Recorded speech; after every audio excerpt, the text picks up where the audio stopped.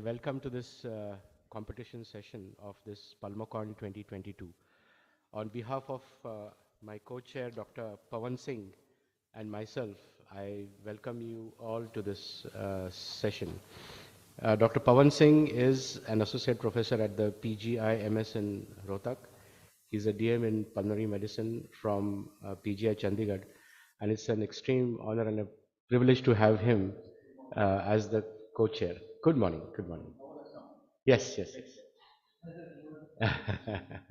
So I thought we'll start on time. Yeah. And I've kept, brought Dr. Please. Rupa Ghosh also. Yes. He's also in my pocket. Sorry? In my pocket. Huh? Don't give me. I'll It's an honor to have Dr. Rupa Ghosh as well for to be the third examiner for this competition. So on behalf of the organizing committee, once again, I wish you all the best and let the best person win. I believe I've been told that you will have only 4 minutes of presentation. The timing is going to be very strict, so please do not cross your time limit. And then there will be 1 minute of question answers. So I'm going to invite the audience to ask questions first, and then the chairpersons and the examiners will ask questions. So please keep your questions ready for all the presentations. Okay, so all the best, and may I now request Dr. Pawan Singh to invite the first competitor.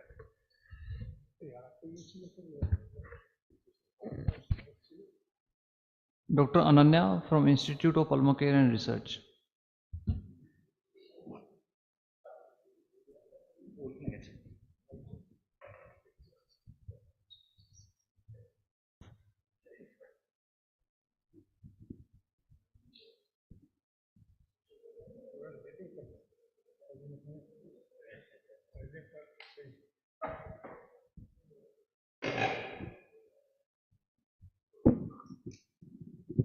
So Ananya, all the best.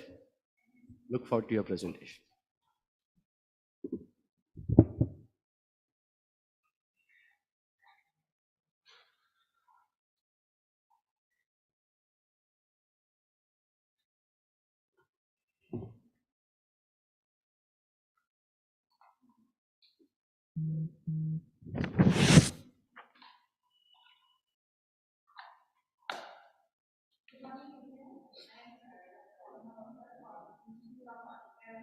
Can you make sure that this thing is on?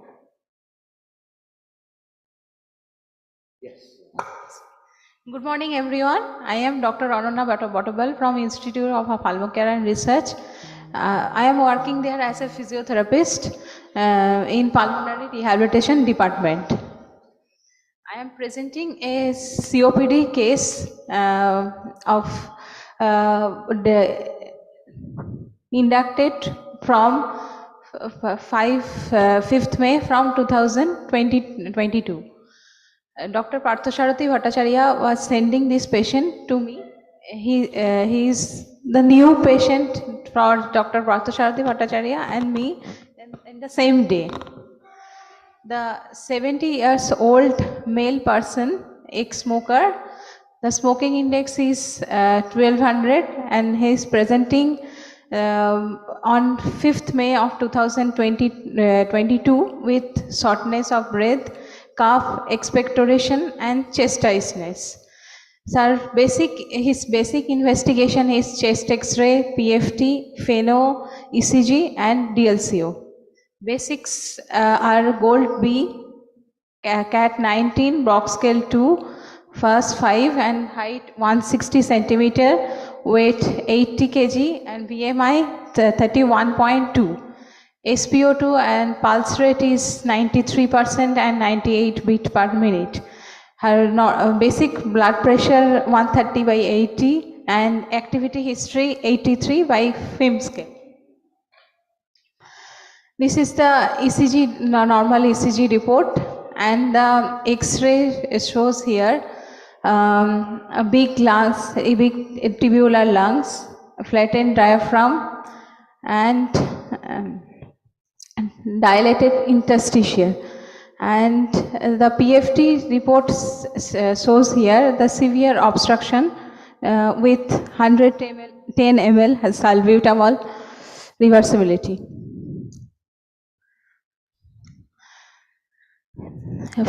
His symptoms is shortness of breath, cough and expectoration, and another complications is WNE. He is inducted in 5th May 2022 and the follow-ups is going on. In between the period, exacerbation is also there. And in 27th July, we have conducted a PR group meeting that is one follow-up. And after the pulmonary rehabilitation, his strength in CAT score is declined, and the 6-minute walk distance in between the follow-up fluctuating. First, in between the period, in the exacerbation period, 6-minute walk distance is not done, and lastly, it is declined.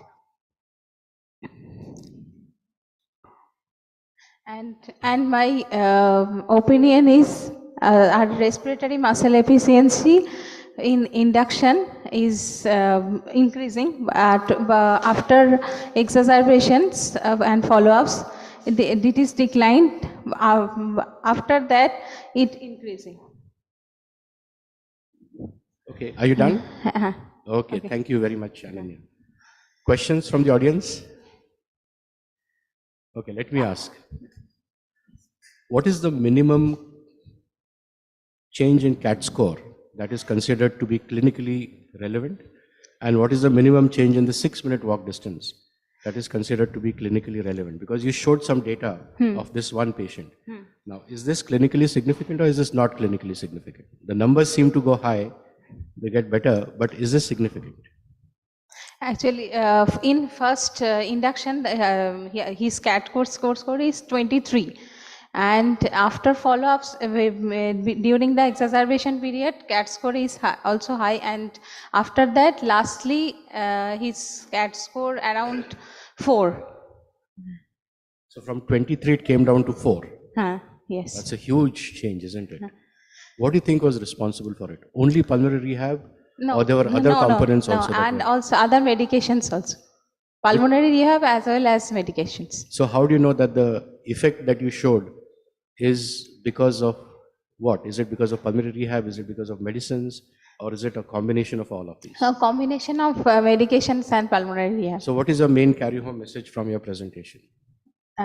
Pardon, sir? Please. What is your main carry-home message? Why did you present this case?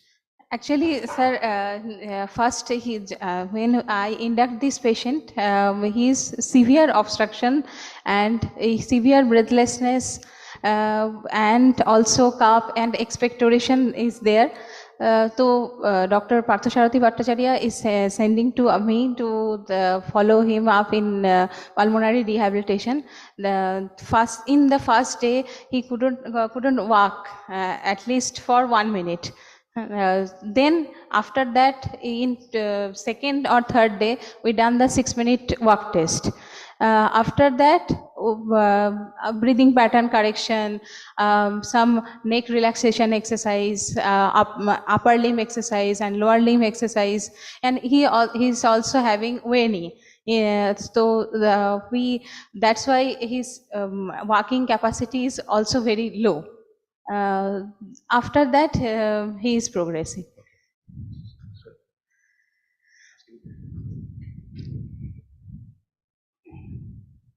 So this is one case. Yes. It majority of times, if any clinician remembers the best case with any intervention or the worst case with any intervention. So you did some intervention with the patient and you have presented it.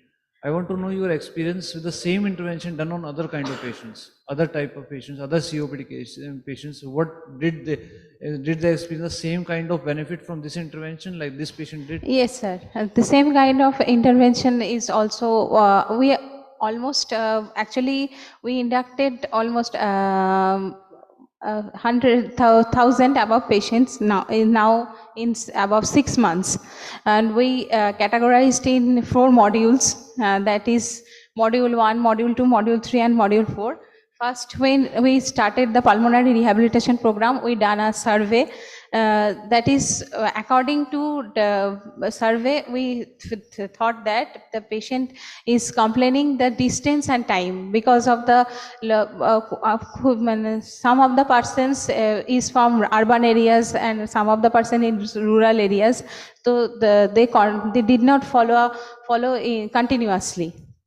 So that's why we are arranging some modules. In module 1, patients are coming to our institute accordingly monthly. And this patient is stayed nearby, that is Bagoi. He come to our institute at least weekly 2 or 3 days, and in the first almost 3 to 4 months. After that, he is coming to our institute almost 2 months around. And now he is quite okay, but exacerbation is there. Sometimes yellowish cough, expectoration is there. So then 6-minute walk distance is also fluctuating. Yeah.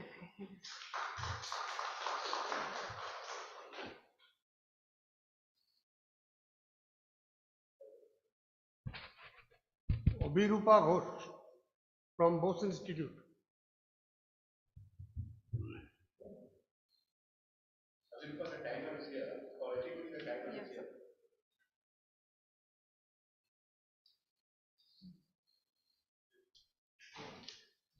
Some of them multiple papers. Which one? Good morning all. I am Abhirupa Ghosh from Division of Bioinformatics, Bose Institute. I work in the lab of Dr. Sudipta Saha. Today my topic of presentation is specific sputum microbiome signatures were identified in airway diseases. So with the advent of next generation sequencing technologies, the number of studies of microbiome has increased rapidly. That also includes human microbiome. So there are many studies that give evidences of dysbiosis, that is imbalance or shift of microbiome population that is associated with diseases that includes airway diseases like asthma, COPD. And in recent years, there are few airway metagenomic studies that focuses on individual diseases of asthma, COPD, cystic fibrosis. However, we cannot compare their results because of different issues like different sample types, different sequences they use, and different techniques like 16S rRNA amplicon sequencing, where a single gene is focused, or whole metagenome sequencing, where the whole microbial genome is considered. So to address this issue, we have collected raw metagenomic data from different studies that used sputum microbiome from diseases such as asthma, bronchiectasis, cystic fibrosis, COPD, tuberculosis, and healthy smokers, and reanalyzed those raw data using a single bioinformatics pipeline. As part of the analysis, we have performed alpha and beta diversity analysis. In the first plot A, we can see clearly that healthy smoker has a diverse sputum microbiome population, and it is followed by asthma and tuberculosis sputum microbiome. And the next figure B shows that it's a beta diversity plot, and it shows that the green one COPD, the red one asthma, and the cyan one is cystic fibrosis are distinctly, the microbial population is very distinct. Next, we performed the microbial composition analysis, and we found that 5 bacterial phylum are differentially populated in different airway diseases. And we also found fungus and viral populations among the sputum microbiome. In figure B, I have shown the fungal species population, the relative abundance of the fungal species, and it's observed that Aspergillus fumigatus is relatively higher in COPD and asthma. Next, we have taken 100 most abundant species, bacterial species, and compared them, and we have got 39 shared species that are found in all of the groups that include mostly oral residents and few of the airway commensals that include Haemophilus influenza and Streptococcus pneumoniae. Along with the taxonomical analysis, we have also performed the functional analysis to obtain the pathways and genes. There are few limitations of this study, that is the number of samples that are used are very low. However, this many studies are only available, and the major problem with sputum is it contains low amount of microbial biomass, therefore the sequences contain higher amount of human reads.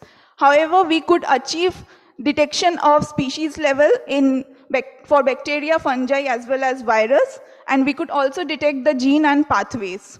So the summary is the sputum microbiome is distinct across the airway diseases, and the variation in abundance of commensals plays an important role in diseases, as well as the metabolic pathways or the species that are detected can be explored further for diagnostics and treatments. Thank you.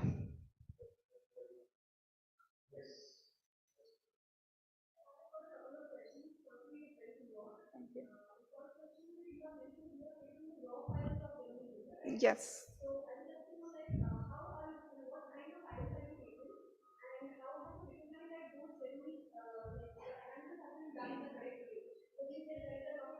No, we have reanalyzed the whole thing. We have only taken the DNA data from SRA. That's, yeah, only sequence data we have taken, and we have. Yeah, there are few parameters which we have to follow to like there is a protocol for quality check of the sequences. So we did that.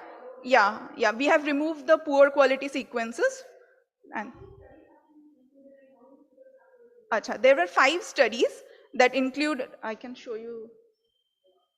These are the studies. The bioproject IDs are the studies, and their groups: asthma, bronchiectasis, COPD, and healthy smokers were included in one study, and cystic fibrosis, tuberculosis. 57. Yeah. Yeah. No, not. Yes.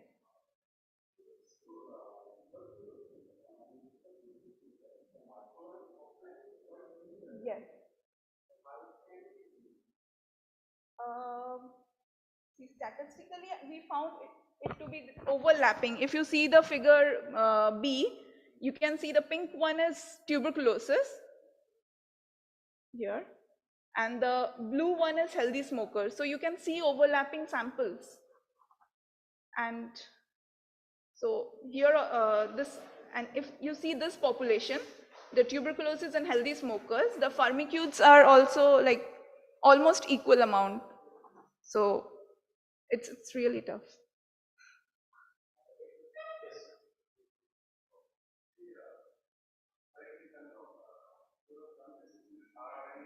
No, it's whole metagenome sequencing.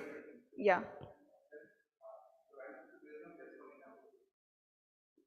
Base calling algorithm. Yeah.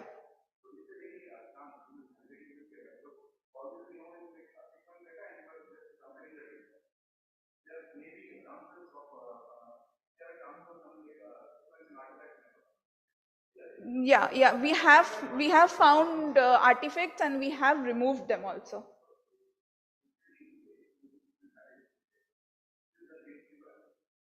Yes, further you can culture, like whichever organisms we have obtained in a high abundance, the abundance is high, so we can just do culture, plate cultures or anything to validate them.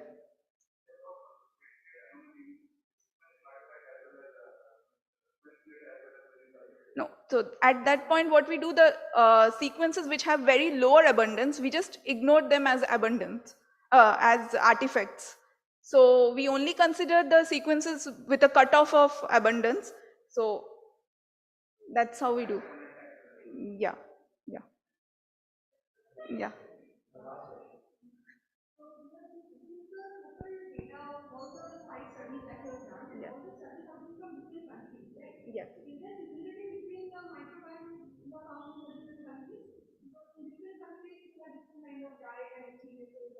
Definitely. That is a disadvantage of my study at least, because we got only this much data in available databases. So this is first of its kind. Maybe later when the data increases, we can do that again. Thank you. Good. So sorry. Some very good questions from the audience. Well done. Two of my PhD students did their PhD on this topic. So I'm surprised you did not find that in your review of literature. So Baisakhi Ghosh was one of my PhD students, and Dheeraj Agarwal. Both of them have done in asthma COPD. So COPD they have done in smoker COPD, non-smoker COPD, healthy smokers. So So whole it's all, genome, metagenome. yes, so it's all published. I think you should look that up. Acha. But I think that's a very good question that was raised. How relevant is that piece of information for an Indian population? Because a microbiome that you get from a Swedish or a Swiss population may not necessarily be Yes, I true agree for with an Indian population. Yes, sir. So maybe we will find something different. Some population will be different, but the distinct pattern will be observed, I guess. Okay. One of the important things that you might notice is instead of focusing on the prevalence of the bacteria which are high in a specific population, if you focus on bacteria which are exceptionally low, especially in bronchiectasis and cystic Yes. fibrosis, which are almost similar to each other. Yes, sir. The In this Venn diagram, you can see the exclusive species are marked. Yeah, can you go back to the previous slide? Yeah, this no, This one. back this one. Yes, sir. So in the subgroup C, in the chart C, Yes. if you compare bronchiectasis and cystic fibrosis, which are nearly similar diseases and both have similar morphology on clinical grounds as well as radiological grounds, you can see that Firmicutes is one of the bacteria which is normal or highly prevalent in other population groups, but it is low in these two features. So do you have anything specific about this particular bacteria? Is it good or bad, or it works against bronchiectasis or cystic fibrosis?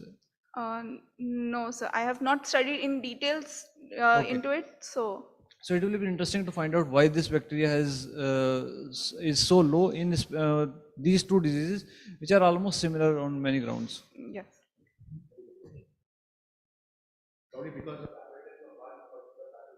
Hmm. Yes.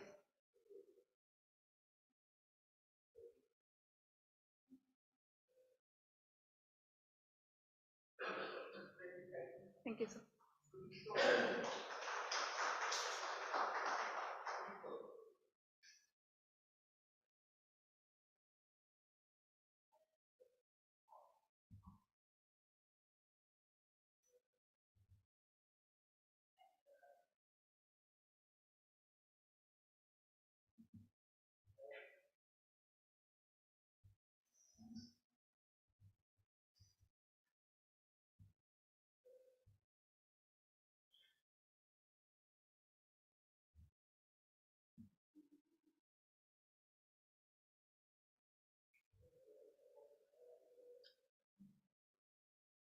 Good morning.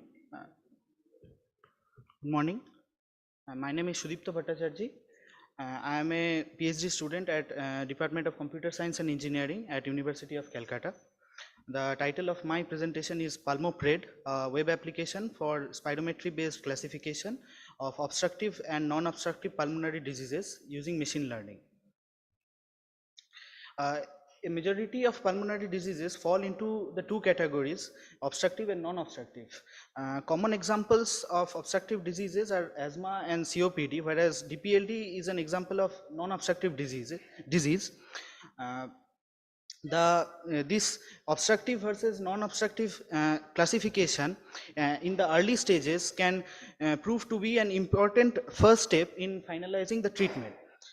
But making an early diagnosis can be difficult due to the overlap in the symptoms of these of the diseases in these two categories, and often further investigations such as spirometry is consulted to make the initial diagnosis.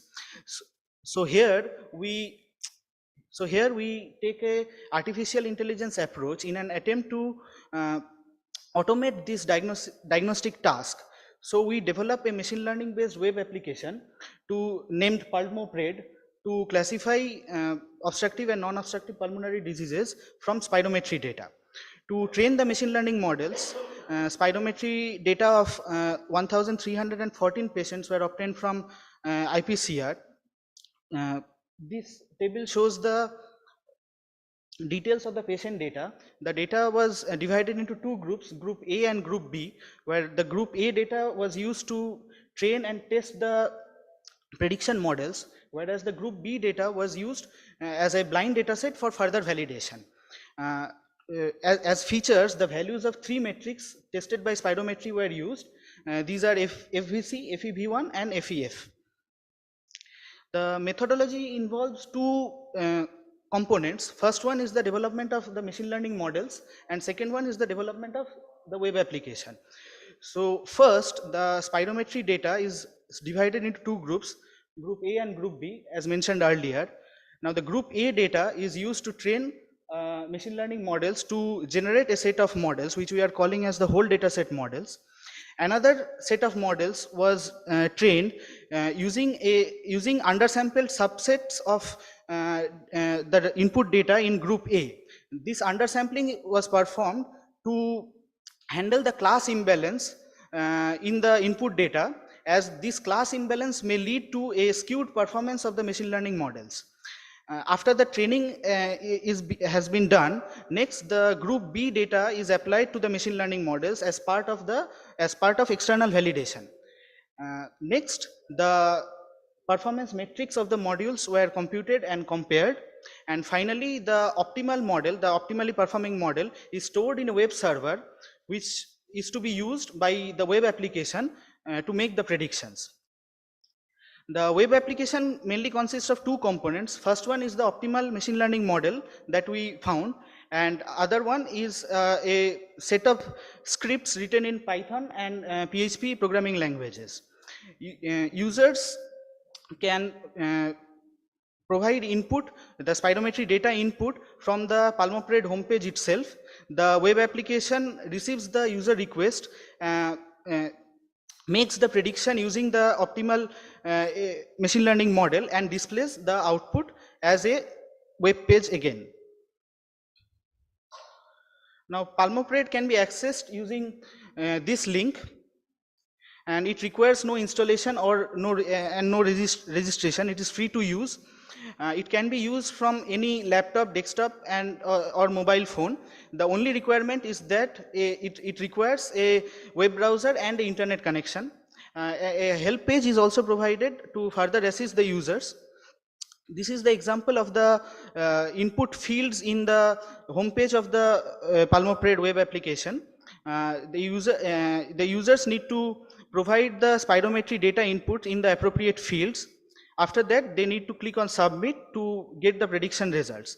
Users can also provide two sets of sample data, sample inputs for demonstrative purposes using these two buttons. The output page consists of two tables.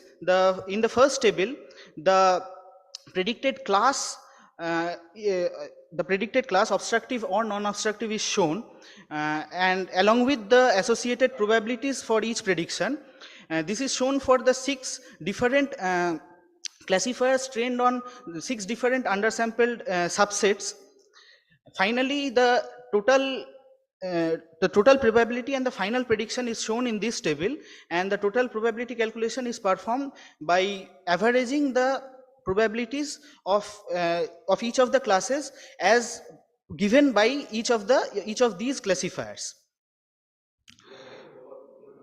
Okay, okay. Uh, that figure one, sorry, the figure one shows the comparison between the undersampled and the models trained on undersampled and the original data sets. So it can be seen that the models trained on undersampled data set has performed better for all of the 4 machine learning algorithms that we have performed. Uh,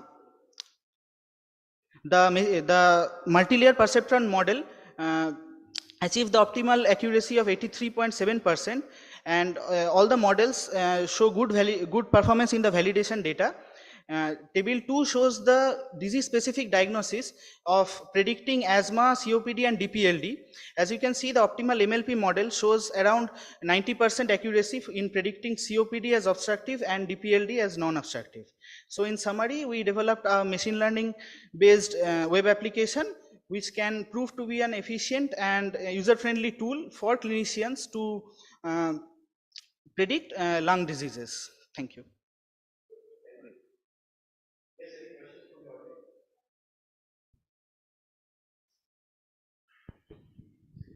Very good work. So I would like to know that this is based on spirometry only, right? Yes. So there are diseases like you have mentioned DPLD, which is diagnosed based on HRCT mainly.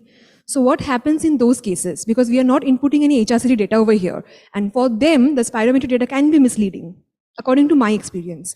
And my second question is that these are mainly checked by clinicians, pulmonologists who are already aware of the, like, what are the guidelines and what are the biomarkers, not exactly the biomarkers, like we know the FEF 2575, this is the limit, and then FEV1 by FVC, this is a limit for obstruction and non-obstruction. So is this for the non-medicals or for the medicals? Well, for the first question, what I can say is that we have attempted to use only spirometry data. So make the prediction based on the spirometry data to see whether it is possible to make such predictions, at least statistically. And as you can see that we have achieved a reasonably good accuracy, and we have also validated the models with a separate blind data set which also perform similarly with as compared to the training data set, and there is also a little bias between as you can see the detecting DPLD as non-obstructive, it has also achieved good accuracy of around 90%, 89% to be exact. So this is the first question, and the second question is that, well, in case of so this is what we call a supervised learning approach. So in that case, the machine learning models are basically trained on some class levels which are already known, some already known knowledge. So it is quite normal to use the already known data which have been the patients who were diagnosed by some doctor, uh, and that diagnosis is used as label to make the predictions. So this is a very common approach to in machine learning.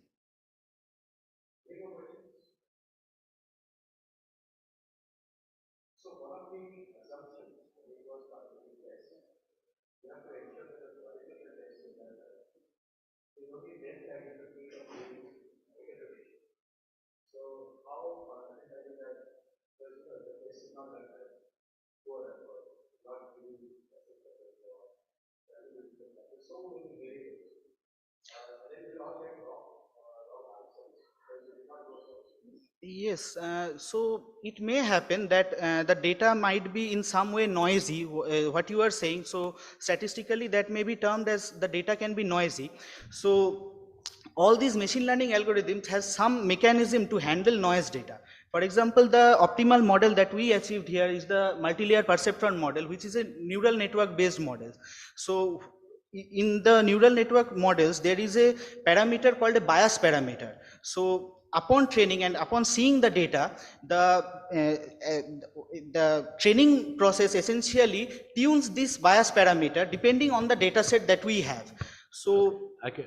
So one last question. Have you seen spirometry tests being performed? yes, I have seen once, but Only once. only once.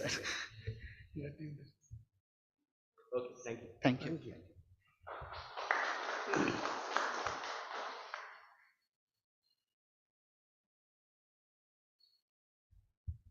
Srijita Sven.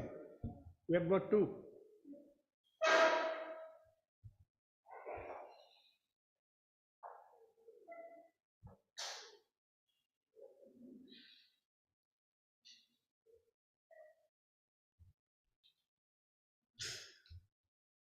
Good morning, everyone. I am Srijita, a research scholar from Institute of Pulmocare and Research. So, the topic of my first presentation is reversibility profile of OAD, a new look. So, we know that the patients who have OAD, they have the shortness of breath due to incomplete exhalation process, which may be due to the inflammation in the airways or narrowing of the airways. So in these patients, we have checked for the responsiveness of the bronchodilators against salbutamol, which is a beta-2 agonist, and glycopyrronium, which is an anti-muscarinic agent or AMA. So we tried to classify the OAD patients into three categories: asthma, ACOS, which is asthma COPD overlap, and COPD, according to their reversibility to salbutamol. And we have also tried to check for the improvement in the reversibility after giving them first salbutamol, then glycopyrronium. So in the methodology, we have recruited the patients from the OPD, and those patients who gave us the consent, we subjected those patients to the serial reversibility, first with the salbutamol and then with the GP. And the reversibility values were noted in both the absolute values and as the percentage change. On the basis of the salbutamol reversibility, we classified these OAD patients into three groups according to the absolute value of the reversibility and also the percentage values. And with all these data sets, we did the statistical analysis. So first, we look at the demographic part, in which we can see that the COPD patients have the highest age, that is, they belong to the highest age group, whereas the asthma patients, they belong to the lowest age group, with the ACOS patient in between the two. And we can see that in the COPD and ACOS section, the male patients are more predominant than the female patients. But in case of the asthma patient, we see almost an equal number of male and females. And in case of the BMI, we can see a significant low BMI in case of COPD than the ACOS and the asthma patients. So we can see the same thing in the box and whisker plots as shown here. And next we move on to the spirometric parameters, in which we saw the FVC percentage, the FEV1 percentage, and the FEF 25-75 percentage. And we also checked for the ratio of FEV1 by FVC, which mainly show us the obstruction pattern. So here also we can see that in all the three cases, asthma has a significantly higher value than that of the COPD and the ACOS. We then further saw the reversibility values of both the salbutamol and glycopyrronium, and we checked for both the absolute values and also the percentage values. So here we can see that in case of this, the salbutamol absolute value, asthma has the highest value, then ACOS and then COPD. But in case of glycopyrronium, we can see that ACOS has a bit of a higher value than all, followed by asthma and then COPD. But on the contrary, in case of the percentage values, we can see that ACOs have the highest value in both salbutamol percentage and GP percentage, and the COPD has the lowest value. So we can say that salbutamol reversibility is the best for asthma, followed by ACOS patient and then the COPD patients. But the glycopyrronium reversibility is best for the ACOS patient among the three groups. Lastly, I want to thank my mentor, Dr. Bhattacharya, and all my colleagues and staffs of Pulmocare and Research, and all the patients who willingly participated in this study. Thank you. Thank you. So you shot the time, huh? Questions from the audience?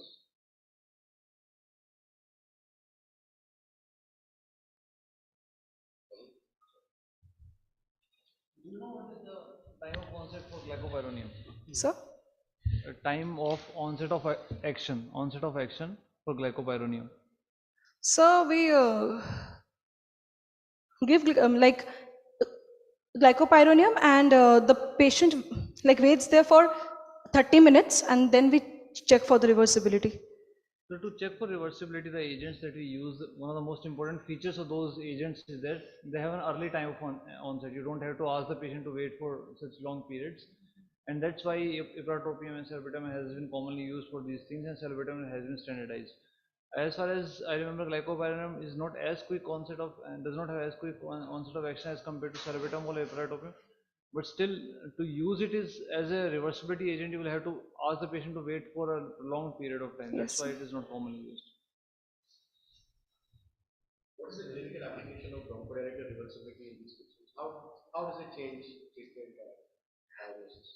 So actually, they increase the pathway, like the what to say, like they dilates the airways, and like with the help of that, the patients can breathe out all the air, like which they were not able to do, like while because they have the shortness of breath and so good bronchodilator reversibility, not good bronchodilator reversibility. How is it useful in practice? How does a doctor use this knowledge to change diagnosis or to change treatment? So the ones, like for example, who have good reversibility to salbutamol, they can be given salbutamol as like they can be prescribed salbutamol, and the ones who have good reversibility to glycopyrronium, they can be prescribed like glycopyrronium. The ones who don't have a like a good reversibility to GP, if they are given GP, then it won't work out properly. So I think. Okay. Yes. So normally we use salbutamol, but you can also use salbutamol and ipratropium combination. How many times? You have to get time. Only once. Okay. It's only to test the bronchodilator. Okay. Salbutamol, you cannot keep that patient on salbutamol for long. If he is asthma, you would like to use inhaled corticosteroids or LABA agents or whatever you want to choose. But to say that to test for clinical reversibility or bronchodilator reversibility and use the same bronchodilator for his symptom relief as well, that's actually not true. Okay, so thank you.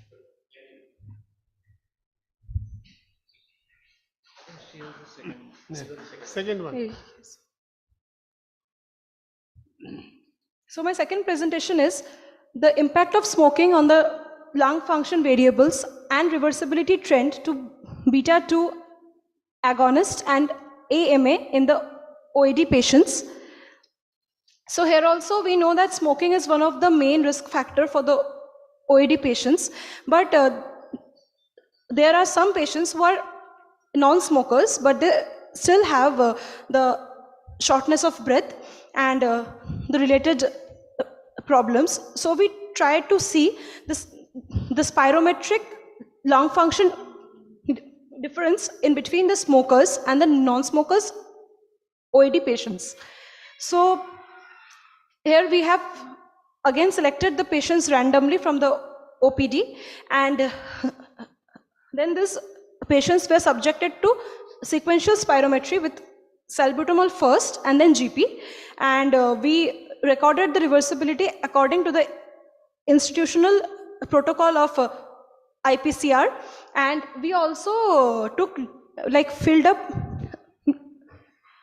detailed proformas in which we got to know about the smoking status of the patients, like whether they are smokers or they are non-smokers. And with all this data in hand, we did the statistical analysis part. So first we come to the frequencies of the smoker and the non-smoker in the three groups of OAD. So we can see that in the ACOS group and the asthma group, the percentage of the non-smokers are more. Here pink denotes the non-smokers and blue denotes the smoker part. So the percentage of the non-smokers are more, but in case of the COPD, there is a marginal increase in the number of smokers than the non-smokers. So next we looked at the age distribution in between the smokers and the non-smoker OAD patients. So we can see that the smokers have a higher age than that of the non-smokers, and the difference is highly significant. So next we looked at the BMI distribution, but we can see that the frequency of the BMI is almost the same in both the groups, but they have a significant difference in between the mean BMI in between the two groups. Next we again saw the spirometric parameters, which is FEV1 percentage and FEF 75%. Here also the smokers have significantly low values than that of the non-smokers. We further checked for the GP and the salbutamol reversibility. So here also we can see the same trend, but in case of the GP reversibility, we can see that the difference is not so much significant. So we cannot infer anything from this data. And finally, we can say that the frequency of the smokers are more in the COPD group than the other two, and the reversibility of the salbutamol is worse in the smoker OAD than that of the non-smoker OAD, and the same trend is almost the same trend is followed in case of the GP reversibility for both the groups. Thank you. Any questions? You looked for reversibility only in FEV1 and FEF 25 to 75. Why not FVC? So we mainly check for the reversibility in FEV1. So because for the obstructive airway disease, we take FEV. Okay, so maybe this could be a learning exercise for all of us who are sitting over here. In COPD, especially tobacco smoking COPD, you have small airways obstruction. So when you do a test, because the small airways are obstructed, you get a low FVC value because of air trapping. Now when you give them a bronchodilator, the air trapping reduces and your FVC value gets better. So if you have to test for reversibility in COPD patients, we should also do FVC reversibility, which is as important as the FEV1. Okay? Because FVC reversibility tells you presence of small airways obstruction, predominant small airways obstruction. Okay. And that's a very important parameter. Okay, so thank you for this So information. I think it's an important learning exercise for all of you. Want to contribute, add anything to this? statement. When you interpret p-values, a p-value which is less than 0.05 is significant. The strength of significance cannot be ascertained with the value of p. Let's say if the p-value is 0.01, it is not less stronger of a relationship when compared to p 0.001. Both are just statistically significant. You cannot say that it is highly significant or it is not highly significant, it was little significant. It is just statistically significant. Thank you, sir. You have got this. No, sir, two.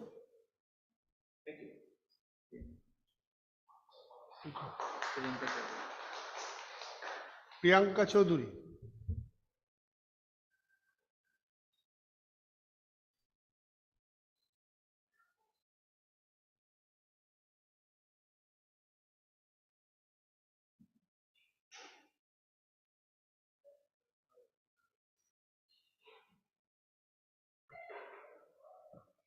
A very good morning to everyone present here. I'm Priyanka Chaudhary from School of Medical Science and Technology, IIT Kharagpur. And today I'll be speaking about bioinformatics analysis for the screening of gene biomarkers in hypoxic pulmonary hypertension. So in brief, pulmonary hypertension is a condition that is defined as an elevated mean pulmonary artery pressure of more than 20 mm of Hg. And among the 5 groups of pH, my main focus is on group 3, which is associated with hypoxic lung diseases.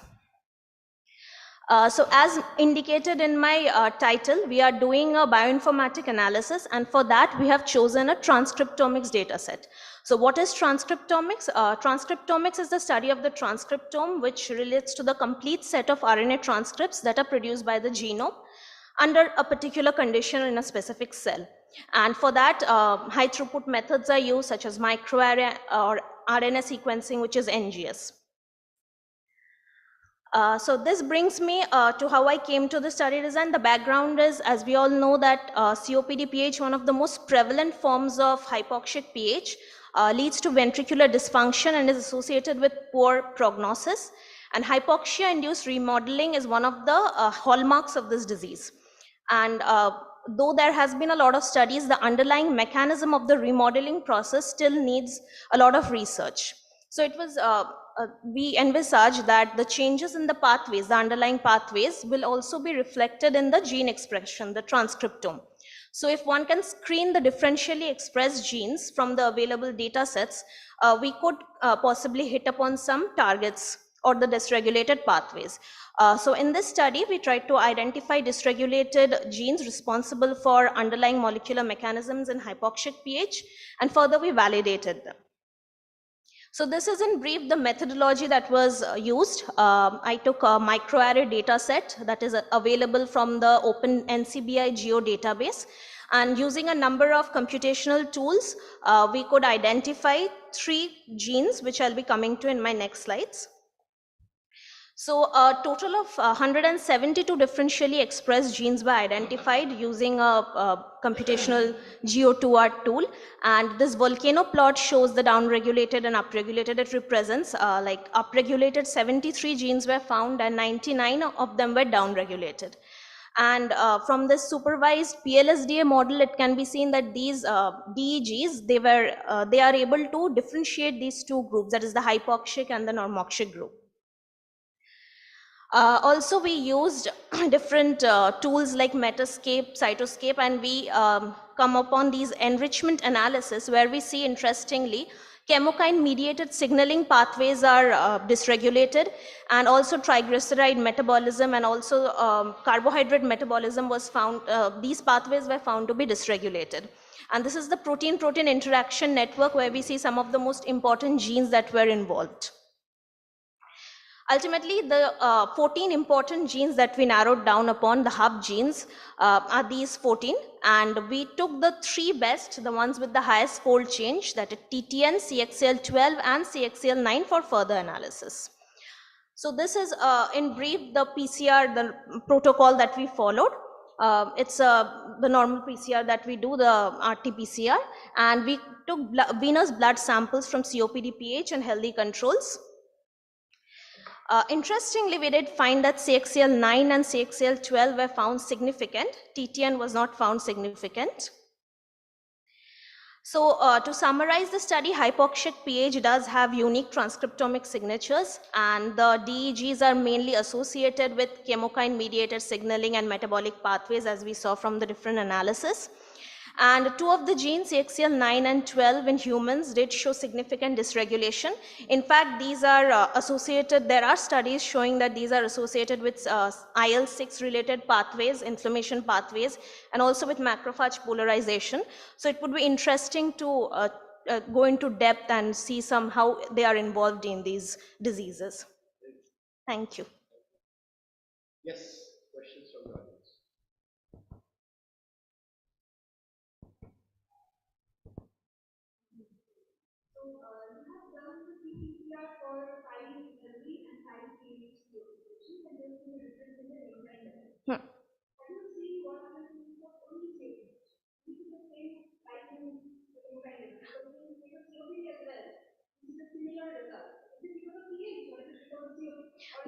That is a very good question. In fact, we are actually collecting samples to compare them with COPD as well, because as you said, COPD is also an inflammatory disease, so it would be very interesting to see whether we can compare it with COPD and see a change.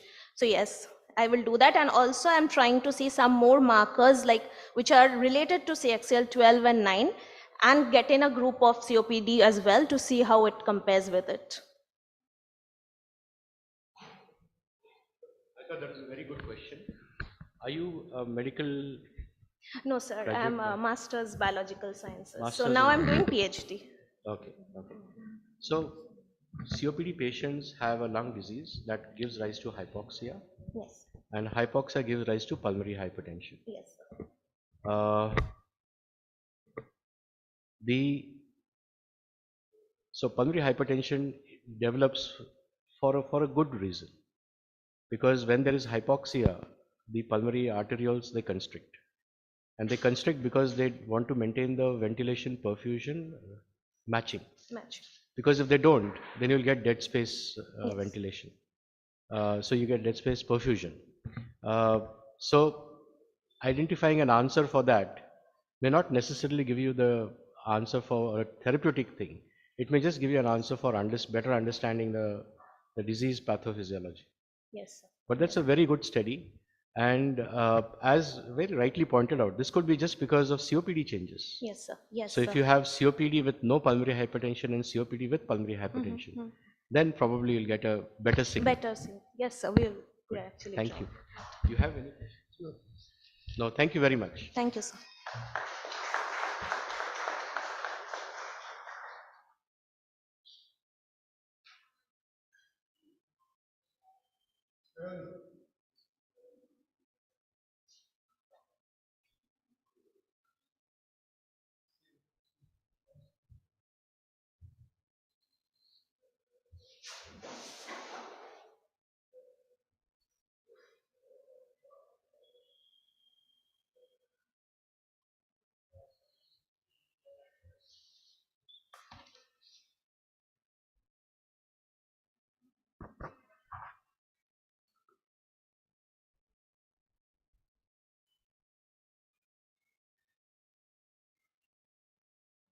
Yeah, please.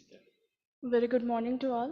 I'm Sayoni Sengupta, working as a Senior Research Fellow in Institute of Pulmocare and Research. So the topic for discussion that I have chosen today is a comparative analysis of post-COVID-19 patients in the 3 waves. So as we know, COVID-19 has been with us for a certain period now. And over the recent few months, it has been reported that approximately 117 million people have been engulfed in the pandemic. We know that the infection results to a wide spectrum of symptoms with different severity. These infections may vary according to mild, moderate, or severe symptoms.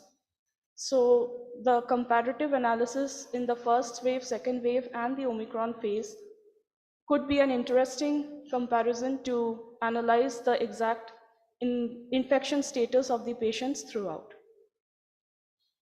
So this is a OPD-based study where we have collected post-COVID patients in the first wave, second wave, and the Omicron phase, divided in a certain tenure period. The first wave comprised of 185 patients, second wave approximately 222 patients, and Omicron phase enrolled 138 patients.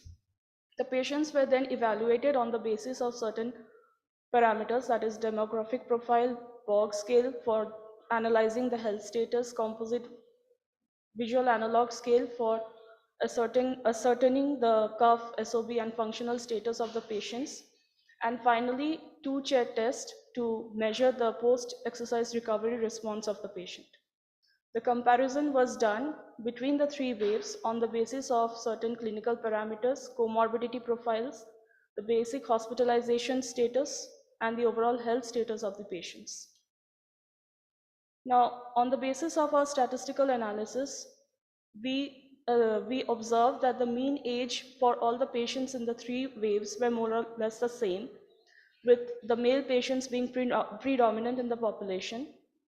The hospitalization status was reportedly higher in the second phase, with approximately 45.94% patients being hospitalized, and the duration of hospitalization was also reportedly higher in the second phase. The oxygen requirement of the patients were reported higher in the second phase again, and we can see that the overall health status of the patient was comparatively similar for both the three phases. Now, the comorbidity profile observes that hypertension, hypothyroidism, and diabetes mellitus to be the most predominant comorbidities that is reported.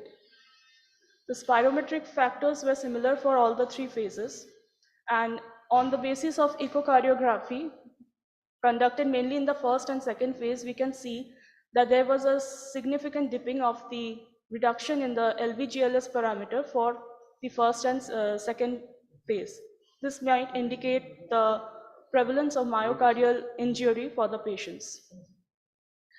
Now, the 2CT record shows that the post-exercise recovery responses were compromised for the first and second phase, whereas the third phase reported of less desaturation. We also observed the post-COVID symptoms or post-COVID sequels that was reported in post-second phase mainly, and saw that SOB, cough, and weakness were the prevalent post-COVID complications that were reported by the patients. So we may say in a nutshell that the analysis of second wave remained the worst corresponding to the other two waves, and the highest hospitalization and overall worst quality of life was reported in the second wave as well. So these are my references. Thank you.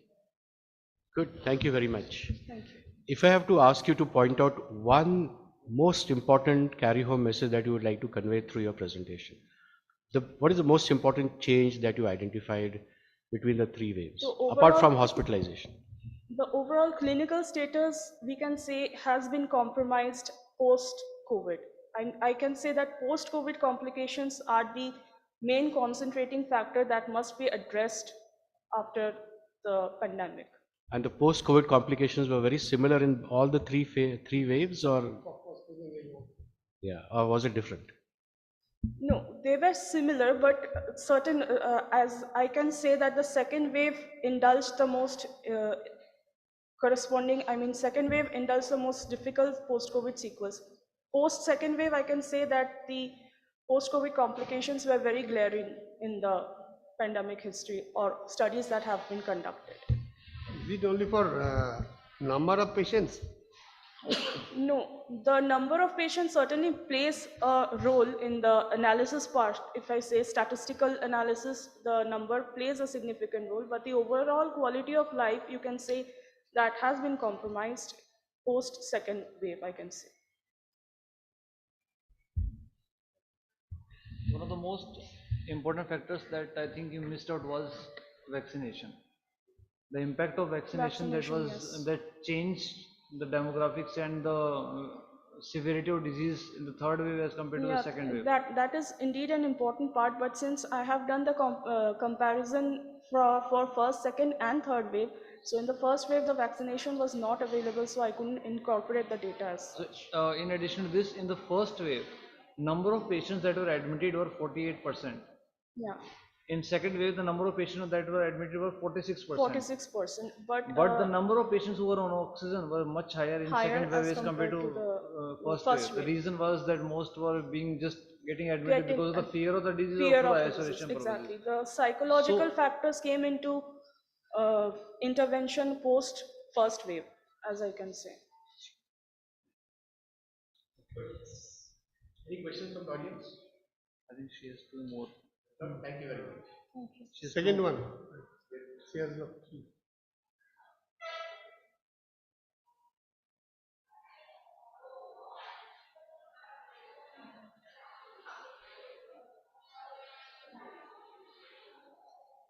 So this is again a continuation of the first one only. So here I try to address the active symptoms in COVID-19 patients in the three waves, the most important or prevalent symptoms that were addressed in the pandemic. So again, the most primary objective that I tried to address in this study is a comparative analysis of the active symptoms that have been experienced by the patients in the first, second, and Omicron phase in the pandemic. The common symptoms that we know were prevalent were fever, weakness, SOB, anosmia, or loss of taste. So here again, we enrolled our patients, and along with the previous mentioned parameters, we included a severity score, symptom severity score, which was calculated on the basis of severity from a scale of 0 to 5, multiplied by the duration of the symptoms that the patients said to be experiencing, and a comparative analysis for the prominent symptoms were computed. So statistically, we can see that cough, SOB, throat pain, fever, body ache, these were the prominent symptoms that we included in our study. And the first wave witnessed the highest symptom scores for SOB, body pain, and expectoration. And the second wave observed a higher prevalence for weakness, fever, anosmia, and loss of taste. We then conducted a one-way ANOVA to analyze the prevalence of the symptoms, and we can see SOB, fever, anosmia, and loss of taste were highly significant between the three waves. Fever, body ache, expectoration, and headache were mild to moderately prevalent in the three waves. So again, we can conclude that SOB, headache, anosmia, and loss of taste were reportedly the prominent active symptoms that the patients were reported with, and despite the wide symptomatic variations in the three waves, we can say that the second wave remained to be worstly reportedly quality of life sufferings. These are my references. Thank you. Any questions from the audience? I have just one suggestion for you. In case, most likely you are going to collect more data and present your Yeah. research at various different levels. Some of them will be at international levels as well. Try to use as minimum acronyms like SOB or something like that. Okay. Use standard words like dyspnea or breathlessness. That would be much Okay. appropriate for this. Okay. Good, thank you very much. Thank you. No, Third one. one. Yeah, third one.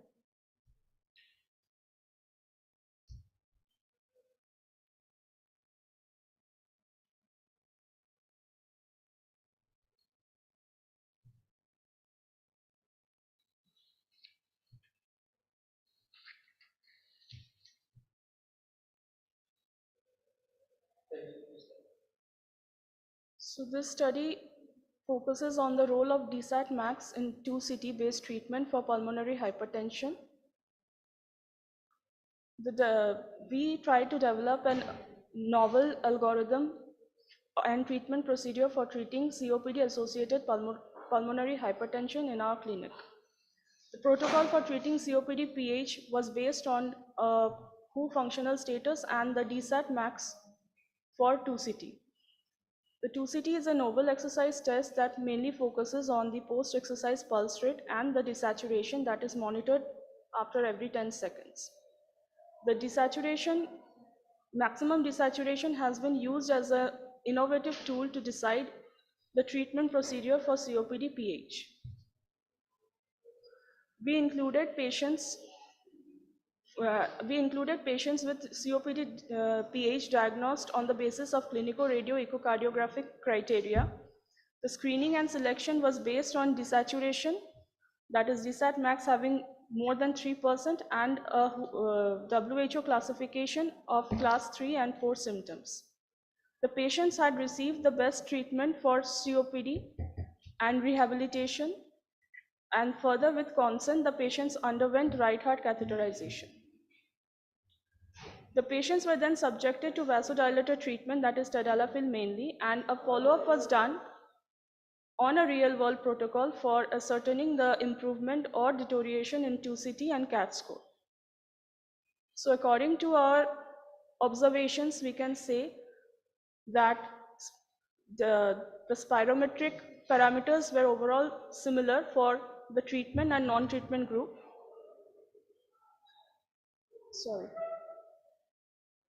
For the treatment and non-treatment group, and we had observed a significant change in the desaturation for treatment and non-treatment group. The systolic pulmonary arterial pressure was significant amongst both the group, and similarly PVR and TPG reported to be significant. A follow-up status was observed with a mean duration of 117 days for the treatment group and 184 days for the non-treatment group, where the CAT score reported to be significant, along with the desaturation of the patients which reported to be improved in the treatment group. So we can say that the DSAT max based treatment for COPD-PH showed a natural selection for the sick patients in case of our OPD, with the PVR being reduced. The clinical treatment response of the patient appeared to be improving along with the vasodilator treatment. This is evident from our follow-up status, but of course a further investigation is recommended for innovating this in a novel algorithm for the treatment for COPD-PH. Thank you. Any questions from the audience? Yeah. Hello. I am non-medical student basically, but I am suggesting that you are doing any ROC curve or kind of thing to get a single parameter. What do you think? See, we are trying to develop since this is a novel parameter that we are considering DSAT max to be. So we are trying to develop a absolute cutoff point, but of course with different disease population, the ROC curve may change. So that's why we are trying to develop a novel algorithm to justify that 3% is an absolute cutoff mark for the patient populations, apart from COPD, of course. Can you please explain what DSAT actually is? Because from the data, it seems that patients who are getting treated with tadalafil are actually doing worse as compared to patients who are not getting treated. So what actually is DSAT max? How do you calculate it? Sorry, I didn't follow. What is DSAT max? See, we have an innovative exercise test practiced in our institute, that is 2CT. As I mentioned here, the two-chair test, we compute a pulse rate change and a desaturation change for the patients over a period of 10 seconds. I mean, 5 minutes the test is practiced, and after every 10 seconds, we compute the change in the pulse rate and the desaturation. So the difference between rest and the maximum desaturation that the patient generated after the completion of the exercise, the difference is regarded as a DSAT max. So if the DSAT max is more than 3%, which I said we are still, exercising and brainstorming to validate it as the absolute marker. If the change is more than 3%, then we consider that as the ideal parameter or the marker for one of the parameters for recommending the treatment strategy for the patients. So that is considered as a So if DSAT it is max. more negative, then it is bad for the patient. Bad for the patient. I mean, can you more go- than 3%. Can you go back to the next slide, please? Yes, Yeah. this.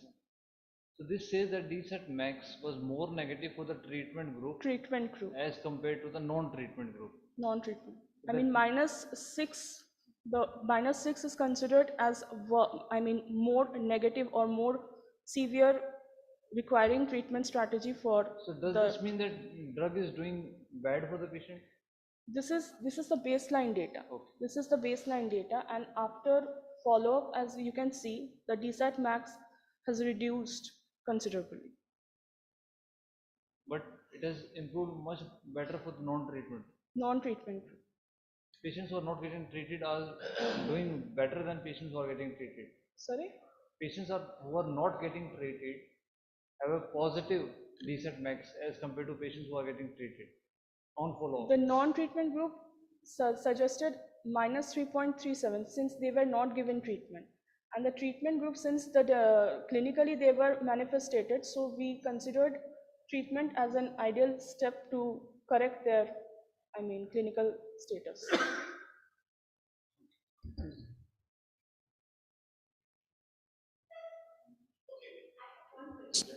So in the baseline, we are seeing that the DSAT max for the non-treatment is -0.3 and -3, I think. And for the treatment group, it's -6. So does this mean that homogeneous patients were not taken for this study? Because ideally, we should have equal DSAT and then we should see. We should see, but since the treatment criteria for the patients were defined according to our algorithm, so it was obvious that the patient requiring treatment, we can say that they were more severe or more sick as compared to the patients who didn't indicate any requirement for treatment strategy. The baseline flow is that you decided that X intervention is going to help the patient, so you gave that intervention to only those patients who were sicker.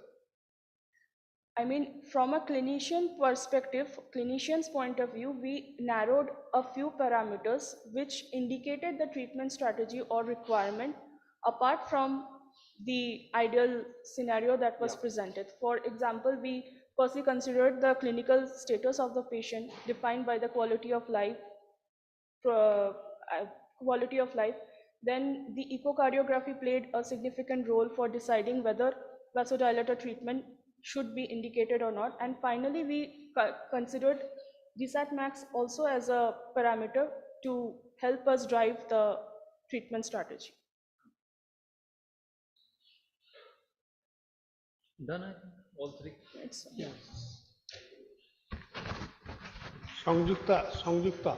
Sanjukta Dasgupta from IIT Kharagpur.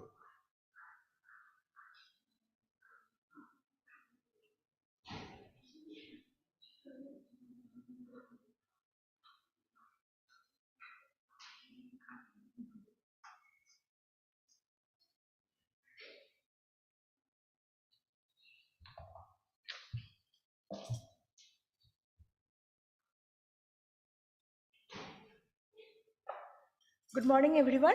Myself, Sanjukta Dasgupta from IIT Kharagpur. The topic of my discussion today is meta-analysis of mortality-related risk factors in hypersensitivity pneumonitis. So, hypersensitivity pneumonitis, as we all know, that HP is a type of DPLD that happens due to inhalation of certain antigens. This antigen may cause inflammation into the lung parenchyma, which can slowly progress into pulmonary fibrosis. These are the common symptoms that are associated with the disease. If we see the prevalence of the disease, it varies from country to country depending on the geographical location, environmental factors, etc. Interestingly, in Indian scenario, according to ILD India registry, it is one of the most common type of DPLD. Another interesting fact associated with the disease is that the death rate associated with the disease has been increased very significantly in recent years. Keeping this thing in mind, there are many population-based studies that has been performed all over the world to identify the mortality-related risk factor of the disease. However, there are no cumulative study that can combine all these risk factors and come up with the conclusion that which risk factors are the most significantly associated with the disease mortality. Here we'll be doing a meta-analysis. So what is meta-analysis? Meta-analysis basically systematically combine all the previous research articles that are focusing on a particular topic. Here this particular topic is the mortality of HP. So after combining all these articles together, we'll come up with the conclusion that which risk factors are the most significantly associated with disease mortality among all these cofactors. So this is the overall work plan of our study. Here using these keywords, we have searched these databases, PubMed, Embase and Cochrane Library, and we have come up in the 22 relevant study. So these are the performed all over the world, which are precisely focusing on the mortality of HP. Then this is the country-wise subdivision of these studies, and then we seen the strength and association between the mortality and the risk factors using the odds ratio. This is the baseline characteristics of these studies, these 22 studies. So now coming to the odds ratio. So odds ratio basically quantifies the relationship between two events. So here event A is basically these common risk factors that are present to be associated with the disease mortality among all these 22 studies. And this event B is the mortality of this patient. This odds ratio value actually varies. So if this value is more than 1, that means there is some association present. And the more the odds ratio value means higher the association between these two events. So now coming to the result of our study. As you can see here that advanced age male patients and the patients who are having honeycombing and traction bronchiectasis have the highest odds ratio among these all 11 factors. Also, if you can see the p-value, these values are significantly associated with disease mortality. Furthermore, we have done a subgroup analysis. We have taken only the chronic HP patient from this HP patient pool. There are total number of chronic HP patient here are 720. And when we did the same type of analysis to identify the mortality related risk factors, we have seen the similar type of trend here also as the HP. So from this study, we can conclude that elder patient, male patient, and the patients who are having extensive fibrosis, that is honeycombing and traction bronchiectasis, are associated with higher risk factors. Also, we need to do some multicentric cohort study to validate this finding globally. Also, if we can find out some optimal cutoff values for these HRCT patterns, it can help the clinicians to identify the patient who are at higher risk of mortality. These are my references. A part of this work has been published in Expert Review of Respiratory Medicine. Thank you. Good, thank you. Any questions? Yeah. So no work has been done from India, like what are the risk factors for the Indian population? Till now, no population-based, but there are some studies from Asian population, from China and Japan, as you can see. And is there a difference between the Asian population and say the Caucasian population in terms of the risk factors for mortality, or they are similar? That's a very good question, but here we are trying to see the global risk factors. That means the risk factors that are associated with HP throughout. That's why we are doing a meta-analysis, not a population-based study. So this is the factor we are considering here. Can you go to the results? Yes, sir. Very short, the p-value here. So why did you miss out lower FVC, lower DLCO, ground glass opacity? They were also statistically significant. Yes, sir. Here we are seeing the odds ratio as well. So odds ratio actually gives the relationship between the presence of these patterns and the mortality. So since it is the highest presence, based on the odds ratio, we are selecting the patterns. But so lower DLCO was associated with higher mortality? Yes, sir. But this is statistically significant. Lower DLCO is statistically significantly associated, but the if the odds ratio value is less than 1, that means there is no association. This association is, if the association is not higher than 1, that means it is not associated. Just to clarify, the number 4 in advanced stage means, let's say roughly, or for layman, it is 4 times increasing the risk of death. Yes, sir. Yes. So with this chart, you mean to say if the patient has low DLCO, he has low chances of dying. Sir, yes, sir, these are the all 11 factors we have screened from the 22 studies. So all of these are associated. All of these have been associated in some population we study. That's why we have screened this. But when we see the global picture to see which one of the highest odds ratio, that give us the idea that elder patient, male patient, and these patients are having extensive fibrosis are associated with higher mortality risk. This is a global picture of our study. This is basically lower FVC is. What is likely to have happened is it's not lower FVC, it is FVC. Yes. FVC, and not lower DLC or DLC. So if the FVC is on the lower side, then you get a higher risk of dying. But the risk is, the odds is quite small. Nonetheless, but, I think it's just an error in the mentioning of it. Any more questions? Thank you, sir. Devraj Roy.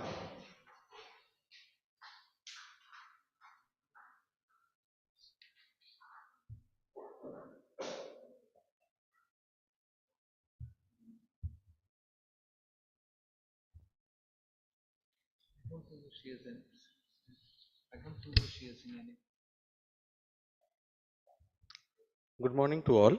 I am Devraj Roy, working under the guidance of Dr. Audh Banerjee and Partharsarathy Bhattacharya as a PhD student. So my topic of presentation is established fibrotic versus potential fibrotic DPLD as spirometric appraisal. So when we look at the global mortality of DPLD, it is increasing. In India, the death rate increased from 2.3 to 4.1 per 1 lakh people. And with this increasing disease, there is a need of diagnosis of DPLD. We all know there are many diagnoses of DPLD. HRCT is a very prominent one, but the imaging analysis or serological test or the other analysis that we have, that is quite expensive and they need a certain amount of infrastructure, which is not very present in rural India. But pulmonary function test, which is present in many clinics, and pulmonary function test can be done in a portable disease, which is also non-expensive. So first we focus on FEF 2575 because in previous work from our lab we have studied that FEF 2575 can distinguish DPLD, and here the sensitivity is very good and the specificity also is very good here. So our observation is that FEF 2575 is higher in fibrotic patients, and with this observation we are going to the methods, and we take 177 of DPLD patient, and we are based on HRCT and honeycomb and traction bronchitis. It is a two factor that is associated with the fibrotic, and we take sharp reticulation as a characteristic of potential fibrotic, and then we take the spirometric parameters and then we go for the statistical analysis. So in the result we can see FEF 2575 is not significant here, but there is a trend that FEF 2575 is more in case of established fibrotic patients. Then we work with the derivative parameters of spirometry, and here we can observe that FVC by FEF 2575 is very significant with the percentage and absolute value also. So when we does the other principal and component analysis and differential analysis, so we get a VIP score maximum with this ratio of FVC by FVF, and in the T-score chart we can observe a strong overlapping region. This is quite natural because we are analyzing a same disease which is DPLD, but there are some point which is far away from this overlapping region, and we can focus on these points as a diagnosis of fibrotic DPLD. So what outcome of this experiment, that in case of fibrotic DPLD, fibrosis in the outer layer can pull the small airways. So that's why the small airways are failed to collapse, and that's why the FEF 2575 has increased in this fibrotic DPLD, and may we can use this FEF 2575 as a diagnosis tool after modeling. Actually, this is a pilot study. We are planning to do develop a model on basis of FEF 2575. Thank you.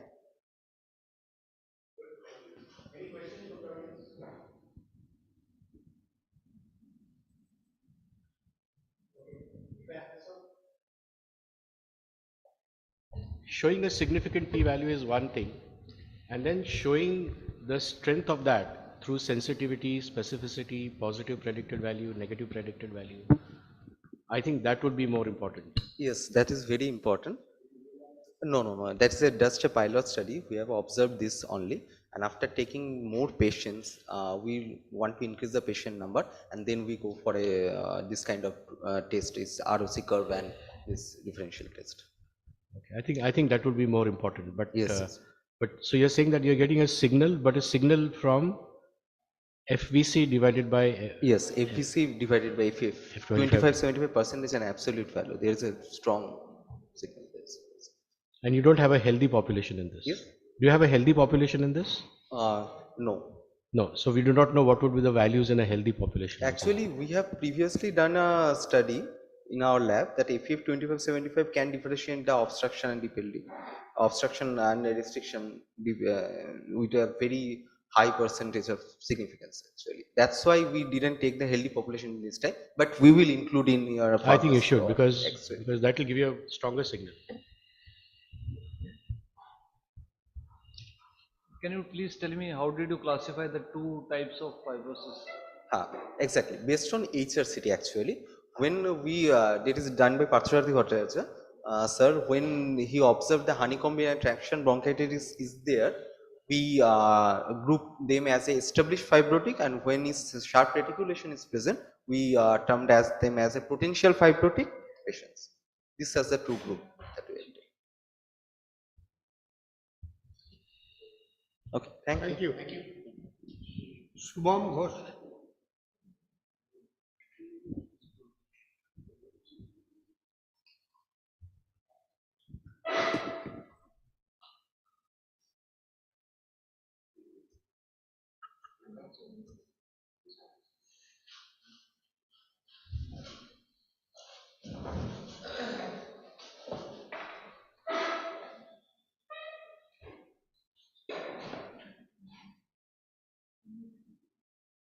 So we also have Dr. Unithan with us. Sorry that she came a little, but maybe she was sitting behind. We didn't know that.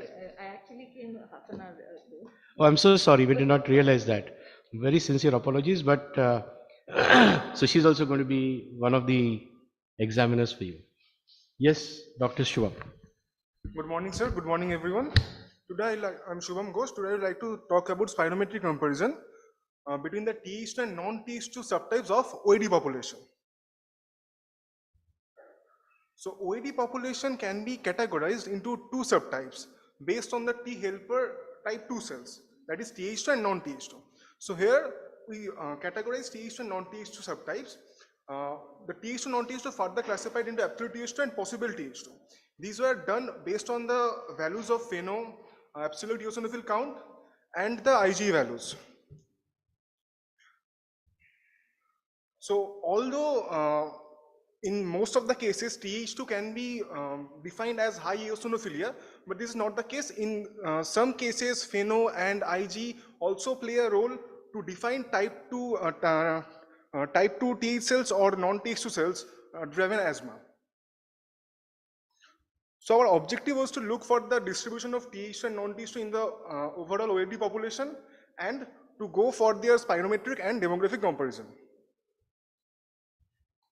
So we randomly collected patients from our OPD, and first we did a spirometry to classify them as asthma or COPD, and also we did FeNO, IgE and AEC and categorized them in absolute Th2 or possible Th2 and or possible non-Th2 and absolute non-Th2. So from the overall OAD population of 240, we found that asthma got a little percentage than COPD, And when we go for TH2 and non-TH2, we found that TH2 population is prevalence in the OAD population. We further classified asthma and COPD in TH2, non-TH2, and we also look at the percentage of absolute TH2 and possible TH2, and also absolute TH2, absolute non-TH2 and possible non-TH2. So these were the percentage values in the population and the frequency of distribution. So when we compared the TH2 and non-TH2 in overall OAD, we found there are significant differences in demographics and in spirometry, especially in FEV1, FVC, FEV25, and the reversibility parameters.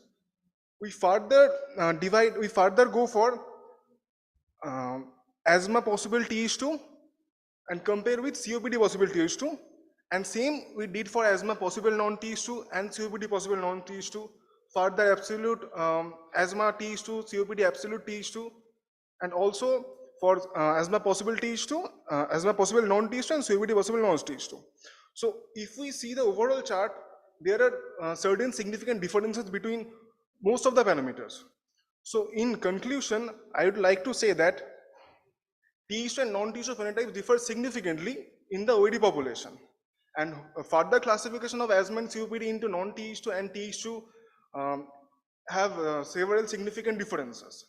Therefore, the TH2 based classification may help us to understand the etiopathological development and can guide the therapeutic approach in a better way. Lastly, I would like to thank my mentor and guide, Dr. Parthasarathi Bhattacharya, and I would like to thank all the colleagues and staff of IPCR. These are the references I have used for. Thank you.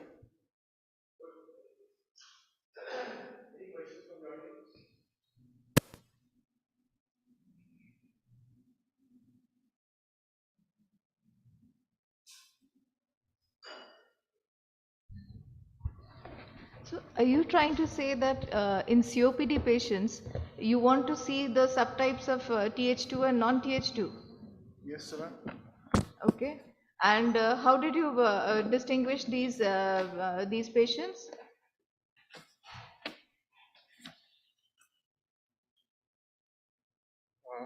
I have classified TH2 and non-TH2 in these three parameters, FeNO, AEC, and IG. How reliable is this? So I have used a reference actually.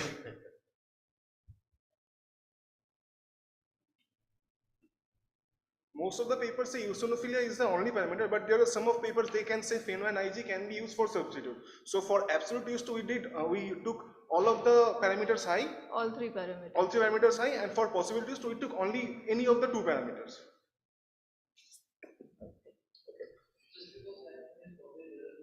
Yeah. Exactly. Right, sir.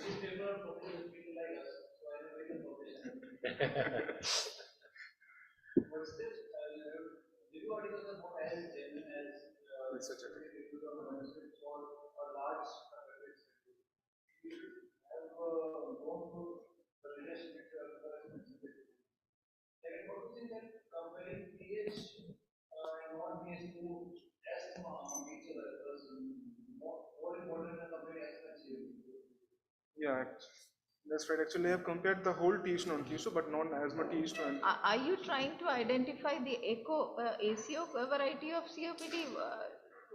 I have not included ACOS in this study. But you must have, because the TH2 type of COPD, that means it is echo. Echo, yes. Good, thank you. Thank you, sir. Rick Chakraborty. You have got two. Yeah.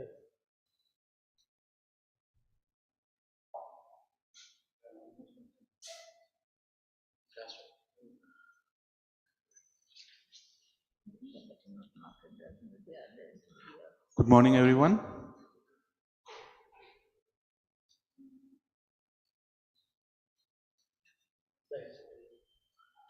So may I? Yes, yes. So today I'll be reporting like factors affecting the feasibility of subjects to attend a COPD rehabilitation program in the real world and appraisal. Means, first of all, we have initiated a peer program in our institute, and we have checked for the feasibility of the patients to join the program.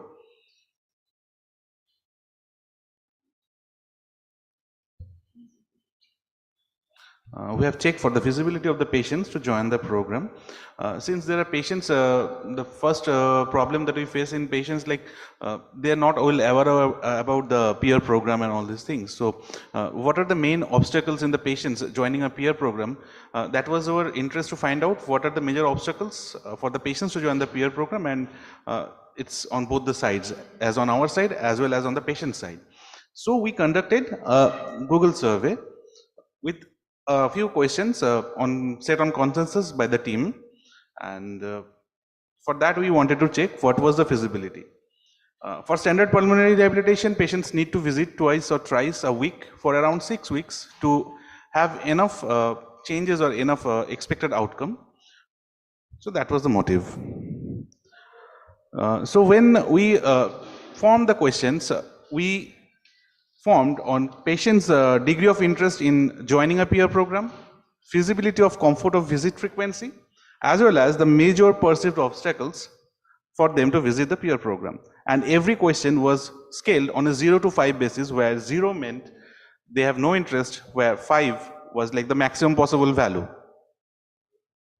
What we found out that almost all of the patients, around 95% of the patients were interested in joining a free pulmonary rehabilitation program. And the patient cohort, as we have seen in our case, we had 200 patients. Of them, the male-female ratio was around 67 to 30%, on a roughly basis 70-30 ratio. And once we checked about the feasibility for their frequency of visit in a peer program at a stationed institution, it was like the highest was once every 12 weeks. That is in 3 months visit, followed by monthly visit, which was then followed by weekly visits. So the basic obstacles that we found out in a patient's joining a station peer program was distance and location in this case, because there are patients who come from very long distances and travel long distances. So for them it's not very much possible to join a peer program on a daily basis. So that was the problem that we found. But one thing was there also in our patient, in this cohort, the patient's average age was around 60 years above. So for them, the main problem was their physical disabilities in some cases, as well as lack of attendance, which we face very much in today's life. So what I told just now, I have just shown this in the next slide. So this was the frequencies, and this is the dominance of the male and all these things. So basically, whenever we are concerned about patients visiting a peer program, these major obstacles are coming into action. But if we change the cohort, we change the number of the patients, this might vary, but this was a pilot survey and this is our inference. Thank you. So what proportion of your baseline COPD patients were male and what proportion were females? Sir, almost all of them were COPD patients with moderate to severe means obstruction, sir. No. So in your COPD population, Yes, sir. how many were males and how many were females? Sir, the ratio was 67 to 30, means 70% were male and 30% were female, Go sir. back to the previous one. So, Yes, no, the next one. This one? There was male predominance. Yes, sir. Around 70%, sir. So this is the patients who took part in the survey, or this was a baseline? No, sir. This was a survey, sir. This was a OPD survey, sir. Whichever patient was there who were willing to take part in the survey, we assessed them, and the criteria was they were all having COPD. So what percentage of the males said yes? What percentage of the females Okay. said yes? That I need to show, sir. I haven't shown over here, sir. That I need to show. So mostly all of them were interested in the program, but since this is a new thing for many of us and it has come into action post COVID era, so they are well interested and all of them are interested, but there is certain reluctances females sometimes, but males are okay, we'll join the program, but we can't come. So if there is any possibility of any remote sessions or all these things, then possibly we can join. So we're working on that. So for all the research, the main purpose to do a research is to increase the generalizability or the applicability of particular thing. Yes, sir. That's why everybody does research, and Yes, sir. to how that we can change our practice. So I'd like to congratulate you because this is the most a practical study that we have seen today, which actually tells us some kind of reasons the patient is not able to attend the rehabilitation programs. This is one thing. Second thing, most important part to do a survey-based study is, what is the most important part? What do you think? So basically what we started our study in this case, we are setting up a pulmonary rehabilitation program at our What center. is the most important part? Yes, to do I'm a coming. survey-based study. Yes, sir. Simply a It's survey-based the means interaction as well as the means what I should say. It should be the homogeneity of the data. Most important part to do a survey-based study is the questions, because it is easy to implement. You can send a Google link and they will fill the form on their own, Yeah. whatever. So it is easy to get responses from people, but if you ask the wrong questions, then the responses will be irrelevant. Yeah. So if you had added some more questions in this study, like is there a feasibility to do a virtual rehabilitation program for you? Would you be able to participate in that? If yes, then what kind of platform would you like? Yes, I'm coming to that, sir. Sir, actually, this was an initiation we have, means pilot survey we had taken, so that we can initiate the protocols in which we will be categorizing the patients to join the peer program. So that according to that, we have modulated 2 modules, like who can come frequently, who can come less frequently, and then there is another group who won't be able to come regularly. So that we have seen over here. If I can go to the next this slide, sir, who can come over in 12 weeks, that is at least at a 3 months interval. For them, we have at least initiated remote monitoring sessions, like on video call as well as on WhatsApp, as well as on group meeting sessions, so that we can monitor the patients for like whatever they are developing, their exacerbation types and all these things. Okay, this we have developed. Sir? Yeah, I have got one more presentation, sir.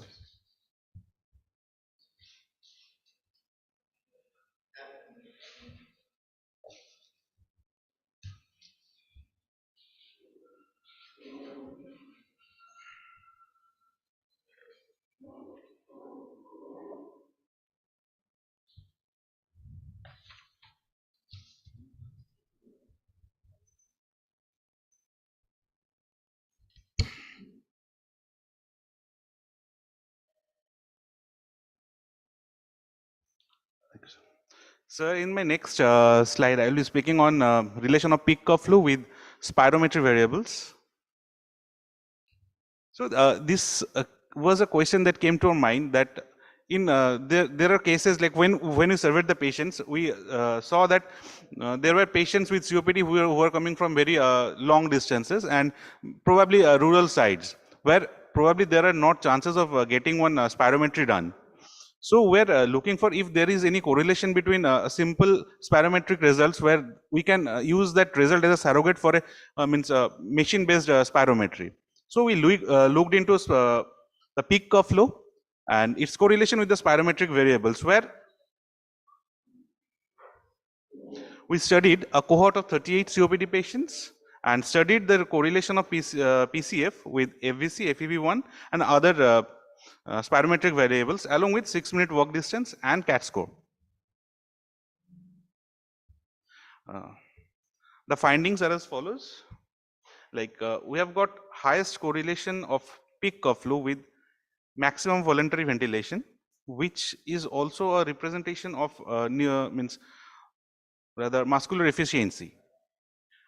So we have got 2 correlations, we have got correlations, but the better correlations are FEV1 as well as MVV in this case. When we have seen the correlations and the significance, these are the values we can see over here. So we think the PCF can be a workable surrogate in case of surrogate of MVV in resource poor situation, but this needs to be needs more investigation in the part, sir. It's just a report we have just studied, and that's for it, sir.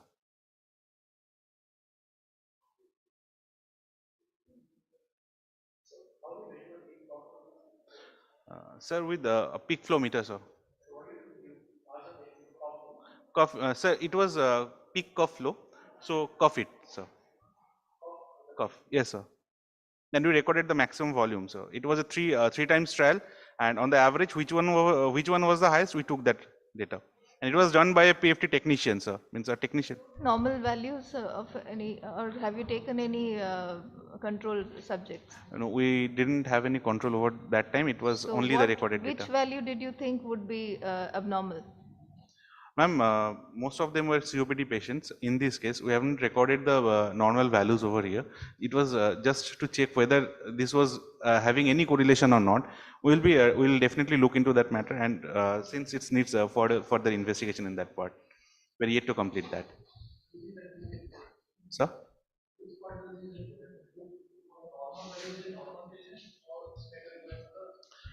Sir, both are required, sir, because if we are not having any normal value, then we can't say whether the patient is transitioning to a COPD part. So for that, yes, sir, we need to normalize the value, sir, and we are working on that. I think more than the neuromuscular function or dysfunction, yes, sir, critical variable to determine peak cough flow will be your airways obstruction. Sir? So if you have small airways obstruction, yes, sir, then the force that will be generated will be weak. Or if you have a very distal lung disease like say pulmonary fibrosis or something, then the cough flow will be very weak. And therefore it's just not that, but maybe different severities of COPD will give you different cough. Sir, this is what we're thinking of. Like we have first correlated this data with the spirometry variables. Next, we're thinking of correlating and looking into the data with the FOT variables as well. So in FOT, we can see like if there are any obstructions or restrictions in the smaller airways, that can be portrayed as well. So if there is any correlation, we can find out. Probably that will work out. That's my view, sir. Actually. Okay. Okay. Fine. Please, Thank you, please, sir. please.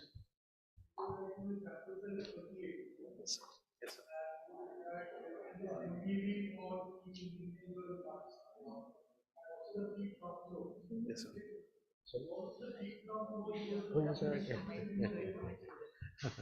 Sir, probably I will need to look at that, sir. Probably I will need to look at that, but I'm not sure. I haven't checked it. Sir, yeah, Pearson's are, sir. Actually, yeah, that is true. That is true. Okay, so that I will need to look on once again. So there is no, at least what I have found out, there was no skew, but skew in the graph. Sir, I will definitely look into that. Okay, I will look into that. I'll definitely look into that, sir. It's a pilot study, sir. I will definitely look into that. Thank you, sir. Good. Thank you very much. Thank you. So, any concluding? No, so thank you very much for all those who participated in this competition. I think all the presentations were very good, excellent. Some of them were top class, some of them were good. The research questions that many of you all asked were very good.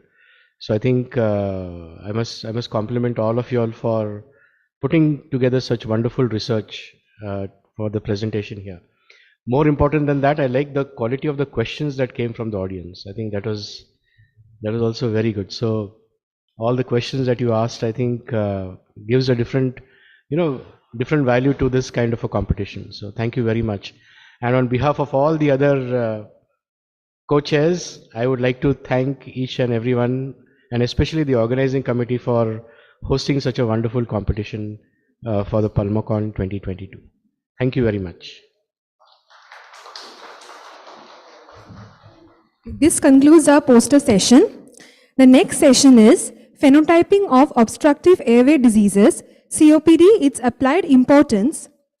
The speaker of this session is Dr. Debashish Behra. To chair the session, I would like to call Dr. Saurav Majhi on the dais, please. Dr. Majhi is a dynamic pulmonologist trained from premier medical institutes. He has done his MBBS from Calcutta University and then from PGI MER, Chandigarh.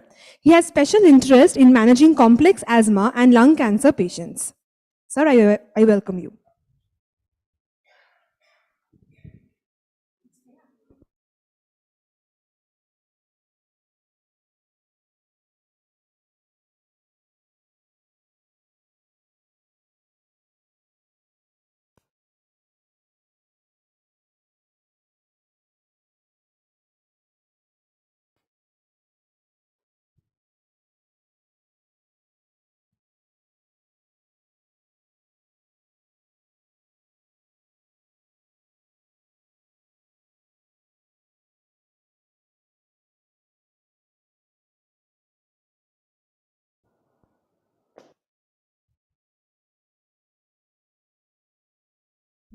The second session of this hour is phenotype of obstructive airway disease, COPD and its applied importance.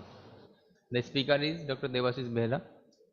He is a MBBS, MD Pulmonary Medicine and DM and DNB. He is very severe academic. He is an academician and several publications to his credit. Presently, he is attached as an assistant professor in pulmonary medicine in Kalinga Institute of Medical Science, Bhubaneswar, Odisha. Dr. Devashish Behra, please. Thank you, sir, for this nice introduction. So good morning, everyone. First, I would like to thank organizing committee for providing me this opportunity. So I have been allotted the task that is phenotyping in COPD. So it's a pre-T session probably, so I'll be not taking much of your time. So within next 15 minutes, I'll be mainly focusing on how to treat your COPD patients based upon your phenotyping. So before going into detail of the topic, let me ask a simple question to all of you. How many of you generally write in your prescription while seeing a patient of COPD in which stage the patient is and what phenotype does the patient belong to? Anyone in practically? Sorry, ma'am? Most of it. Thank you, ma'am. So going to the topic, so we all know that COPD is a complex and heterogeneous disease. So what do I mean by complex? That means COPD has a number of intrapulmonary and extrapulmonary components whose dynamic interactions along time are not linear. And coming to heterogeneous, it indicates that not all these components are present in all the individuals at any given time point. This realization inevitably leads to the need for personalizing the assessment and treatment of patients with COPD.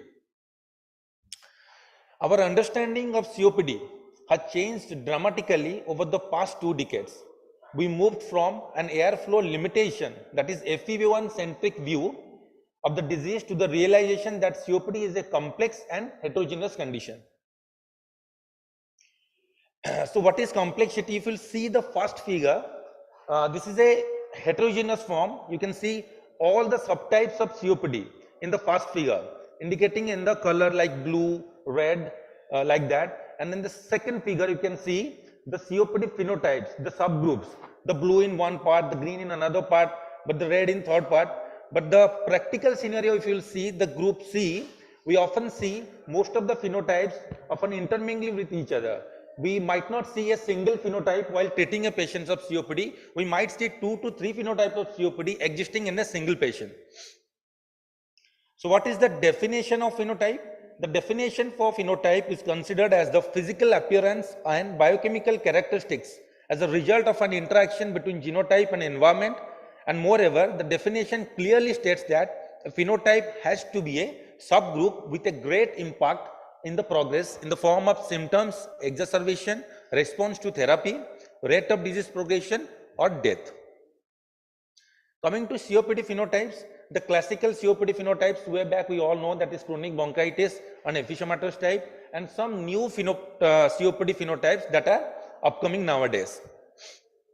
Classical COPD phenotypes, as I have already mentioned, this chronic bronchitis and emphysematous type.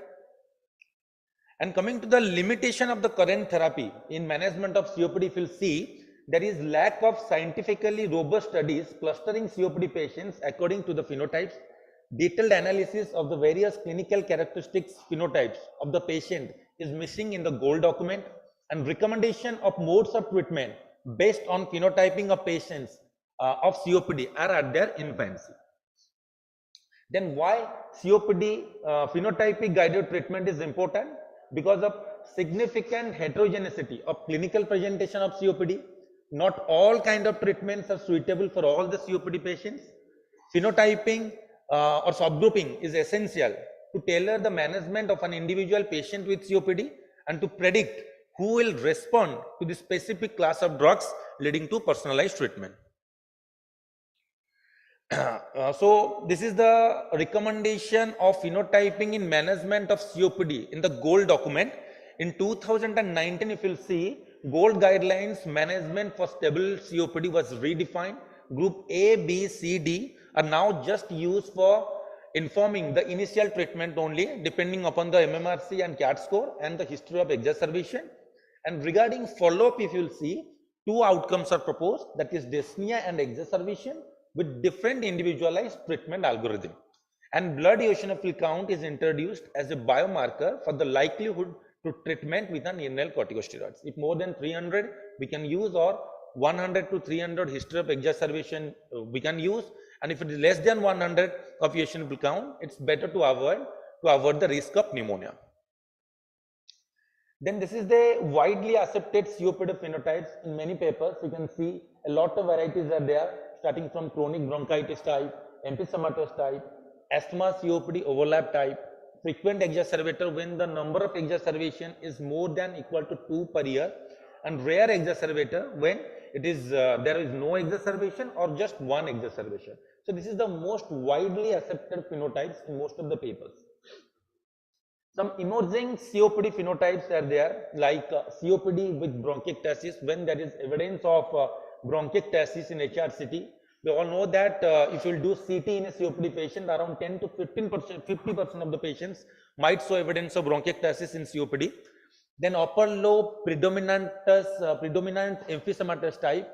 As the name suggests, there is a predominant emphysema in the right upper lobe. The fast decliner type, when there is rapid decline in lung function. Then the combination, the comorbidities of systemic phenotype type, alpha-1 antitrypsin deficiency type, non-smoking or non-smoker COPD type, and a very rare variety, that is pulmonary cachexic type when the BMI is less than 21. So coming to the phenotypic guided COPD care, if you will see, first coming to asthma COPD overlap. So what is the clinical importance of this phenotype? You will see there is increased frequency and severity of exacerbation, faster FEV1 decline, increased healthcare utilization, and increased comorbidity, burden and mortality. Identification I am not going, you all know how to diagnose this echo.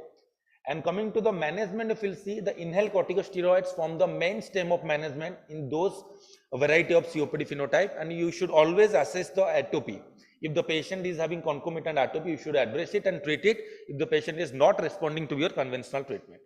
Then coming to frequent exacerbator phenotype, there is faster decline in lung function, increased healthcare utilization, increased mortality up to 3-fold, and increased risk of depressive symptoms. Definition I have already mentioned, when there is more than 2 exacerbation per year, it is known as a frequent exacerbator. And coming to treatment, long-acting bronchodilator with inhaled corticosteroids form the mainstem of management, and you can also add the anti-inflammatory treatment like macrolides, roflumilast on N-acetylcysteine in managing those kind of patients. Then coming to upper lobe predominant emphysematous phenotype, the main clinical importance is that those kind of patients are typical candidate for lung volume reduction surgery. They do very well after the lung volume reduction surgery. Then rapid decliner phenotype, the clinical importance is that this group of patients have a very high mortality, and you can identify those group of subtypes by rapid decline in lung function. They are relatively younger, poor nutritional status with no major comorbidities. And the treatment important is that you can send those kind of patients for early initiation of lung transplantation.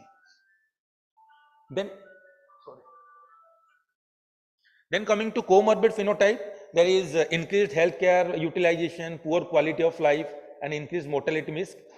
And you can identify those group of patients with persistent symptoms despite comprehensive therapy, and the symptoms are disproportionate to the severity of airflow obstruction and high comorbidity burden.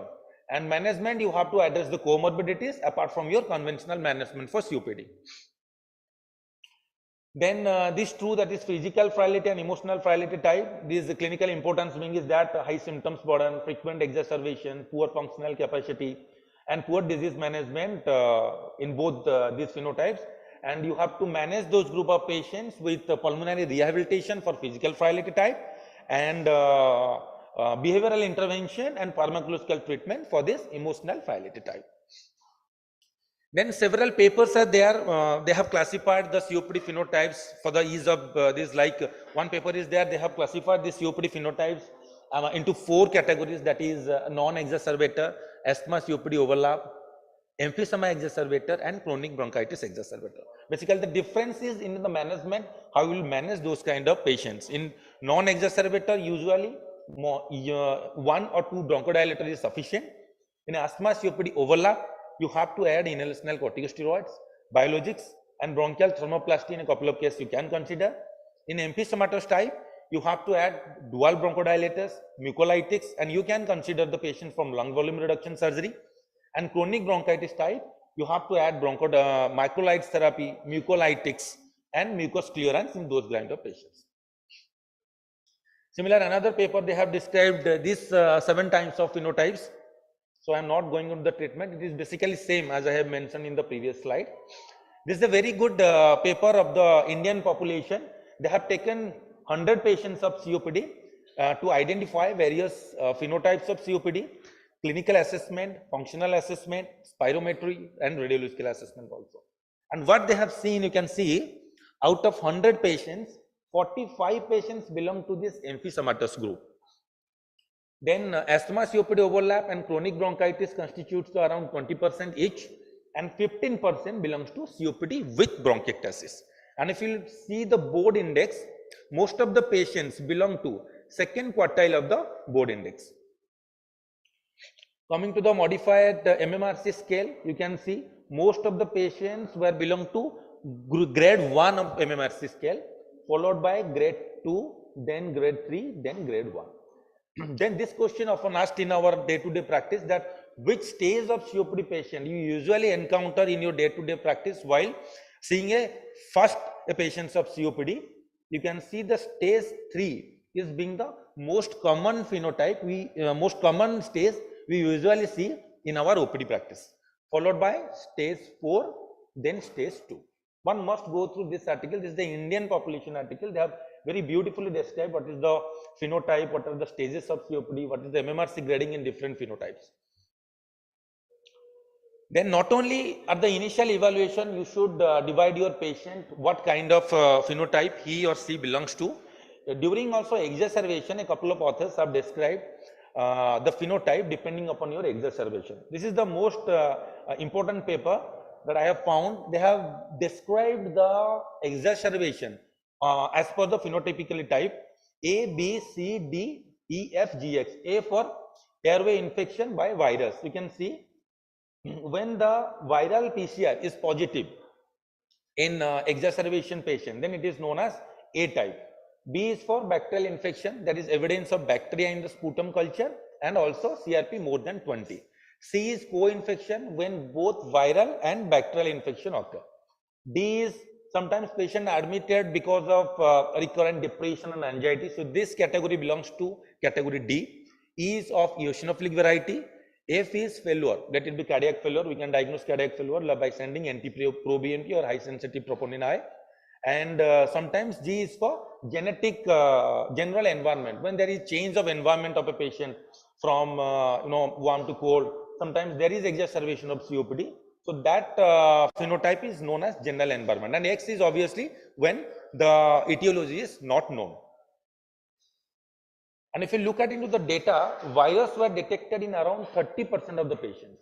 And those patients in which virus were detected, those patients had longer hospitalization with lower mortality. The hospitalization was longer in those kind of patients, but the mortality was lower. Bacterial infection was found in around 40% of the patients and is mainly seen in frequent exacerbator group. And this eosinophilic exacerbation was associated with lower pH, higher PCO2, greater use of non-invasive ventilation, but shorter hospitalization and lower infection rate. And cardiac dysfunction, severe anxiety, depression were common both in infective and non-infective exacerbation. This you can see the survival at 12 months post-discharge based upon the presence or absence of infection in acute exacerbation of COPD. As I have already mentioned, those patients who have viral infection, the mortality, the survival was much better as compared to bacterial infection or when no etiology is found. So what is the impact of phenotyping in the management of COPD? It has changed the non-pharmacological and pharmacological management of COPD. Common reasons for the multiple failures of drug development in COPD have been described and analyzed, like including inadequate target engagement of the drug, poor patient selection, and use of wrong clinical endpoints. And use of biomarkers for COPD phenotype patient dramatically increases the probability of success of novel drugs in phase 2A trial from 29% to 82%. So to conclude, COPD is now widely accepted as a heterogeneous condition with multiple phenotypes and endotypes. Phenotypical approach to COPD is having huge impact on everyday practice. Phenotypical approach is a small step to precision medicine in COPD management, and it is suitable for more personalization of the treatment of COPD. Thank you all for your patient hearing. If any question is there, I am happy to answer. If Thank any you. suggestion is there, my teacher Saibal Mitra sir is there. He can give any suggestion. Thank you, Dr. Devasis, for your nice presentation. Can I have one question? Yes, sir. Is there any difference of the phenotype in male and female COPD? Male and female COPD. COPD. Is there any, which one is more in female COPD? Sir, in COPD, if you compare between male and female, those patients who present with male phenotype of COPD, BMI is usually low, sir. And as the male COPD are mainly smokers and females are non-smokers, so obviously the difference will be there in terms of cardiovascular morbidity or maybe chance of pneumonitis like that. No, or whether we are getting the more echo or more eosinophilic in case of the female. Is there any evidence? No, sir. I have sought my literature. I have not found any evidence regarding. Okay. And is there any difference of the phenotype in the early onset or late onset COPD? Early onset COPD have the late onset COPD have more emphysematous in radiology as compared to the early onset phenotype. Those patients who have late onset phenotype in radiology, if you see, there is more emphysema in the late onset phenotype as compared to the early onset. Okay. Thank you. Is there any question from the audience? There is a very good paper on Salvi, sir, probably. The between smoker and non-smoker COPD. One must go through this paper. This is a very nice paper. Sir has very beautifully described what is the difference between smoker and non-smoker COPD. Detailed regarding the radiology, clinical presentation, biochemical parameters. Everything is there. One must go through that paper. Very nice paper. Okay. If there is no question, then Thank you, we can conclude the session. Thank you. Thank you, Dr. Behra. Next, we have a workshop on iOS and FOT by Dr. Sandeep Salvi, Dr. Disha Ghorpare, and Dr. Shoibal Moitro. Sir, please come on the stage.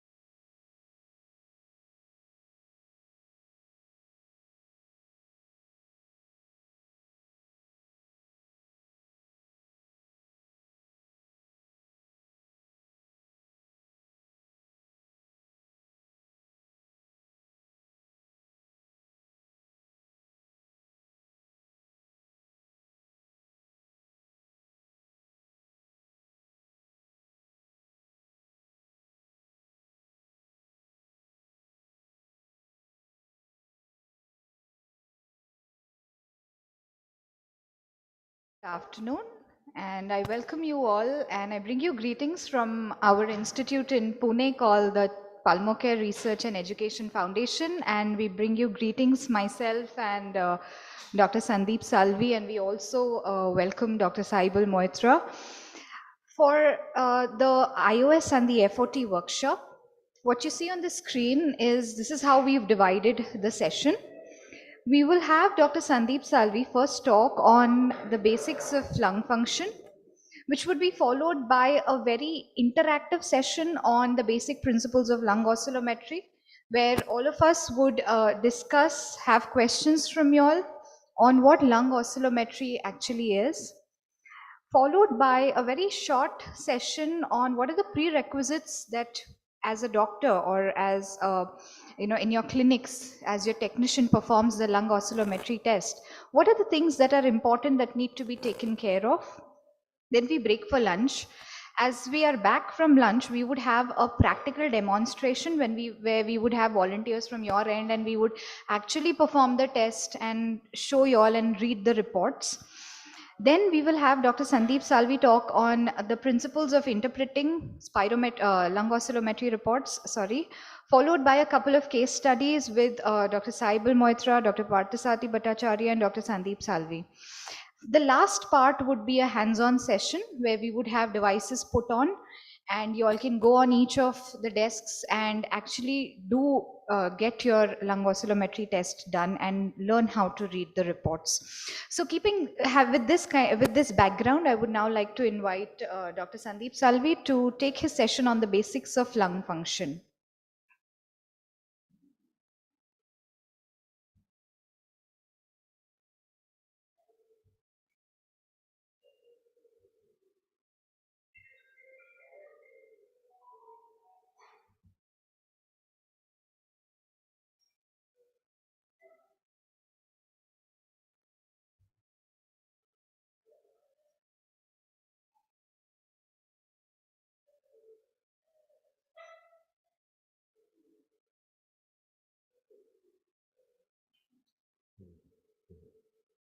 Which one, this one?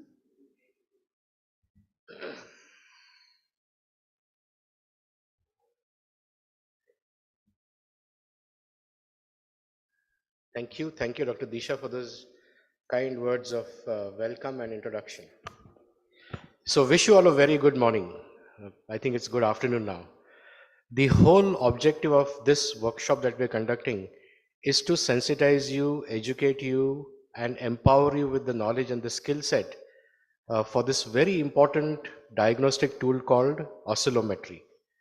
There are several names that are associated with it: impulse oscillometry, force oscillation technique, lung oscillometry, airwave oscillometry, and so on. So all of them are essentially what I would call as lung oscillometry or respiratory oscillometry. So let's have the categorization of that name very clear.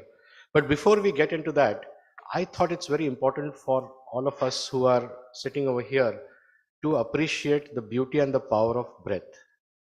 Breathing is such an important activity, and I will set the foundation for the subsequent talks about the importance, the value of our respiratory health, how do we measure the lung health, and then, as I said, that will be the foundation for the oscillometry workshop. Life starts with the first breath, correct? A baby doesn't cry until it has taken the first breath. And life ends with the last breath. Isn't it fascinating that life is a period between the first breath and the last breath? Life is equated to breathing. If you're breathing, you're alive. If you're not breathing, you're not alive. That is how vital this simple function is for our survival and for our health. Out of the three basic necessities of life, food, water, and air, food and water are the ones that we give the most importance to. And the reason for that is we have to work hard for it.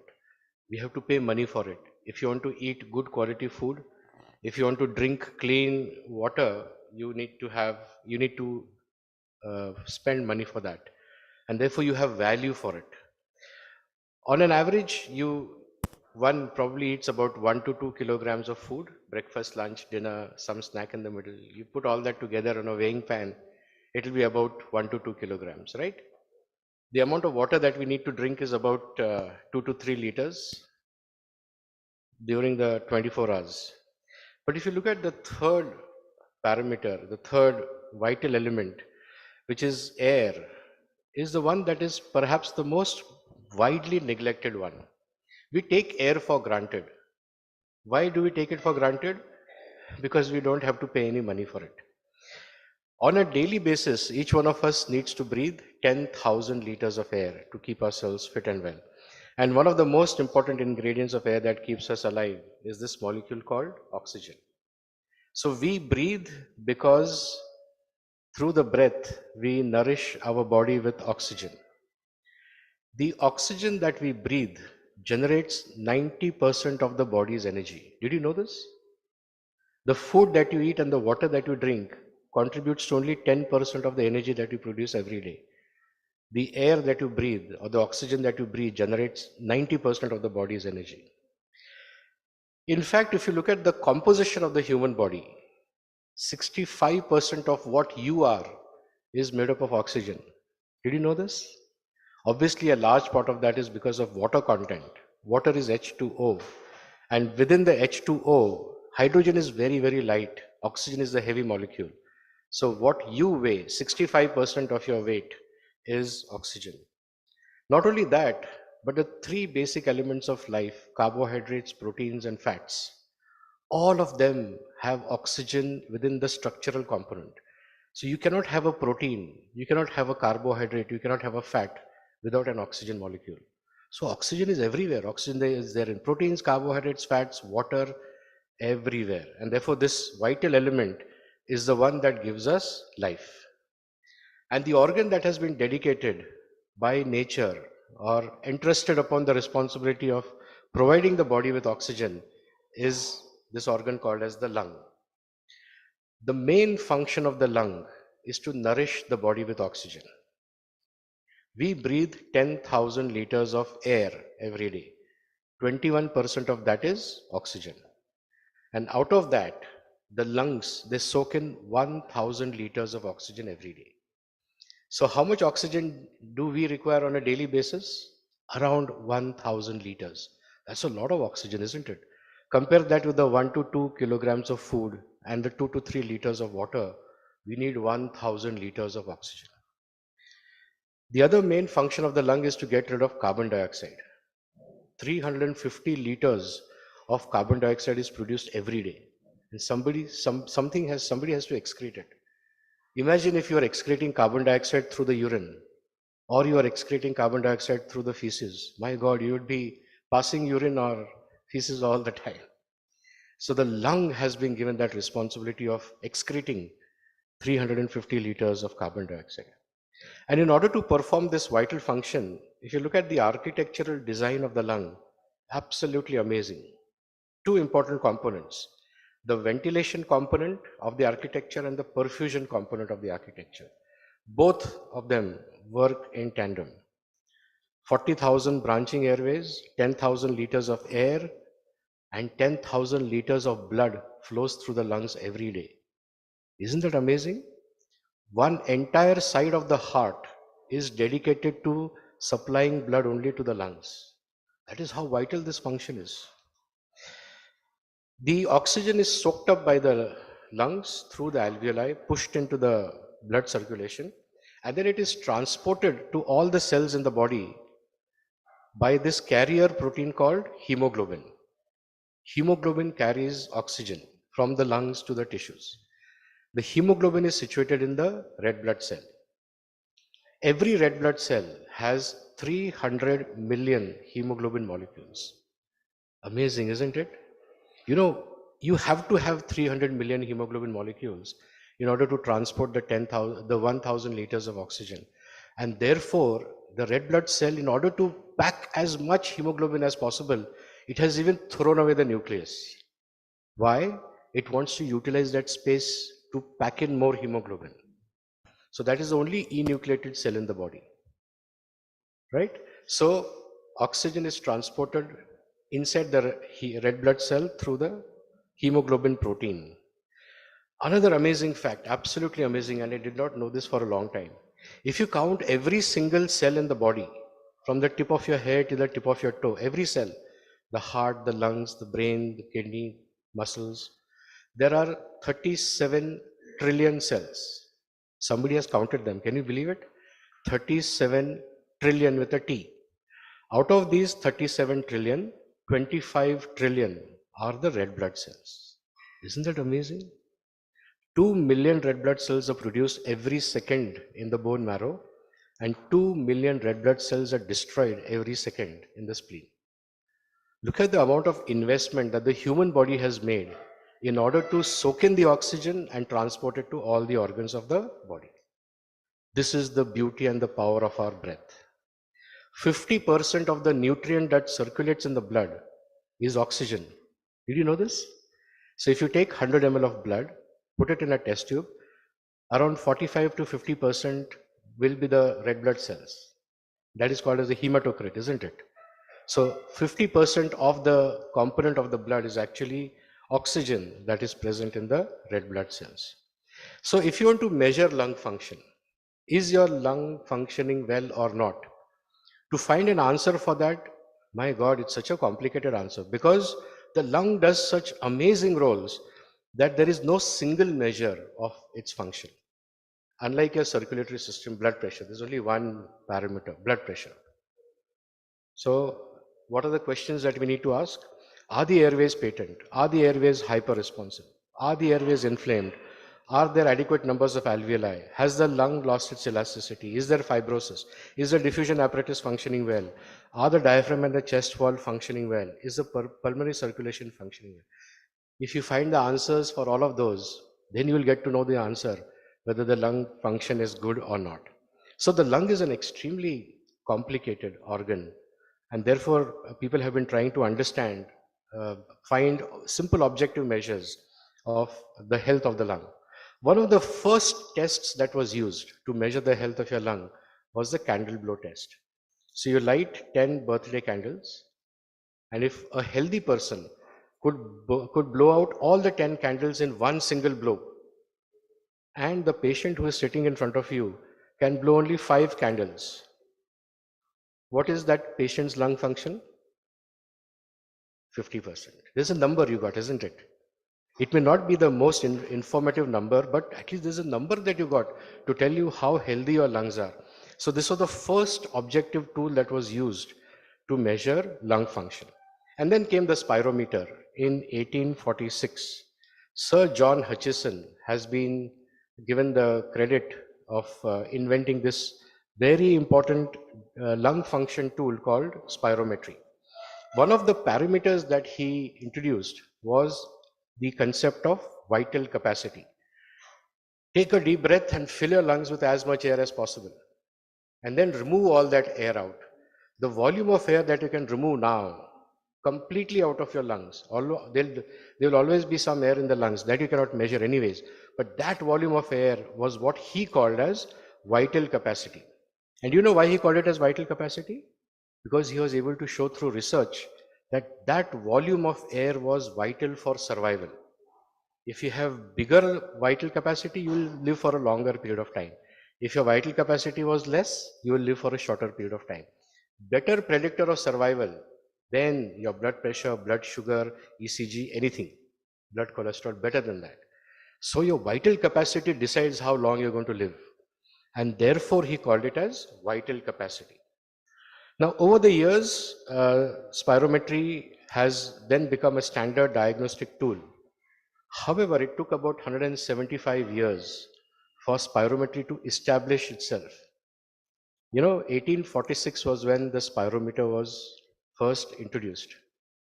And in India, I can tell you, in India, we started using spirometry widely after the year 2000.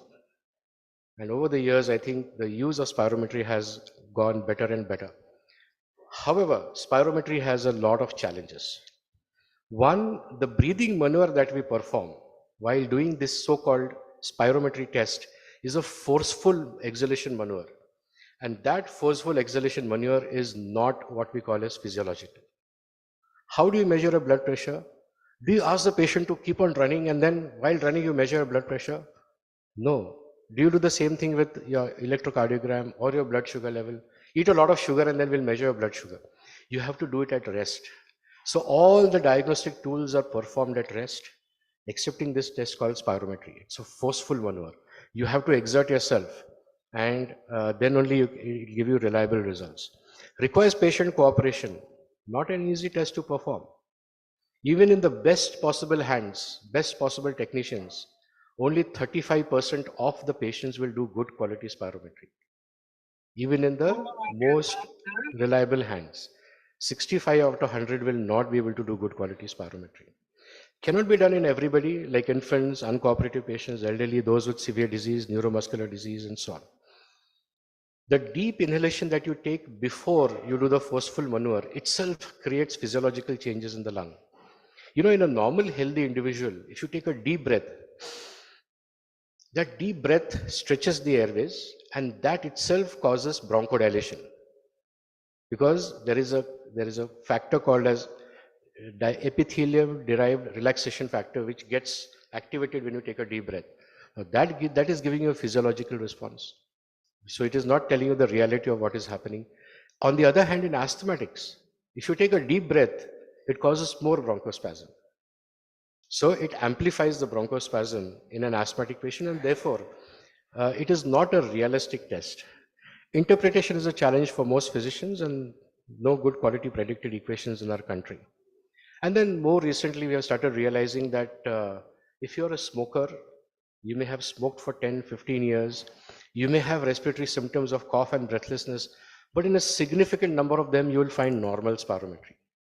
But if you do a high resolution CT scan in these patients, you will find evidence of COPD. So spirometry doesn't pick up COPD in the early stage. It is not a sensitive tool to pick up early COPD. So these are all the challenges of performing spirometry. Now, over the years, we have understood the importance of lung volumes. And we have all been taught about this in the first MBBS, about lung physiology. The normal breathing that we do is called tidal breathing. Normal breathing. We breathe about 12 to 15 times a minute. That is called as tidal volume. That volume of air is called tidal volume. It's about half a liter, 500 milliliters. You can breathe up and above that, and you can remove up more below the actual tidal volume as well. So the up and above the tidal volume, that is called as the inspiratory reserve volume, and below the tidal volume up to the base is called as the expiratory reserve volume. That portion of the air that you cannot remove from the lungs all the time, always, is called as residual volume. So these are the capacities and the volumes. If you combine the tidal volume and the inspiratory reserve volume, that is called as inspiratory capacity. Functional residual capacity is below the tidal volume. The expiratory reserve volume and the residual volume together is called as the functional residual capacity. And I'll tell you, this is the most important physiological parameter that is important for us. Vital capacity is all that excluding residual volume, and total lung capacity is all that including residual volume. So these are all the important parameters that we need to be aware about. And as I said, from a physiology point of view, the most important spirometric parameter or the lung function parameter, not spirometric, is functional residual capacity. Now, what is functional residual capacity? At the end of your tidal breathing, whatever air remains inside your lungs is called functional residual capacity. It's about 2.5 liters in females and about 3 liters in men. Now, it's a bag of air which is there inside your lungs all the time. 2.5 liters of air is always there. And on top of that, you take half a liter with each breath. So out of that half a liter, 150 ml is actually in the upper airways, which doesn't take part in the gas diffusion. So that's called as the, what is it called? Yes, and the remaining 350 ml is the one that actually mixes up with the functional residual capacity. Now, this is a very important slide that I'd like you to pay a little attention to. It tells you something very, very important. Look at the way nature has designed the lung and the chest wall. Beautiful. The lung is always tending to collapse inwards because of the elastic properties. If you give the lung a chance to do whatever it wants, it will always go inwards. And on the other hand, the chest wall always wants to go outwards. At FRC, at functional residual capacity, the inward pull of the lung and the outward pull of the chest wall are perfectly balancing each other. Okay, so functional residual capacity occurs when the two opposite forces are perfectly balanced. Now, what this means is that inhalation is the only time when you spend energy because you want to open the elastic properties of the lung. So when you want to inhale, you have to spend energy in opening up the alveoli. Now, because the lung is such a wonderful elastic organ, it comes back to its original position just because of its physical structure, the elastic properties. You don't have to spend energy during exhalation. Did you know this? You spend only half of the energy in your breathing. That is your inhalation part. Exhalation is a passive process. You don't spend any energy for that. And the beauty of this whole structure is the lift. You have the lift and then you have a pulley that has weights perfectly balanced. So this improves the efficiency for the use of the electricity. If you want the lift to go upwards, you only need a kickstart. The other side is the weight that will take the lift up. Similarly, if you want to bring the lift down, you just need a kickstart. Electric charge only for the kickstart, and then the weight itself will bring it down.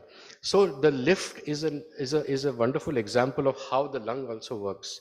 When there are two opposite, perfectly well balanced things, you spend the least amount of energy. Okay, so I think it's very important to realize this. So efficient is that breathing process. We breathe 10,000 liters of air every day. How much energy does the human body spend on that? 1 to 2%. Can you believe it? I mean, look at the way the lung is designed. You breathe so many times in a day, 15 times a minute, and you multiply that by 60 into 24 times. You breathe so many times, but you spend only 1 to 2% of your energy because of the super efficiency of the respiratory system. And I think this is so amazing. The lung, as I said, is a very, very elastic organ. So imagine an elastic, if I have an elastic band, okay? The ability to extend that band, how much distance can it move? That is called as compliance. And the speed with which it comes back to its original place is called elastance. Compliance is the ability to be stretchable. Elastance is the ability to come back to the original shape as soon as possible. Now, the lung is an extremely compliant organ and an extremely elastic organ. There is no tissue in the body that has got such properties. It has got compliance also, it has got elastance also. So this is an example of, there's a spring, I put some weight over here, perfect elasticity, compliance and elasticity. And therefore, if you see functional residual capacity is perfectly balanced by the elastic recoil of the lung and the chest wall elastic recoil. Both of them are in the opposite direction. FRC is right in the middle. Now, when the compliance increases, for example, in COPD, the spring becomes very loose, easily goes down, but doesn't come back to the original position. That is called increased compliance, reduced elastance. Okay? So when that happens, for example, in emphysema, then the chest wall becomes more powerful, and then the chest takes power over the lung. That's why you get hyperinflation. And the third one is the spring becomes very, very tight, very difficult to move it. And the moment it moves, immediately it comes back to normal. Poor compliance, increased elastance. And the typical example for that is pulmonary fibrosis. And in pulmonary fibrosis, the FRC then goes towards the lung side. Okay, so I think this is important from an lung oscillometry point of view. Just to highlight, the connection between the lung and the tree. Both are the same images. I've just inverted one. One is the lung and one is the tree. The inverted image is the tree. The lungs and the trees, they look exactly similar, very similar. They have a central branch, branching leaves are the alveoli, and so on. The lungs take in oxygen and give out carbon dioxide. And the trees, what do? They take in carbon dioxide and give out oxygen. What better example than made for each other? The lungs and the trees are made for each other. What a beautiful example, isn't it? The other beauty and the efficiency of the tree and the lung is given over here. Have you seen tall trees? They can grow as tall as 100 meters. And my God, it's about 30 stories, 30 to 40 stories. Some trees can grow very tall. Now imagine the amount of energy that the tree must be spending in transporting water from the soil to the tip of the tree. 30 stories. You probably need a very powerful pump, isn't it? You need a very strong motor. How much energy do trees or plants spend for moving water from the roots to the top? Any idea? Where do they get this energy from? I think the answer lies in this simple law of physics. Water evaporates at what temperature? Yeah, water evaporates at what temperature? 100 degrees? Yes, water evaporates at all temperatures. Did you know this? You keep a wet cloth for drying, even at 10 degrees Celsius. It will take a long time, but it will evaporate. Remember that water evaporates at all temperatures. Simple law of physics. And the trees have used this simple law of physics. The energy that they spend in transporting water from the roots to the top is zero. Trees don't spend any energy. They use the power of evaporation. On the leaf, there's a stomata through which evaporation happens. That evaporation pulls the water column upwards. The tree does not spend any energy in moving the water from the soil to the top. Look at the efficiency of the tree. And the same efficiency has been given to the lungs as well. Now, when you have to move a gas column from the mouth to the alveoli, you have to overcome certain hurdles, certain resistances over here. Now, where are those resistances? The nose. The air has to go through the nose. 10,000 liters of air, remember that. 500 ml through each breath. 20% of the resistance is offered by the nose. The chest wall also has to expand. 46% of the energy is consumed over there. And within the respiratory tract, the large and the medium sized airways, they contribute to 20% of the resistance. Small airways contribute to 7%, and the lung parenchyma contributes to 7% for the elastic properties. What is the main message I want to tell you over here? The small airways, they contribute to only 7% of the total respiratory resistance, only 7%. Why is it important? Because if you have a disease that primarily affects the small airways, it will not create any symptoms for you because it is not contributing to the resistance. The other way of understanding that is, until a significant amount of the small airways get damaged, you will not start manifesting with symptoms. By the time you manifest with symptoms, you have already 50% of the small airways are damaged. It's too late to do that.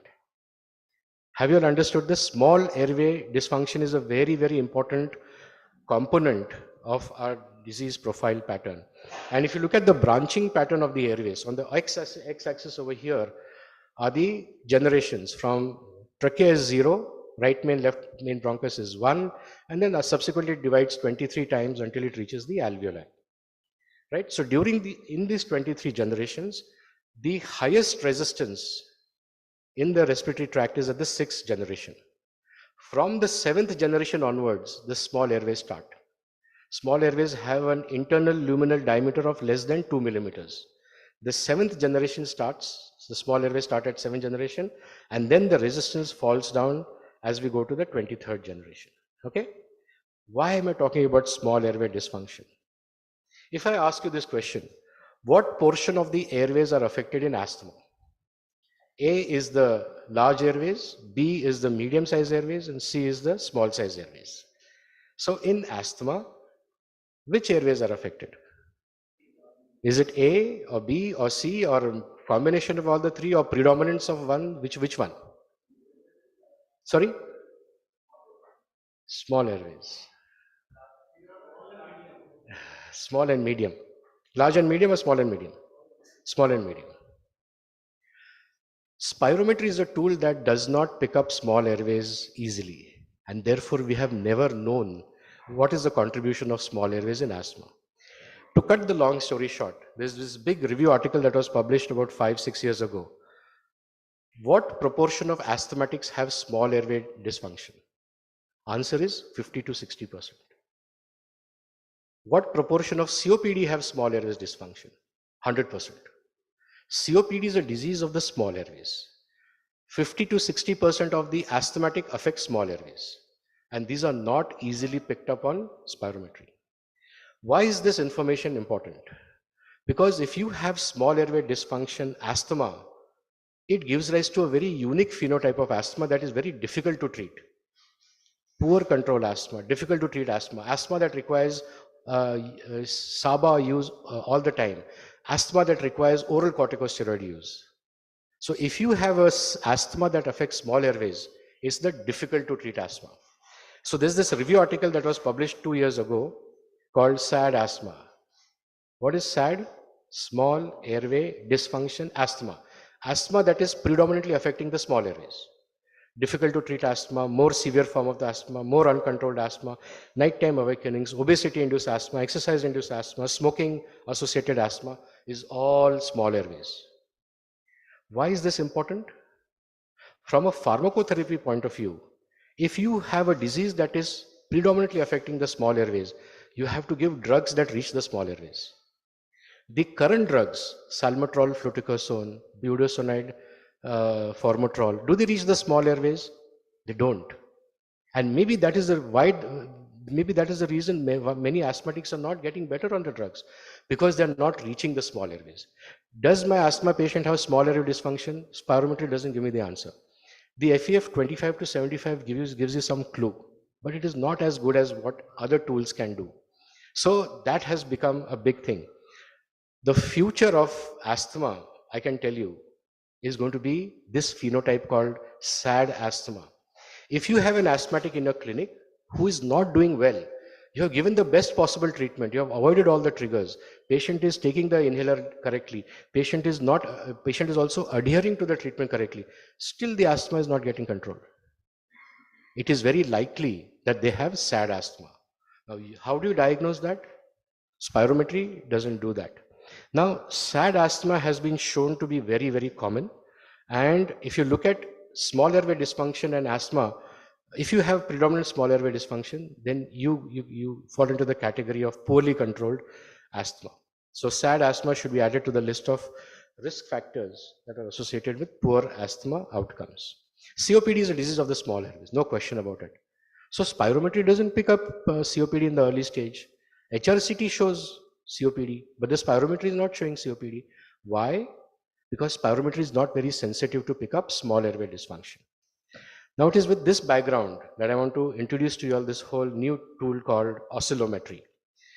If you look at the algorithm for spirometry, and I'm sure all of you all are well versed with it, if your FE1 upon FVC ratio is more than 70% and your FVC is more than 80%, we call this as normal spirometry. If your ratio is less than 70%, then this is obstructive airway disease. If the FVC is more than 80%, it's mild or moderate. And if the FVC is less than 80%, it's severe obstructive airway disease or a combination. Now, for all these years, we were categorizing those patients who have a ratio of more than 70%, but FVC less than 80% as suggestive of restrictive lung disease. That was a term that we always use in our reporting.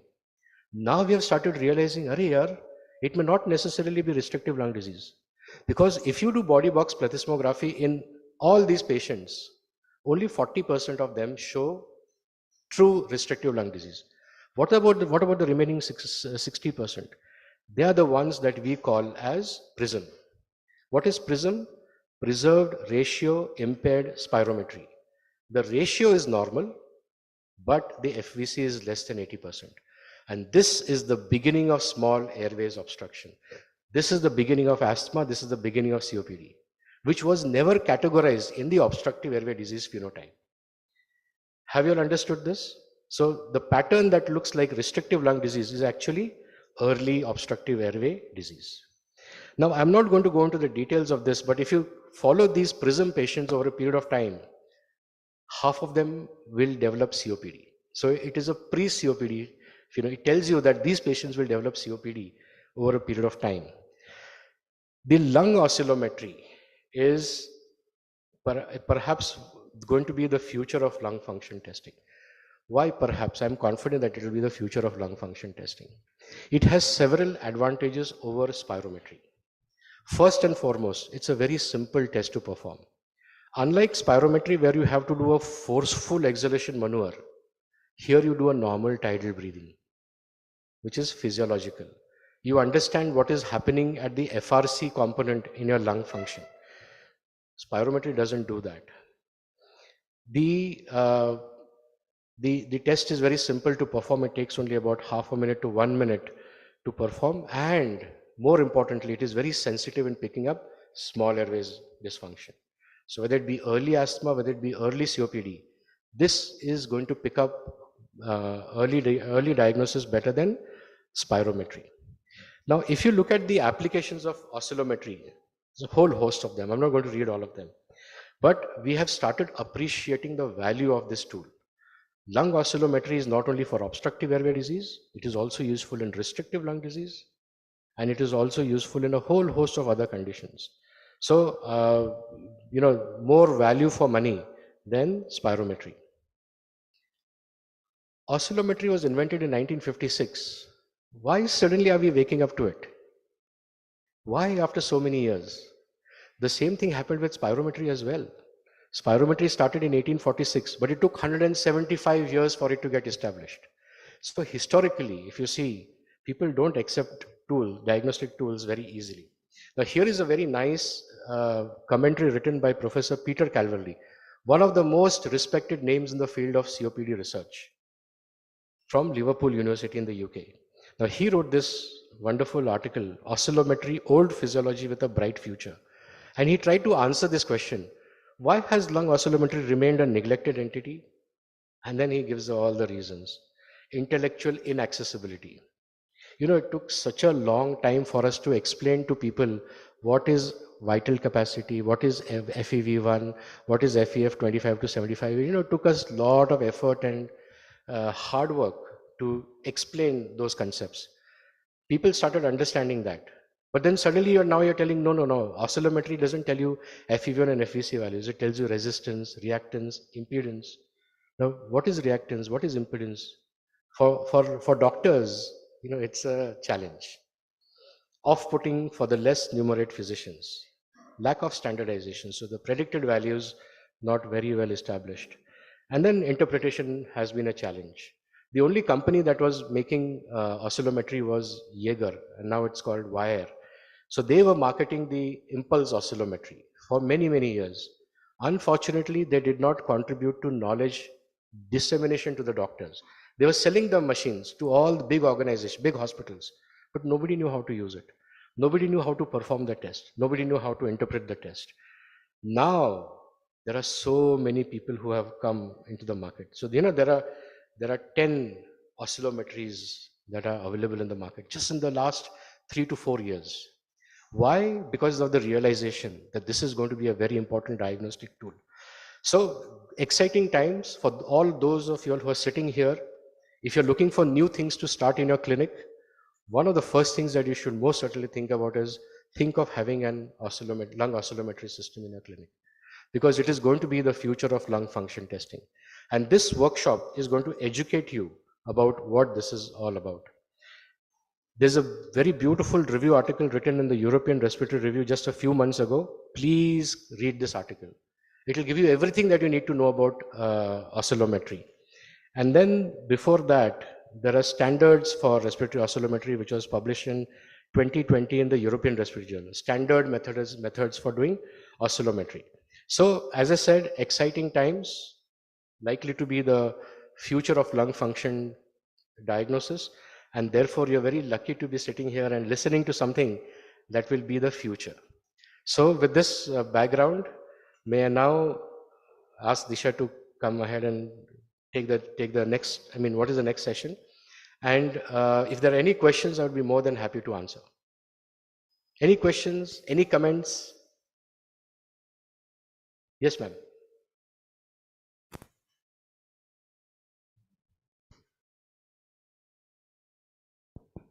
As you mentioned that when there is a problem with the small airways, we do not really have symptoms related to that. So is there any particular symptom that you know of which might be an indication of small airway damage? Shortness of breath. This is the first that is the symptom. only. Shortness of breath. But shortness of breath can be because of so many other conditions. You'll never know that. So shortness of breath on exertion becomes the first symptom. But then if you do in your routine day-to-day life, unless you start running, and then only you start feeling that shortness of breath on exertion. So people don't capture it. And shortness of breath, anemia, heart disease, so many other conditions. Therefore, it's sensitive but not specific. Yeah, any more questions? Any more comments? Any comments? I hope you all have understood the beauty and the power of breath. It's so important, you know, as pulmonologists, as chest physicians, it is important for us to understand and appreciate the organ, the beauty of this organ. It's not there in the textbooks. All the information that I've given you they're just pearls of wisdom that I have collected over the years and I've shared them with you.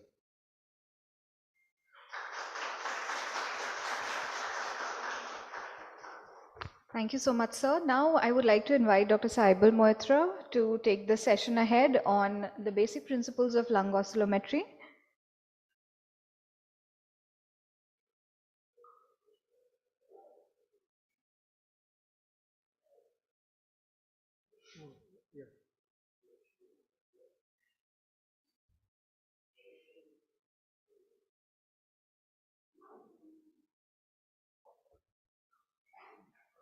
Yeah, thank you. First of all, I would like to thank the organizers for organizing this extremely important workshop and inviting me into this team. I can understand that you all are spellbound by what Dr. Salvi just spoke. Okay. But yes, it is very true that oscillometry is going to be the future tool in the lung function or the airway disease assessment.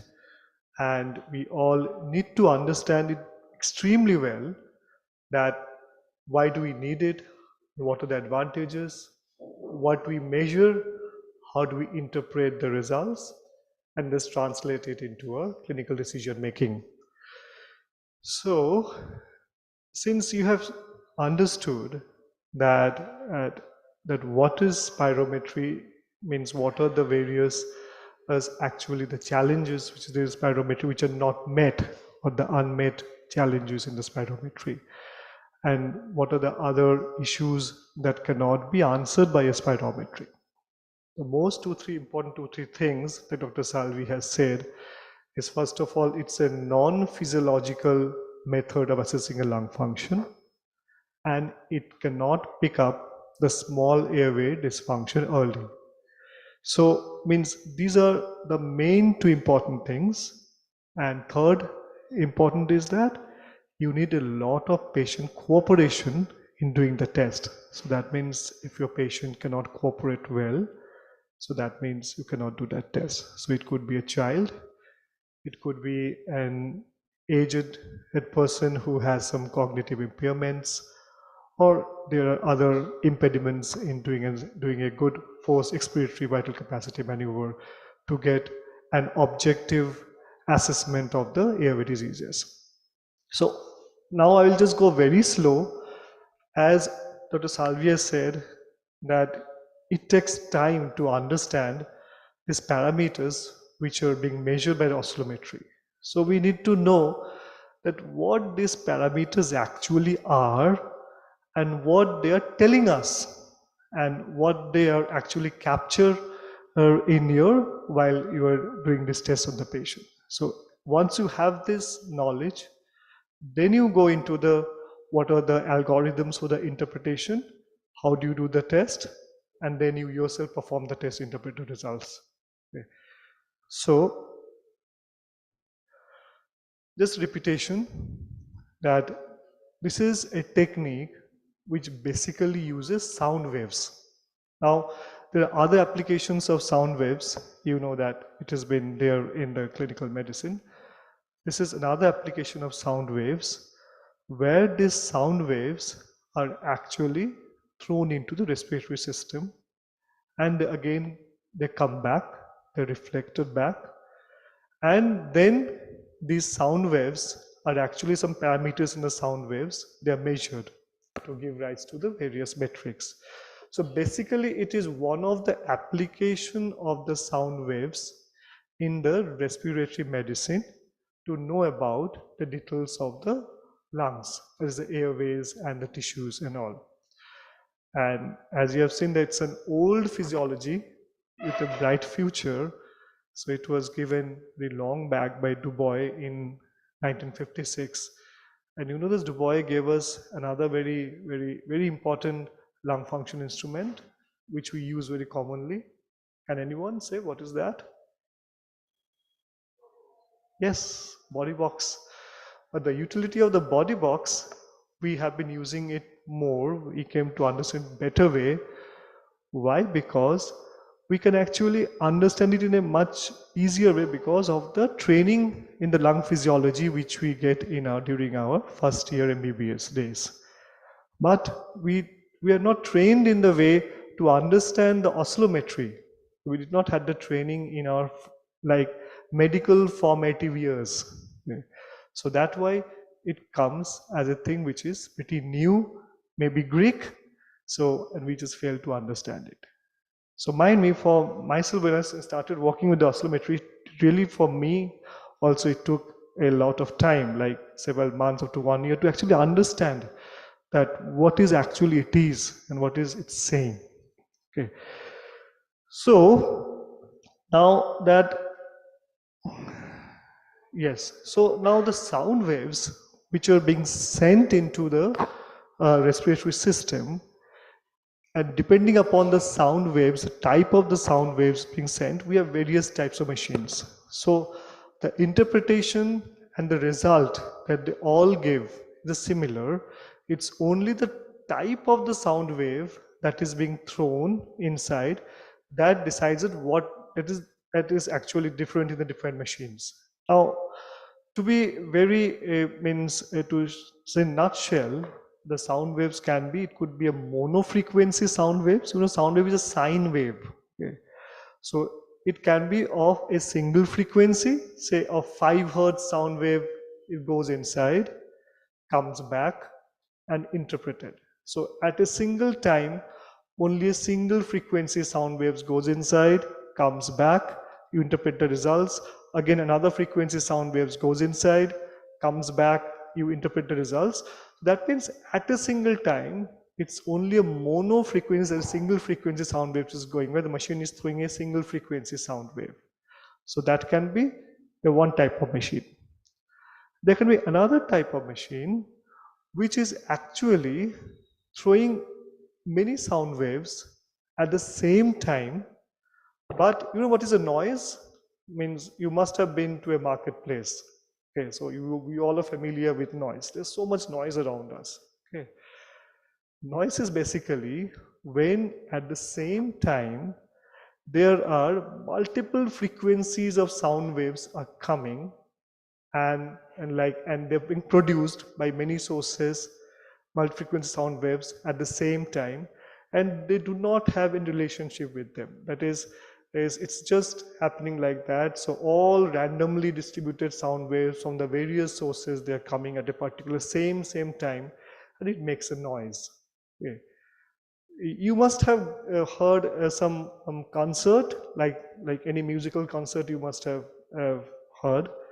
So there also they produce the sound waves from the several instruments, okay, at the same time. But is that a noise? No, they have a cadence to it, and the particular, there is a tempo and there is a temporal credibility to the entire sound waves, which gives the music. So we do not say it is noise. So there is a particular tone, there's a particular amplitude, there is a particular way in which all the musics play, or all the instruments play. But in noise, there is no such correlation between any of the sound, any of the waves, sound waves produced by any of the various sources. So it's a noise. Now, what is this pseudo-random noise? Pseudo-random noise is basically, it looks like to be a sound waves which is quite random. That is, say 5 hertz, 10 hertz, 15 hertz, 20 hertz, all these sound waves are being produced at the same time and they get mixed up and they again go into the respiratory system and again come back. But actually, it is not random. Actually, there is also a minute difference between first 5 hertz goes, 10 hertz goes, 15 hertz goes and comes back. So there is a temporality of the sound waves which is being thrown into the system. So though it looks like to be a random noise, but it is actually it is not. So it is called a pseudo-random noise oscillations or PRN oscillations. So there are various instruments which is based on the sound waves are actually pseudo-random noise sound waves. So one of the instrument is this air wave oscillometry or the tremoflow. This is the instrument there. Now came another very important improvement on that. So we as a clinician, we do not need to understand all the nitty-gritties of how the sound waves are produced and what is actually meant by the impulse oscillations. We can have only a vague idea about it. What is this? Now it was this impulse oscillations or the impulse oscillometry. This was a development on the acoustics or the type of the sound waves in the way it is being thrown into the system, and which came pretty later. Like it was given around in 1971 by Michelson. Now what they did is that, so there is a concept which was a mathematical concept which is called a fast Fourier transformation. We do not need to know what is a fast Fourier transformation. It's a computational concept. What it did is that it just collated all the frequency sound waves into a packets. Okay, so that means there is a single packet which consisted of sound waves of 5 hertz, 5 to 35 hertz. All the frequencies were integrated by this fast Fourier transformation method and they form a square wave packets.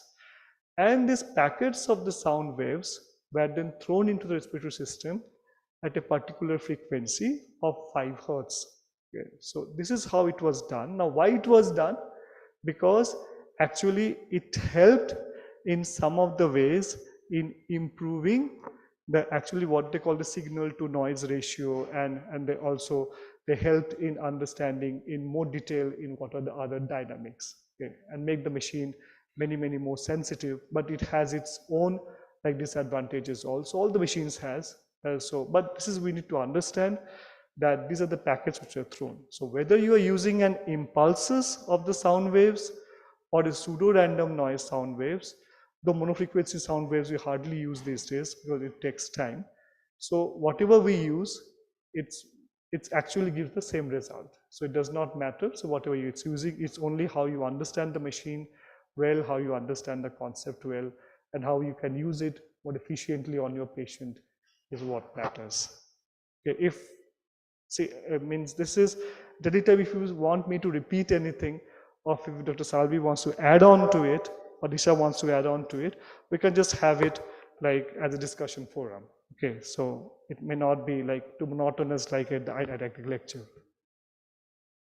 So this is what I was talking about, the fast Fourier transformation, and these are the square waves of the sounds, which is packets of the sound wave which is being thrown inside. Now how this synthesis is done, the Fourier synthesis. So this is actually means that there are, you can see there's the various frequencies of the harmonics is there. That is the basic harmonics, and the number of frequencies increase. All these are then integrated together to produce the square wave harmonics. That is the sum wave. Now this is what is actually being thrown inside. Now this is that on the right hand side. That is actually a sound wave. Okay, so you know sound wave it's a pressure wave. It's a pressure wave, and its frequencies is varying. So that means you can have a pressure wave, sound wave of 5 Hertz frequencies, which is actually oscillating at 5 times a second, or it could be a sound waves of 20 Hertz. Okay, the frequency could be 20 Hertz. So more higher the frequencies, the sound waves are actually beating that fast. Okay, so that is it. Now what is this one? And this is actually the time amplitude of the normal tidal breathing.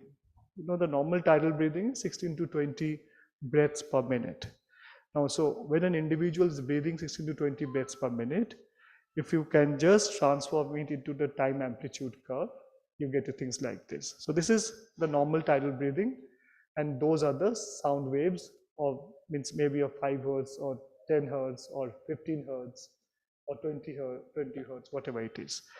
Now, what is being done in the system is that these sound waves are actually superimposed on the tidal breathing. That means the person is actually breathing normally, and then you throw the sound waves.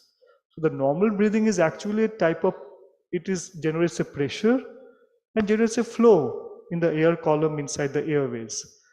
Now these sound waves, they are also pressure waves. So that means any pressure wave will actually produce a flow in of the air inside the air column inside.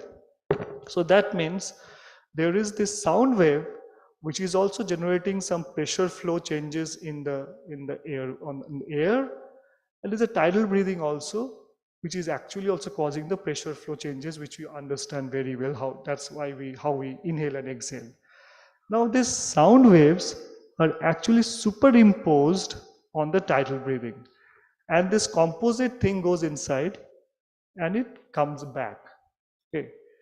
So what this machine does, this machine has a very beautiful signal filtering mechanisms. Okay. By the signal filtering mechanism, it can differentiate the pressure flow changes of the air produced by the tidal breathing on one hand, and on the other hand, the pressure flow changes which is being imparted because of the sound wave. And this, by the signal filtering mechanism, so pressure flow changes which is imparted by the sound wave, the machine can capture it separately and separate it from the normal tidal breathing. And then it gives a relationship, and from there we derive all the variables that we need to measure. That means the machine is doing a beautiful thing. It is sending the sound waves, the varying frequency, maybe by a pseudo-random noise oscillation or an impulse oscillation. It is coming back. The pressure is measured by the volume and the flow. This comes back. So it has been, flow is measured by the pneumotachograph, and we have the other transducers to measure the volumes or the flow or the pressure. And then it separates, the machine separates the signals which is coming due to the sound waves and the signals which is coming because of the normal breathing, and it gives us the result. So this is how this machine is doing everything for us. So, and this is how it is being interpreted. So sound waves going in, coming back, signals getting separated, and we get the pressure flow relationship depending upon, due to the sound waves, and we find out the various parameters because of that, right? So sound waves are mini pressure waves. They will cause subtle pressure changes. Subtle means extremely subtle, minuscule subtle. The subtleness is to the tune of it's minuscule. Okay, and these changes are actually then measured by the machine. Now we should understand 2-3 important concepts. Now what are they? See, you have a sound wave of a particular frequency, low frequency, say 5 Hertz, and you have a sound wave of higher frequency, say 20 Hertz. So a sound wave, the pressure wave, so any pressure wave will have an energy in it. Okay.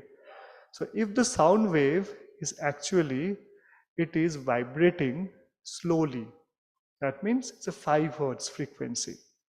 That means whenever any sound waves vibrate rapidly, there's a particle collision between the various particles through the medium in which it is flowing. And this collision of the particles, it actually dissipates the energy which is stored in the sound wave. So if a sound wave is vibrating very fast, like if it is a high frequency sound waves, that means the energy dissipation is very large. So what happens is that a very highly moving sound waves is actually the energy dissipation is very large, very fast. At least if you are running running, so those who is not a runner, so that means running after some time, you'll get tired, you will stop. But you are walking, maybe you'll be able to walk a larger distance, then you will stop. Similarly over here. So like the sound waves of the larger frequencies, they dissipate the energy fast. So when they've been thrown from the loudspeaker in the mouth, they will traverse some distance inside the lungs. And after that, the energy will just drain out of it and it will get dampened. So that means that sound wave cannot go very far. But if you have a sound wave which is of a smaller frequency, say 5 hertz, that means you're walking. It's actually walking. It's a walking sound wave. 20 hertz is a running sound wave. You can just think it like that. Okay. The walking sound wave can walk a long distance. Okay, it will go quite far, then it can stop. Okay. So that means those sound waves with a low frequency, the energy dissipation is quite less. So that means those sound waves do not get dampened, okay, quite easily. So they can traverse a long distance and then they might get dampened.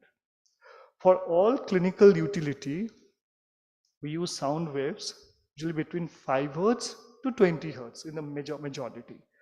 So if you say take a sound wave through a sound wave of 5 hertz, that 5 hertz sound wave, if you throw it at the mouth, that is going to go deep inside the lungs and then it gets reflected. Some gets reflected and some gets transmitted and all these things. The reflected wave comes in it and is being sensed by the transducers at the mouth. So that means that sound wave which has reached the periphery of the lung, that is a 5 hertz sound wave coming back from here, will give us the information of the entire system from the mouth till the periphery.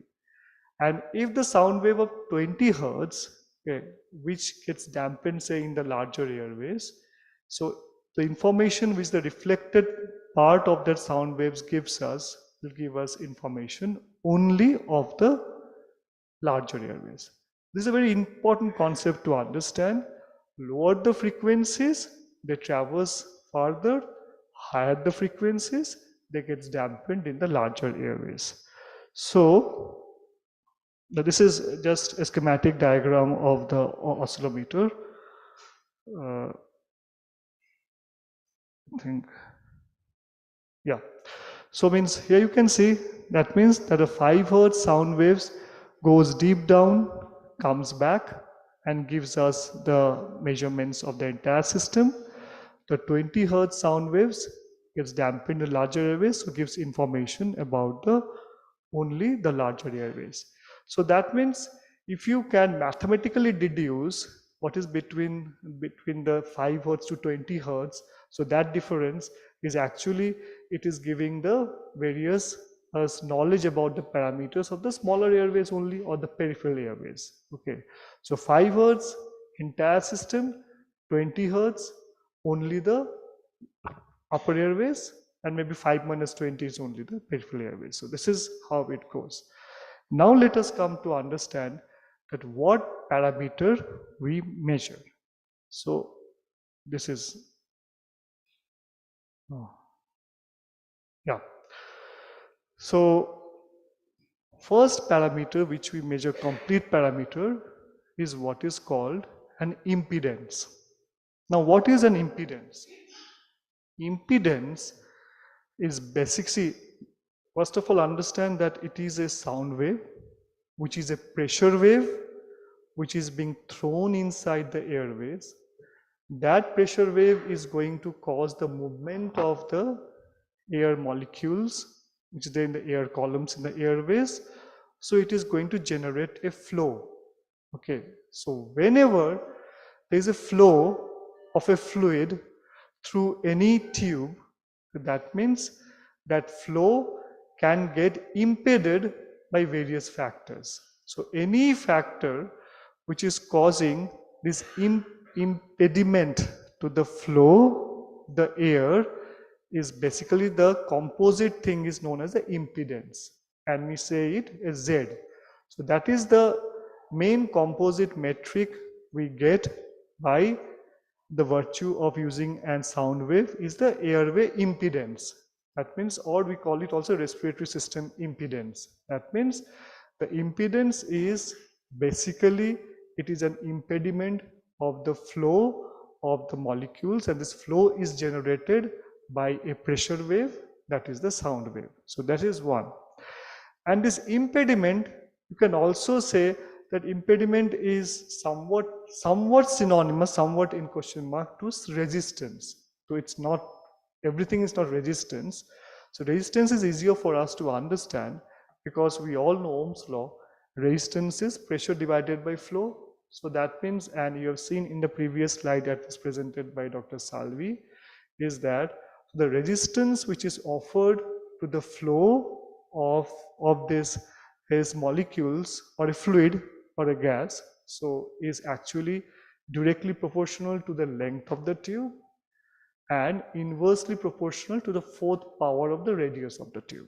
Okay, so that means the larger the caliber of the airway, less is going to be the resistance. So this is one a very thing which is very easy to understand. But again, remember one thing: whatever thing we calculate in an oscillometer has to be a function of the frequency of the sound wave we use, because the 5 Hz frequency is going to give some information of the entire system. 20 Hz frequency is going to give us information of the larger airways. So if we say the impedance, but respiratory system, we say the resistance, but that also has to be what is the frequency of the sound wave which was used to get an idea of this resistance. It's very, very important. So then we get to understand that what information it has given to us. Okay, so this is the total airway is by the 5 Hz. 20 Hz is the proximal airways, and peripheral airways is the R5 minus R20. So this is a very important concept we first need to understand. So this is the same thing, that impedance is a measure of opposition to the motion of a structure subjected to a force, and this is actually the entire respiratory system impedance which is being given, and also it is written as omega. Now see two important things. Now let us come talk in little detail about it. This entire respiratory, because these are the parameters you measure in the oscillometry, and so we need to know what are the basics behind it. Now the impedance, you see, it is actually a summation of to another metric which is actually the subcomponent of the impedance. One is the R, or the resistance, which we just talked, and another is an X, which is a reactance. This was actually the most difficult part for I felt myself to understand. Okay. Now, what is this reactance? That we'll see. Always understand that any impedance is a function of the frequencies omega, which is given by the 2 pi f. We did not know to know about it. Only understand whatever we measure, it has to be a function of the frequencies. Now, resistance we have talked. What is the resistance?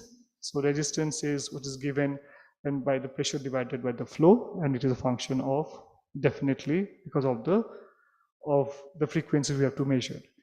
Now, one very important other thing we should understand while we're measuring the resistance, that is, in an adults, as Dr. Salvi said, and you have seen that the smaller airways actually they contribute very less of the total airway resistance. It is mainly the upper airways. So basically, when we are throwing the sound waves, this goes inside and it comes back. So in a normal healthy adult, it's the small airways, they hardly produce any resistance. Okay, so it's mainly the larger airways. So whether you are giving the sound wave of 5 Hz, which is going deep inside and coming back, or a 20 Hz, which is going only proximal airway and coming back, the resistance does not change much with the change in the frequencies of the sound waves used. So that means in adults, the resistance in normal healthy adult, resistance is not a function of the frequencies. It remains more or less same throughout from 5 Hertz to 20 Hertz. But in children, it's something else. In children, and a large part of the resistance is being contributed to the smaller airways. So in children, if you throw a sound wave of 5 Hertz, it is going to give a more higher resistance than the sound wave of the 20 Hertz, even if the child is healthy. Okay. So that means in children, a frequency dependence of the resistance can be normal physiological, but in adults, usually the normal physiologically, the frequency, the resistance is not dependent upon the frequency of sound waves, whatever you are throwing inside. So now, so that means if you can see that in healthy adults, the resistance at 5 Hertz and 20 Hertz, they are nearly equal. If there is a central airway obstruction, that is going to be picked up by both the R5 because it's traversing the entire airway, and also whether it's sound at 20 Hertz. So that means in central airway obstruction, both the resistance at 5 Hertz and 20 Hertz increases. So this independent of the frequency. But what happens if there is only a peripheral airway obstruction? That means all the sound waves, the 20 Hertz or higher sound waves, which can only traverse the proximal airways, they won't be able to pick up the changes in the peripheral airways. So that means resistance at 20 Hertz is going to be more or less normal. But the 5 Hertz sound wave, which goes deep inside and comes back, the resistance increases very much. So if you just have to plot a curve where actually the x-axis there is the frequency of the sound waves, and on the y-axis there is a resistance, that means at the 5 Hertz the resistance is going to be higher, at 10 Hertz, 20 Hertz resistance is going to be normal. So there's a curvilinear curve. Okay, that means it's going to be, it's called a frequency dependence of resistance. So in an adult, a frequency dependence of resistance is indicative of peripheral airway obstruction. So if there's a total airway obstruction, that means all the peripheral and the proximal airway obstructions, everything will be enlarged. Well, the resistance at 5 Hertz would be enlarged much more than the resistance at the 20 Hertz. So this is the curve which we was talking about. So the predicted line, so that is basically the normal we see in normal healthy adult. The resistance does not change much if it's a 5 Hertz sound or a 20 Hertz sound. But in case of a diseased individual where there is a peripheral airway obstruction or disease, the 5 Hertz resistance goes up and we get this curvilinear slope of this curve. So this is the same thing, we're going to see more about it when we talk. Now let's understand what is reactance. Now see reactance, now just pay attention to this. This is a difficult part. Reactance is what is called a rebound resistance.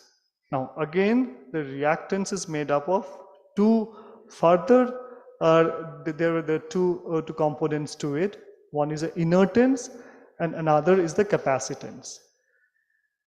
You just have to rethink of what Dr. Salvia said regarding the stretchability and elasticity. Okay, we'll come to it. Say this is actually a say there's a ball on the table. Okay. Now, if you just try to push the ball, okay, then the ball will move, start moving. Now, if the ball is a light ball, means it does not have much weight. Okay, you give a small push, the ball starts rolling. But if it's a heavy ball, okay, then what will happen? You have to give more push to make the ball rolling. So that means the amount of the pressure which you need to make a molecule move is actually dependent upon the weight or the mass or the inertia of that substance. So those substance which has a high inertia, you need to give a much greater push to make it move. Those who have a low inertia, you need less amount of force to make it move. Now say if this sound wave is moving through the air column in the airways, now there are molecules of the air, oxygen, nitrogen, carbon dioxide, all this, nitrogen, oxygen. So if the, depending upon the inertia of those molecules or other substances in that air which we are breathing in and out, so it also causes an impediment to the flow of that sound waves or flow generated by the pressure wave. So that means it is also actually resisting the flow of the waves of the sound wave because of the inertia of the molecules inside. So this is what is called an inertance. That means impediment to the flow because of the inertia of the molecules inside the tube. This is one. Along with that, there is another component, that is the capacitance. Now just remember what Dr. Salvi has said before, that is lung is an elastic organ and it is also highly stretchable. So that means this is the tube, the air is, the sound wave is moving through it, it's a pressure wave generating a flow. Now when in a tube, the sound wave is moving through it, it is going to impart pressure all around equally. Okay. And that pressure is going to stretch the wall, that is the wall of the tubes, that is the airways, and cause it to deflect from its original position. So that means it's going to stretch it. And that stretch is what is called a compliance. Okay, so or the capacitance, that is going to stretch it. So more or like compliant the tissue is, more it will be stretched. And once it has got stretched, it has an elastic property also that we have seen. It's going to come back. So that means it got stretched and it came back because of the elasticity.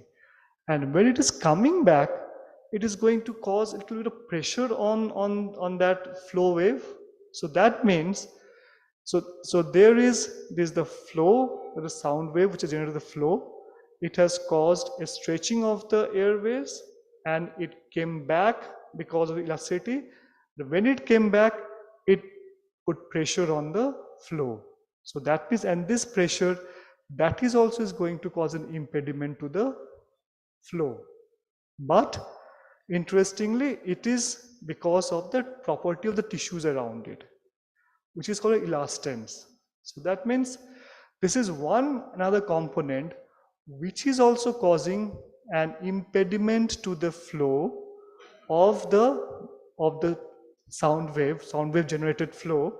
Okay, but actually these are very minuscule. These are the impediments. So that means one is the inertance or the caused by inertia of the molecule.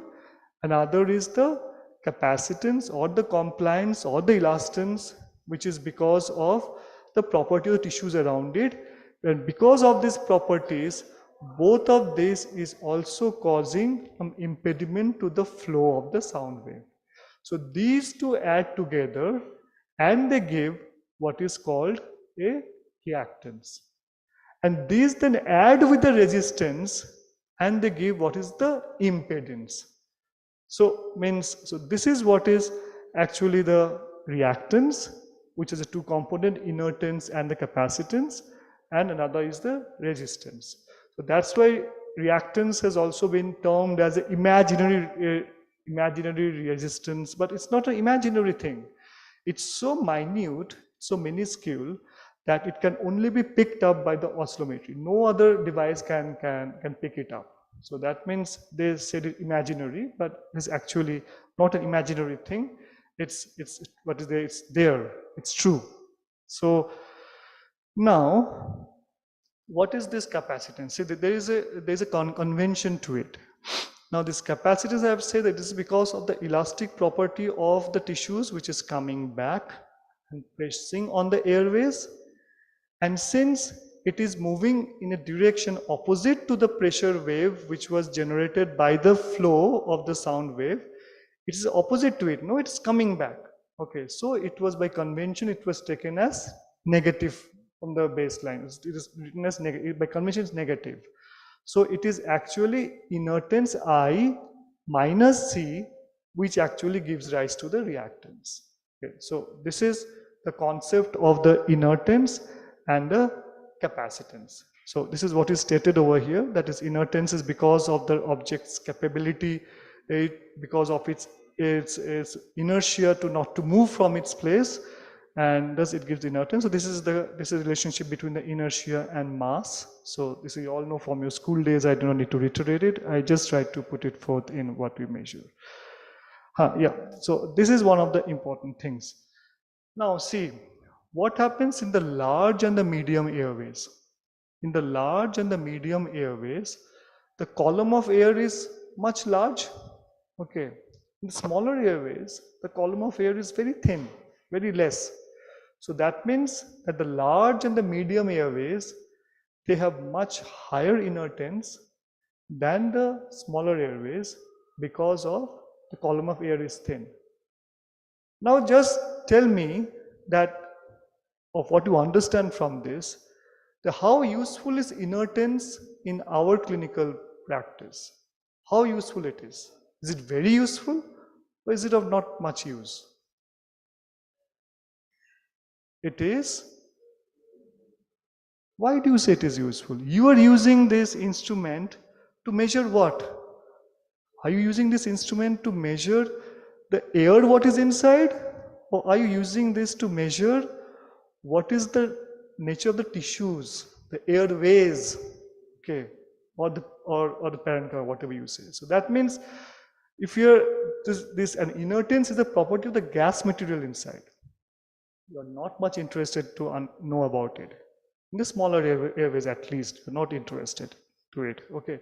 Though it is an important parameter which adds on to the capacitance to give the reactance, but for clinical purposes, we do not need the use of the inertance. So that means if we just want to see about the peripheral airways, where basically we are using very low frequency sounds, there the inertance is nearly zero because the column of air is very thin over there. So whatever information we get about the peripheral airways by using a sound wave of low frequency basically or majorly gives the information about the tissues, that is the airways and also the tissues around it. So interesting, no? So that is the beauty of this instrument. Okay, so capacitance we just talked about. So elasticity and this is capacitance, they are just opposite to each other. You have seen that pulley over there. So its compliance is actually inversely proportional to the elastance. So at smaller alveoli and the airways, it is the compliance or the capacitance which plays a major role in actually determining the reactance, because the inertance is vanishingly small over there, almost nearing to zero. Not zero, nearing to zero. So this is how the reactance is. Reactance is actually, omega, as I said, is always a function of the frequency 2 pi f. Its inertance, that is I, minus, that is by convention, 1 divided by, the denominator comes the capacitance because it's the elastance. So this is how the formula of the reactance is. So what happens? If the capacitance decreases, then the entire parameter 1 divided by omega c will increase. Increase means become more negative. If the capacitance increases, 1 divided by omega c, that factor will decrease. Decrease means it will become less negative or maybe more positive. So that means the reactance is a function of the inertance, and reactance is also a function of the capacitance. Now, why function of the capacitance? I have said, why haven't I put it reactance is a function of 1 divided by capacitance? Because it is always a function which is after I minus something. So that means if this is 1 by omega c, it becomes more negative.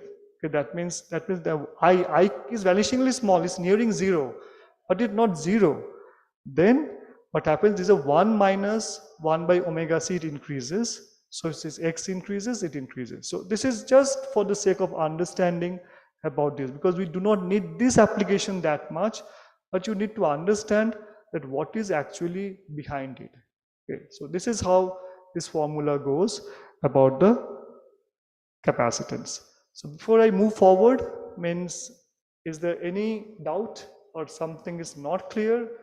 Or Salvi, if you like to add something, Disha would add something, or anybody need to ask anything at this juncture? Over here, right. Interpretation will cover all the other the directions. Left, the resonant frequency and AX, Okay, that okay. is, I'll just cover. So,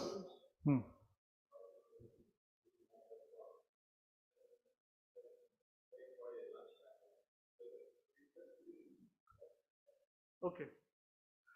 So, see, now if you are plotting this, the reactance curve, on the x-axis, there are the frequencies, and the y-axis, there is a reactance. Now, as I have said, that the reactance is actually inertance minus the capacitance. So if the reactance curve is plotted from a very low frequency as we go up, so that means as we are moving up, the inertia starts increasing. As I said, initially it's vanishingly small, but then it starts acquiring some numbers, though albeit small, but start acquiring some numbers. So maybe at a particular point, what happens is that the inertance and the capacitance becomes numerically equal. But since by convention they're opposite, 1 minus c, that means the entire reactance becomes 0.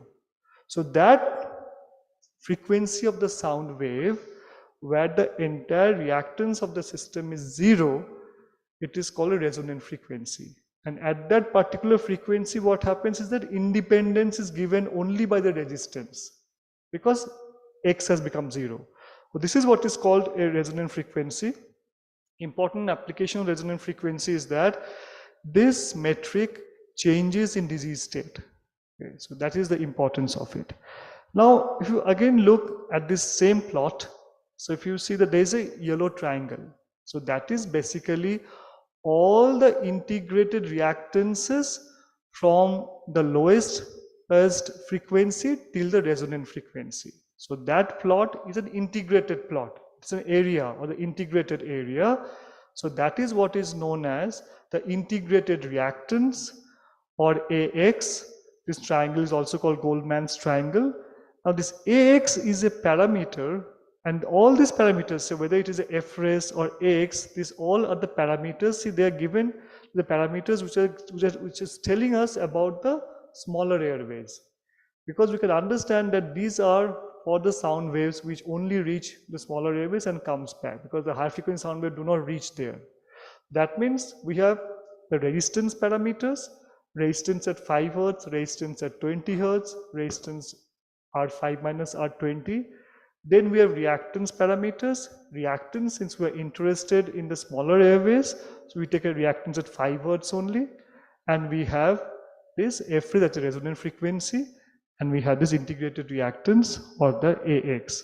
And this AX has been shown to be the most sensitive parameter to identify disease state.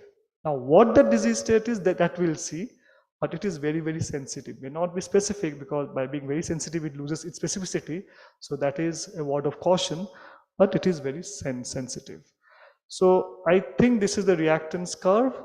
This is usually a slope. This is not a straight line, because reactance is always a function of the frequency of the sound waves. And 0 is the resonant frequency, and this is actually the normal curve that we get. So this we have talked, resonant frequency, I just talked about it, normal 6 to 12 Hertz. This is the reactance area, or the AX, or the integrated reactance. Disha, just 2-3 slides visually. I think you'll do it post lunch. Okay. So thank you, Dr. Moitra. I think very exhaustive and complete presentation of the principles. So I'm just going to summarize 3 points so that you all can start digesting this before you start digesting the food. And once you have digested the food, we'll come back again and then we'll revise it a little bit and then go through the interpretation after the hands-on and the demonstration. Okay? Simple things. In oscillometry, we're using an oscillating pressure wave. A pressure wave, okay? A pressure wave which is oscillating at different frequencies. Now, this pressure wave can be generated by 2 or 3 different ways.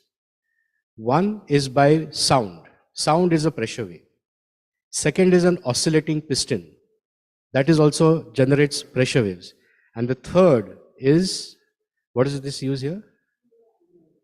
A vibrating mesh. A vibrating mesh also generates oscillating pressure waves. So 3 different ways in which you can generate oscillating pressure waves. Now these oscillating pressure waves are sent at different frequencies. Sir, do you listen to radio? AM radio and FM radio. Which one do you like? You like FM.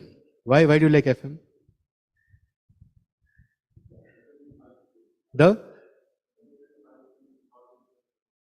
Correct. AM uses low frequency. But what is the advantage of that AM? You can play it all over the country. It may not give you very good quality sound, but it travels across the length and the breadth of the country. All India radio. FM is high frequency, travels only shorter distances. So only in Kolkata. Radio Mirchi. The same Radio Mirchi will not go anywhere else, right? Now, using that principle, Dr. Moitra very beautifully said, low frequency travels long distances, so low frequency will travel across the entire respiratory tract. High frequency travels only up to the larger airways, right? So 20 hertz will travel only in the larger airways, 5 hertz will travel right up to the end. And when you subtract R5 minus R20, what do you get? Small airways. That's the beauty of this test. You will get information related to the small airways. Fundamental principles of sound waves. And the parameters that we get, resistance and reactance. Reactance is a combination of inertance and capacitance. We will revise that again after lunch. Okay? So, yes. Please. What about?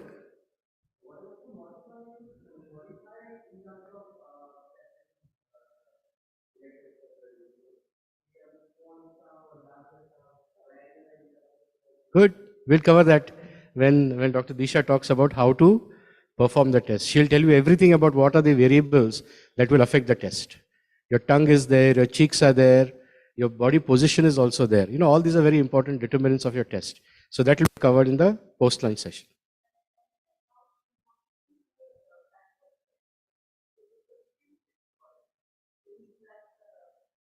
That will also have an impact. Yes, you want to answer that? Yeah, very right. See, it all depends upon that what instrument you're using, what sound wave frequency you're using to detect what. So that means to pick up the factors of the chest wall, you need to have a sound wave which can reach the chest wall and come back. Okay. If you're using a sound wave which cannot reach the chest wall, but only reach till the periphery of the lungs, it will give you only information about what is there till the periphery of the lung. Usually, for majority of the clinical purposes, what we're using the resistance at 5 hertz, okay, it cannot traverse the entire chest wall. You need much lower frequencies, say 3 hertz, okay, which can traverse the entire chest wall and come back. So that's why we said that if you want to know about the chest wall, you need to throw in a lower frequency sound wave, which can go up to that level and come back. So that is how you just choose your frequencies and you just use it. Say if you want to just using a microscope and you want to see that you change the objective, no? So that's how 5x, 10x, 20x. It's similarly here also. It is called a frequency dissection of the entire system. You just use the different frequencies to look at different distances and pick up the actual information from the different levels. That's how you do it. So should we break for lunch? Yeah. We'll come back in how many minutes? 40 minutes? Please come back by 2:30 after the lunch.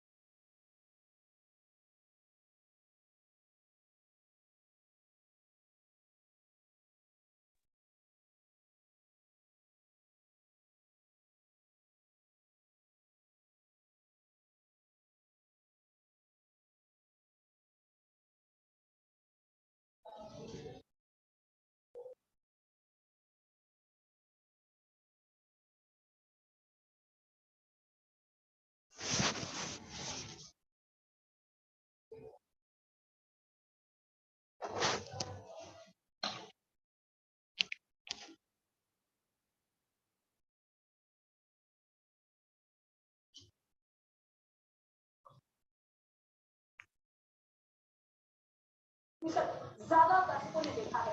News 18 India के लिए दर्शकों का प्यार बढ़ता जा रहा है। News 18 India को आज तक से 1,49,00,000 ज्यादा दर्शकों ने देखा है और ये बहुत बड़ा फासला है और जो हफ्ते दर हफ्ते बढ़ता जा रहा है। प्राइम टाइम में न्यूज 18 इंडिया के आसपास की पोल नहीं है। न्यूज 18 इंडिया के पास 14.8% मार्केट शेयर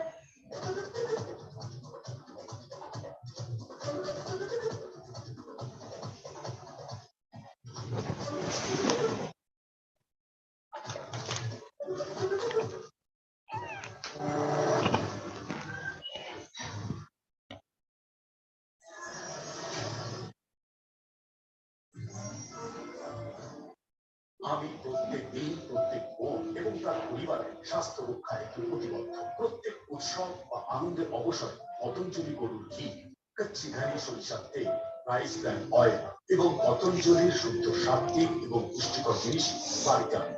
নিজের পরিবারকে ভেজালের বীজ থেকে রক্ষা করুন।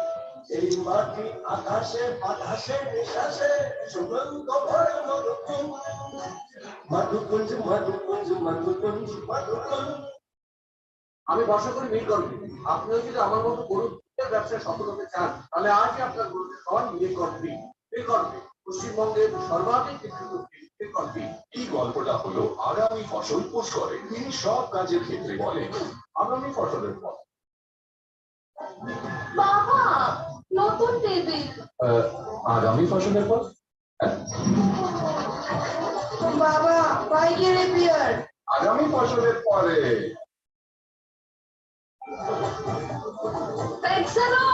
আগামী ফসলের পরে অল্প ছাড়ুন। বাদামি শোষক পোকাকে আগামী ফসল অব্দি অপেক্ষা করবে। যখনই দেখবে এক বোঝায় 5 থেকে 10টা বাদামি শোষক পোকা সঙ্গে সঙ্গে প্রয়োগ করবে টেক্সালা।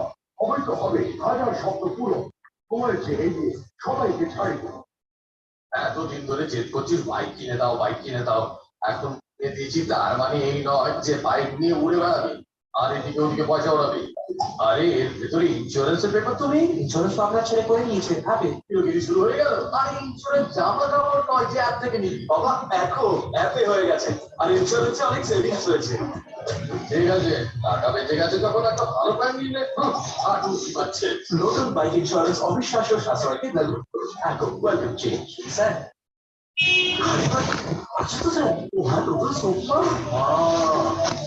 এখন দেখা যাচ্ছে শুধু খাওয়ার সুযোগ বিকেসি প্রায় ভারতের পরিশ্রমী ফ্যাশন ফুটওয়্যার। যখনই আপনি বিকেসির জুতো কিনবেন তখনই ওটার শরীরে আর পৌঁছে বিকেসির লোগো থাকাটা সুনিশ্চিত করুন। বিকেসির লোগো ছাড়া বিকেসির মতো আমার প্রায় বিকেসি প্রায় পরিশ্রম উদযাপন উদযাপন করুন সোনার ভাষা।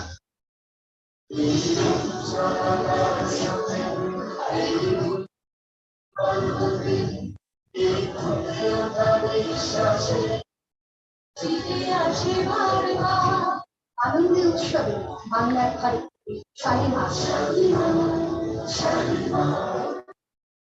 পরীক্ষার সেরা ফল করতে হলে স্মৃতিবাসী সৌলিক সম্পাদিত প্রাক-মাধ্যমিক ও মাধ্যমিক প্রশ্ন প্রস্তুতি Amazon Great Indian Festival. Get big deals on Redmi A1, free earphones and bank discount. Amazon Great Indian Festival, live now.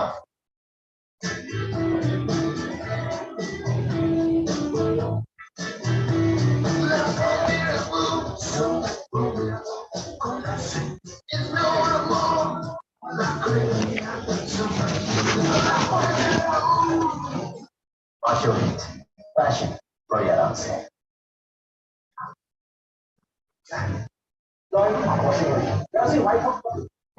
জমিয়ে খোলাই হয় লাইক বিমান টাইপের আপনার থেকে বেশি প্রভাব পড়ে।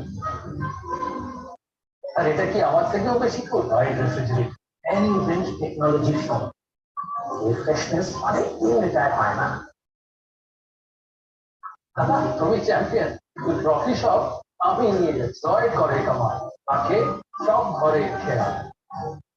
एसआरएमबी की ओर से दुर्गा पूजा की हार्दिक शुभकामनाएं। एसआरएमबी की ओर से दुर्गा पूजा की हार्दिक शुभकामनाएं। शादी और शादियों के मेलाए जिलाए जिलाए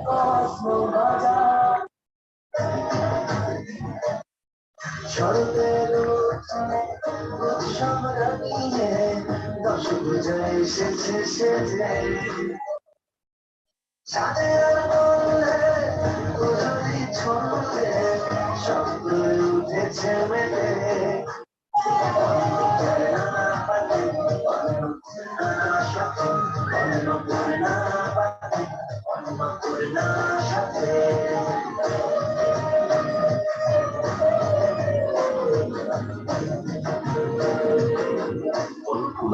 সাথে গন্ধে শেষ কথা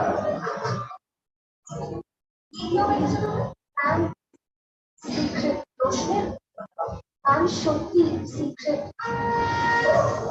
আবার করো সিক্রেটের যে সুযোগটি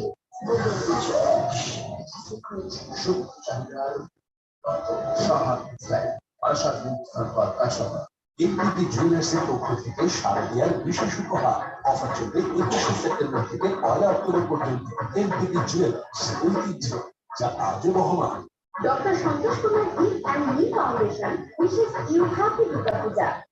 মহড়ার দুটো কিংবা প্রেমের ছুতো পুজোর আনন্দে সবখানে সঙ্গে শ্রীনিকেতন কেনাকাটার আনন্দ নিকেতন। মৌসুমের সবচেয়ে সেরা টিপস তাহলে আর অপেক্ষা কিসের? বেরিয়ে পড়ুন এবার নতুন ভাবে দুর্গাপূজা সেলিব্রেট করুন। নিয়ে আসুন বাজার রেঞ্জ অফ স্টাইল আর পান আকর্ষণীয় অফার। শুভ দুর্গাপুজো।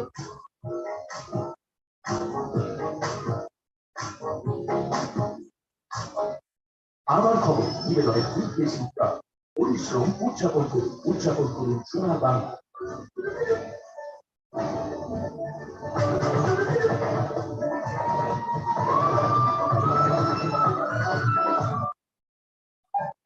এবিপি আনন্দ এগিয়ে থাকে এগিয়ে রাখে। নিবেদন করছে এলিগেন্স টি ইন্ডিয়াস নাম্বার 1 কিউএসটি বার। ভরসা দেখা যায় না টিকে যায়। বাংলায় রাজনৈতিক চর্চা এরা ব্যক্তিগত জীবনে সুস্থ থাকুক। আমি বিজেপি রাজনৈতিক অপকল্পন করে গেলাম এদিকে সামনে রেখে তেল ছুটছে দলের ভিতরে। দেশের কাছে রাজ্যের মানুষকে যেন আর কেউ না হতে হয় মহালয়ের প্রার্থনা যেতে এতদিনে কেন মনে করেনি পাল্টা চলে বলি। কুর্মী আন্দোলন উঠলে দক্ষিণবঙ্গ জুড়ে বাষ্পকান্তে ওবামা অস্থায়ী বাষ্পকর্মীদের আন্দোলনকারী পুজোর মুখে উধাও এসপিএসসি দাস। কুর্মী অবরোধ উঠতে কমতে থাকা ট্রেন চলাচল শুরু। সেনাশুলিতে ট্রায়াল রান মুস্তাউরে মেট্রোল ডিটেক্টর দিয়ে লাইনে তল্লাশির পর গড়ালো চাকা। 1.5 বছর আগে অভিযোগ পেয়েও হয়নি তদন্ত। ক্লোজ পার্কস্ট্রিট থানার এসআই। রাজ্যের নিচে ইডির হানার পরে লালবাজারের তৎপরতা। বিদেশে চাকরি করতে ভিন রাজ্য থেকে অপহরণ করে মুক্তিপণ দাবি লক্ষ লক্ষ টাকা হাতানোর অভিযোগ। ভূটান থেকে উদ্ধার 18 যুবক, গ্রেপ্তার 3। রাজস্থানী গণতন্ত্রের উত্তরাধিকারকে অসম কংগ্রেস সভাপতি মুখ্যমন্ত্রীর কুর্সি থেকে সচিব পাইলেন। সন্ধ্যায় সিদ্ধান্ত নেবে কংগ্রেস বিধায়ক দল। আজ মহালয়া পক্ষের অবসান কাল থেকে বিপক্ষ। গঙ্গার ঘাটে ঘাটে পিতৃপুরুষের উদ্দেশ্যে চলছে তর্পণ। পুলিশ ও রিভার ট্রাফিকের নজরদারি। রাজনীতি সপ্তাহ নিয়ে 3 পাখির দরজা দিয়া টাকা দেওয়া গোমরা টিকিট 4:30। চক্রাচার দরবারে রাত 10:30। গল্পে খোঁজা চায় সুখ কপি করে বেজান কাশনের একাংশে তারা সব বিলাসের করিয়া শুধু থাকতো বাংলা উত্তরবঙ্গ দক্ষিণ সন্ধ্যে 6:30।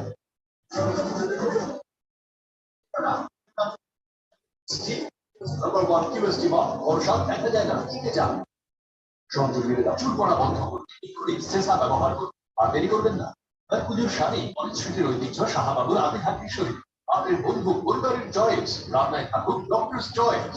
স্টাইল বাজার পুজো শপিং স্টাইলে হপিং কেনাকাটায় আকর্ষণীয় offer. 7 rangers institute of nursing GNM এবং বিএসসি নার্সিং কোর্সের সেরা ঠিকানা হুগলি ডানকুনিতে।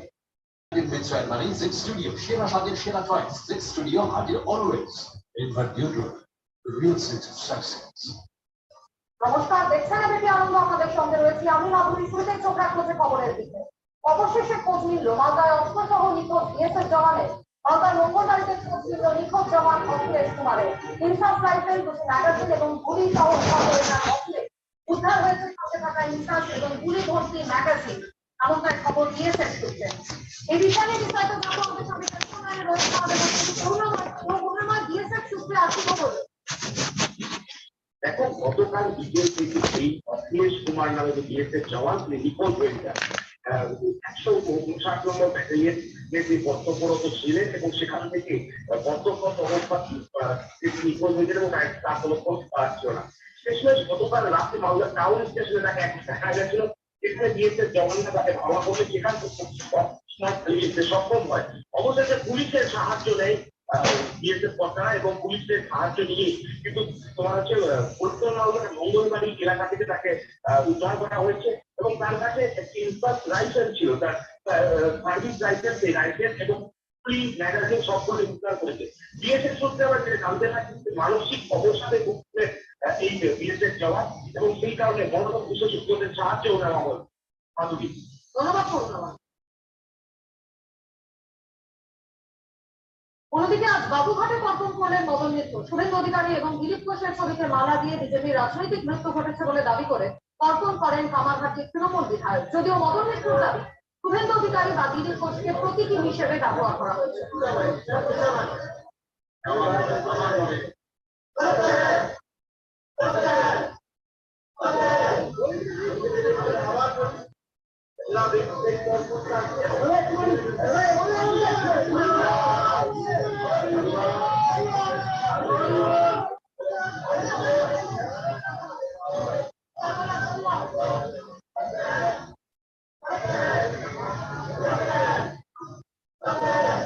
ব্যক্তিগত জীবনে সুস্থ থাকুক।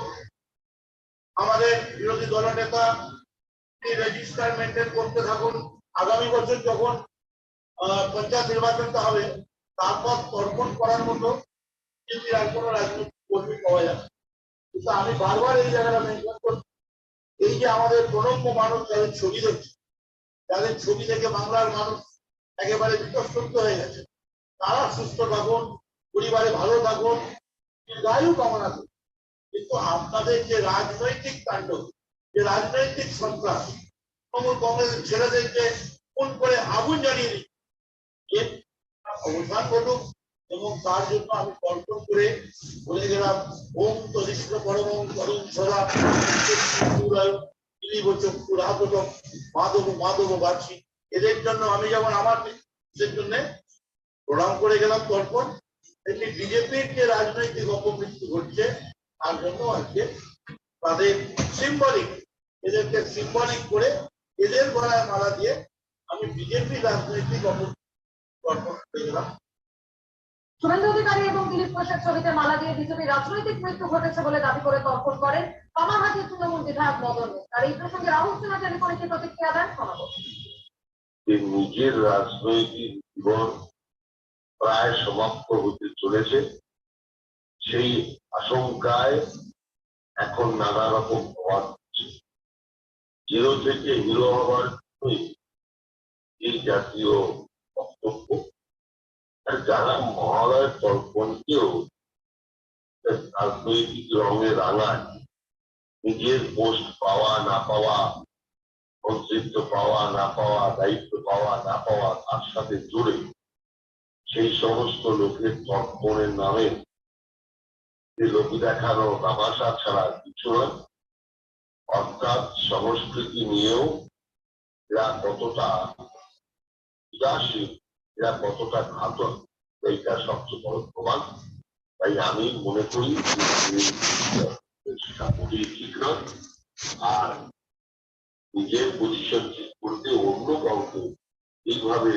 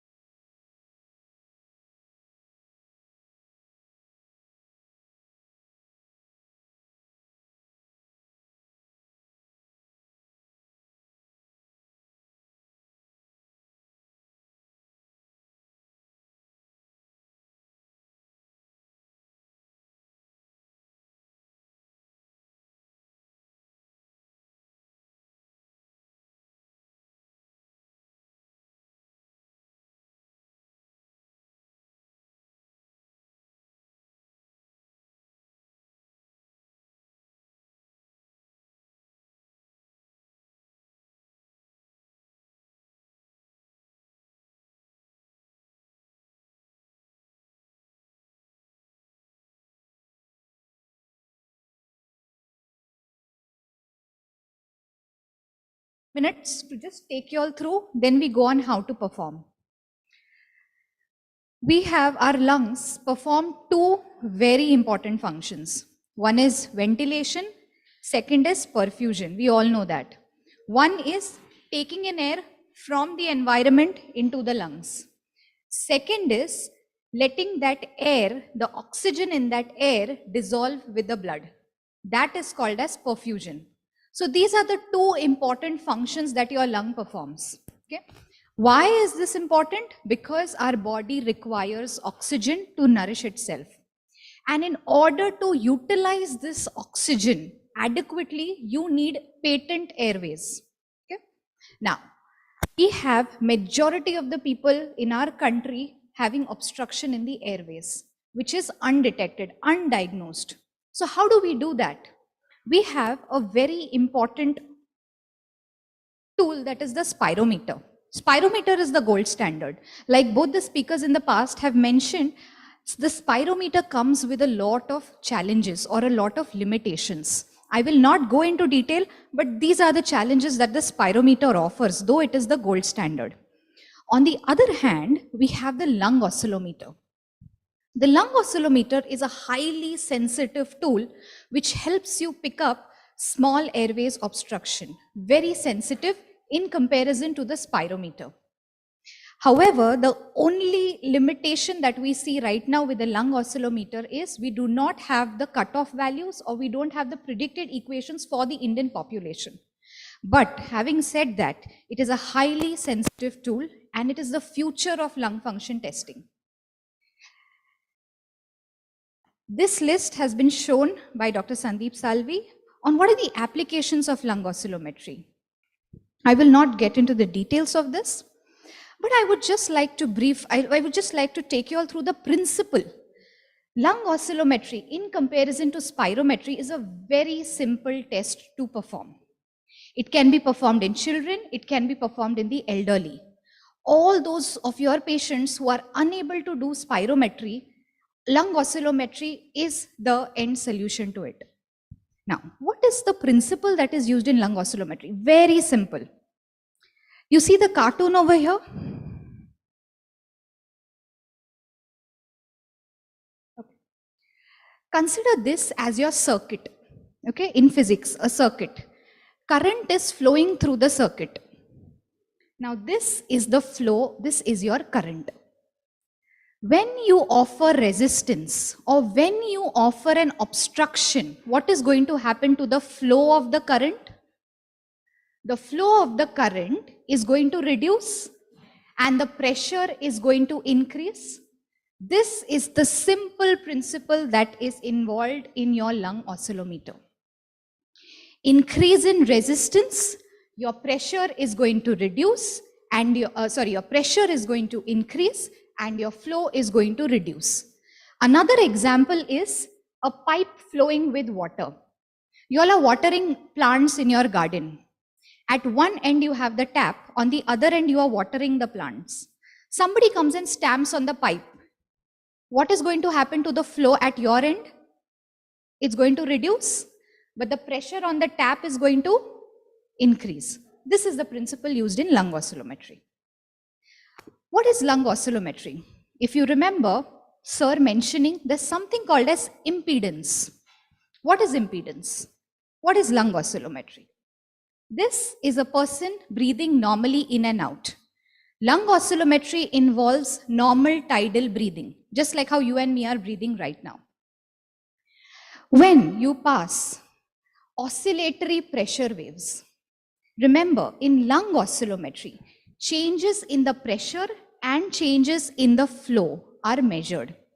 So when you pass in oscillatory pressure waves, remember sound waves, as mentioned by sir, sound waves are pressure waves. Sound waves are being passed into your respiratory system. These sound waves go and superimpose on your normal tidal breathing. Depending on the obstruction in your airways, there is going to be a change in the pressure and a change in the flow. Remember the principle of lung oscillometry. Now that change in the pressure and the flow, together because of the resistance, because of the obstruction in the airways, is called as impedance. Impedance is denoted as capital Z. Okay? So as of now, just remember impedance. Impedance is any kind of obstruction in your airways. All of that together is called as impedance. These oscillatory pressure waves can be generated by two different mechanisms. One is the sound, second is the oscillating piston. Now there's a very unique property of this sound. Sound waves or pressure waves are passed into the respiratory system. Now, Dr. Salvi gave a very interesting example of the radio Mirchi. We all listen to the All India radio, the Akashvani. The same radio jockey is being heard across the country. Okay? Whereas on the radio Mirchi, which is very localized to Kolkata, you will not have the same radio jockey speaking the same content in Kolkata versus the person speaking in Pune. It's going to be different. Now, why is this so? Because of this very unique property of the sound. Now, what is this unique property of the sound? Sound waves of a higher frequency. Now, the All India radio, the sound frequency is very small. It is only 1 megahertz. Hertz is the unit of sound. So the AM that you listen is made up of a smaller frequency. So smaller frequency sound waves travel longer distance. That is why you are able to hear the same radio jockey across the country versus the radio Mirchi. The radio Mirchi uses a higher sound frequency of 100 megahertz, whereas your AM uses 1 megahertz. So therefore, your radio Mirchi is heard only in your area. So sound waves of a higher frequency travel shorter distance, and sound waves of a lower frequency travel longer distance. Let me give you another example.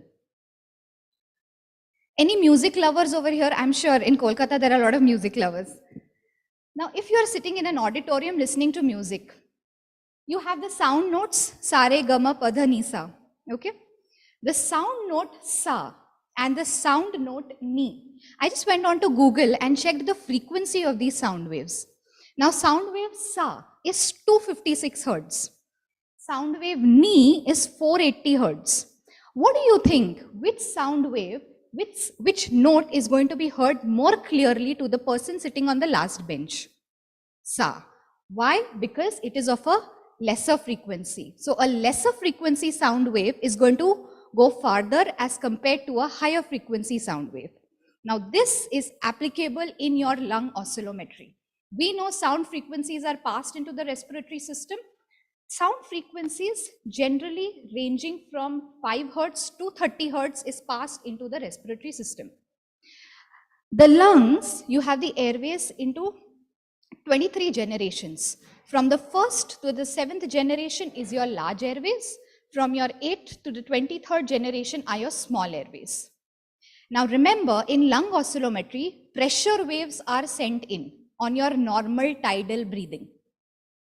If I pass a sound wave of 20 hertz, it is only going to travel up to your large airways because 20 hertz is a higher frequency. So it is going to measure resistance only up to your 7th generation, that is your large airways. Now if I pass a sound frequency of a smaller sound frequency of 5 hertz, this is going to travel in your entire respiratory system. Why? Because it is of a lesser frequency. So a sound wave of 20 hertz, your lung oscillometry will pass sound waves of 20 hertz, that will give you resistance in your large airways. When your lung oscillometer will pass a sound frequency of 5 hertz, this will give you resistance in your total airways, right up to the small airways. Why not less than 5 hertz? Because when sound frequencies are passed, you all will be doing the test, you all will notice that there are vibrations that are happening. Okay, now these vibrations should not get distorted before they reach up to your small airways. Therefore, anything less than 5 hertz is not taken. Why not more than 30 hertz is because it causes discomfort to the patient. So in lung oscillometry, you use sound frequencies ranging from 5 hertz to 30 hertz. So these are sound waves being passed. Now sound waves, like sir mentioned, can be of different frequencies. You have mono frequencies, you have multiple frequencies. So, and all sound waves are post oscillations. Okay? So you have the single frequency sound waves called as mono frequency, very rightly mentioned by sir. So first you have the 5 hertz going in, followed by 12 hertz, then followed by 20 hertz. So one after the other is called as mono frequency. What is the IOS? You all must have heard of the IOS, that is the impulse oscillometer. What happens in the IOS? All these frequencies are clubbed together as an impulse and then sent into the respiratory system. There is a third type called as the pseudo-random noise. So these are the different types of sound waves or the frequencies that are passed into the respiratory system. It does not make a difference as to which sound frequency is going in, whether it is mono or whether it is an impulse. What are the different parameters that we measure in lung oscillometry? Like sir mentioned, you measure the impedance. Now what is impedance? Impedance is all the resistance, all the obstruction in your airways together is called as impedance, denoted as capital Z. Now impedance is composed of two important parameters. One is the resistance, second is the reactance. So resistance plus reactance will give you impedance. What is resistance? Resistance is offered by the airways, by the chest wall. Anything that is opposing the pressure waves that you're sending into the respiratory system is called as resistance. We all know what resistance is. Resistance is denoted as capital R.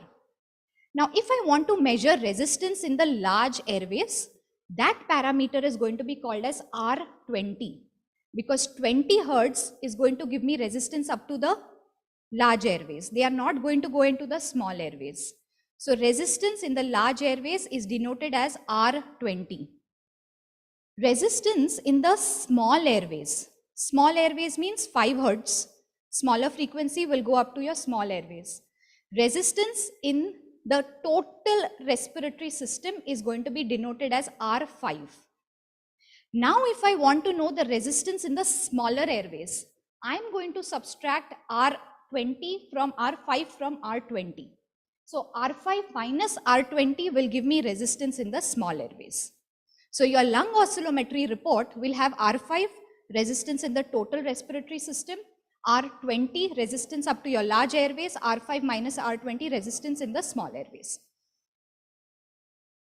There is another very important parameter that is measured in your by your lung oscillometer is reactance. Now reactance is comprised of inertance plus capacitance. Our lungs are a very elastic organ. They extend and they come back to their original position while breathing. Okay? Now what is reactance? Reactance is denoted as capital X. Reactance is formed by two components, inertance and capacitance. If you remember Dr. Salvi's presentation, he told you something about the functional residual capacity or the FRC. Your FRC is the volume of air that always remains in your lungs and never comes out, no matter what you do. Now, this air that is already present in the lungs is offering some kind of resistance when you send in pressure waves. That resistance is called as your inertance. What is capacitance? Your air sac or the alveoli are very elastic in nature. They extend and they come back to its original position. That elastic property of the alveoli is called as your capacitance. Capacitance is dominated in the small airways. Okay, so I hope these parameters are clear what resistance is, what reactance is. Reactance is a combination of inertance and capacitance. Inertance is the resistance offered by the air that is already present in the airways, and you have the capacitance is the elastic property of the alveoli. Again, your capacitance is of two components. One is compliance, other is elastance. So like Dr. Salvi mentioned, compliance is how much it can extend. Elastance is how fast it comes back to its original position. So that it depends on different lung conditions, depending on the thickness of the alveoli. So once again, to go in a little bit of detail, this is your resistance. That is, your resistance is offered by the chest wall. All the arrows that you see are the resistance that are offered to the flow of air, to the flow of sound waves. That is resistance denoted as capital R. Then you have your reactance. Reactance, like I mentioned, is inertance and capacitance. Inertance is the residual volume of air that is offering some kind of resistance to the flow of air. That is called as your inertance. Your capacitance is the elastic property of the alveoli. Okay. Again, your capacitance is dominated in the small airways. Capacitance is formed of two components, that is your elastance and your compliance. To sum it all up, what are the different parameters that are measured in a lung oscillometry report? So you have resistance at 5 Hertz, resistance at 10 Hertz, depending on the sound frequency that is passed in. You have reactance. Reactance is denoted as capital X. So reactance is also measured at 5 Hertz, 10, 15, 20. Small airways resistance is R5 minus R20. Resonant frequency is denoted as FRES. What is resonant frequency? We will do that. And you have your area of reactance denoted as capital AX. I think, sir, you'll take this. Okay, so this was all about the basics of lung oscillometry, which I thought I would sum up from Sir's talk and Dr. Salvi's talk. Now we will move on to how to perform lung oscillometry. Like I mentioned, it's a very simple test to perform. Like spirometry, if you all have done spirometry, you all know that your patient has to put in a forceful maneuver, has to forcefully blow into the device. If he or she does not, you may end up getting a wrong report. On the other hand, your lung oscillometry is a very simple test to perform. Why? Is because it involves normal tidal breathing. These are the technical standards for respiratory oscillometry, which the ERS has released in the year 2019. I suggest you all read this to get into the details of what is what of lung oscillometry. Okay. Now, these are some of the prerequisites that you all need to take care when you all are performing your lung oscillometry test. Lung oscillometry test is generally done in normal tidal breathing in and breathing out normally. You need a trained staff for this particular test. I know it's a simple test to perform. However, it's very important because this test has never been done by any of your patients, never seen. So it is very important for your staff to be trained or you to be trained before getting this test done. Patients should be breathing in a relaxed and a stable manner, should be seated in an upright posture with the correct head position, not bend downwards or too high. It should be in the right level. Sitting position is preferred with uncrossed legs to reduce extra thoracic pressure. Cheek support is very important. Something like this. Why? Is because if you do not offer support to your cheek, there is some additional resistance that could be added to your output, the result that you get. So you need to have a cheek support. Mouth seal. The mouthpiece should be held tightly with the teeth, sealed with the lips. There shouldn't be any air leak happening from the sides of the mouth. Tongue position. The tongue should not obstruct the mouthpiece when the patient is blowing in and out. Prior to measurement, a visual check is very important to observe your patient visually, whether he or she is performing the test correctly. Use of a nose clip. We don't want to measure the air that is being taken in through the nose. Therefore, we put a nose clip. Very important that the patient breathes in through the mouth and not through the nose. Tidal breathing, depending on the type of device and the type of frequency that you all have opted for, the test timing will be determined. However, the normal range, every trial lasts for 30 to 40 seconds. A minimum of 3 readings should be taken pre. If you're doing a post bronchodilator, you do another post 3 trials. Steps while performing the oscillometry. Explain to the patients what this test is all about.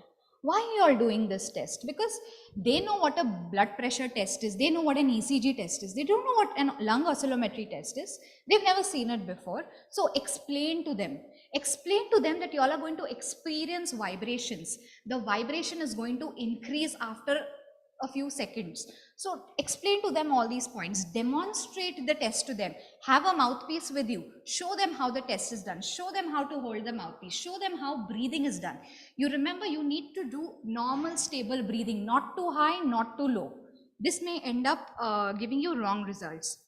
Head and body posture. Visually, just look at your patient whether he or she is sitting correctly, sitting properly in the right, with the right head position. And finally, start the test. Here is a small video on, like we've just a very preliminary. Before you perform the lung oscillometry test, it's very important to explain to your patient If we can just have increased volume of this. the prerequisites required before doing the lung oscillatory. Okay, till they do that, I just want to take your attention to what is the correct technique. Nose clip is very important. Cheek support is very important. Subject should be breathing in a normal, stable state, not too high, not too low. Seated in the upright posture, mouthpiece should be correctly held, and you should have the correct tongue position. That is, the tongue should not obstruct the mouthpiece. Okay? What you see over here is a test done on a mono frequency. That is, one sound wave is being passed at one given point of time. The above graph is the flow, the below is the pressure. Remember, in lung oscillometry, you are measuring changes in the pressure and the flow. You need to have uniform flow. It should not go below the normal, and it should not go above the standard. So these waves that you see, it's a 23-second test. Okay, so this is the 5 Hertz followed by the 12 Hertz. So if you notice, you can see the differences in the pattern of sound waves. This is 5 Hertz, this is 12 Hertz, and then this is 20 Hertz. So this is the time, the clock or the timer. So this particular test is for 36 seconds. This is how a good lung oscillometry test should be done. However, when we will actually do it, demonstrate it, it will be much easier for you all to observe. So this was all about how we perform a good quality lung oscillometry test. Now what we will do is, we will have a volunteer from your end. We have somebody from the, and when we do the hands-on, we have a couple of devices. We will divide ourselves into 3 groups. So we have the iOS, which is an impulse. We send an impulse into the respiratory system. We also have another device, which is which is a pseudo tremor flow. And then we have the Antlia, which is a monofrequency device. So now we would demonstrate it on the Antlia, which is a monofrequency. So if I can have any volunteer who will come and, oh please, Mr. Kamath.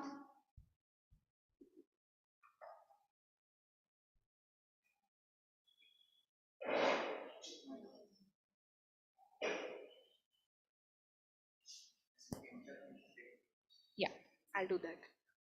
So this is the software of the Antlia device, which is already present in my system. The first thing that I would do is fill in the details of the patient.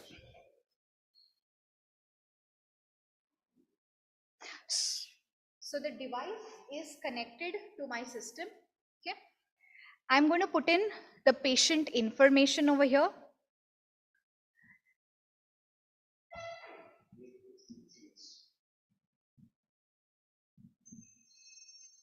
Your last name? CHOW?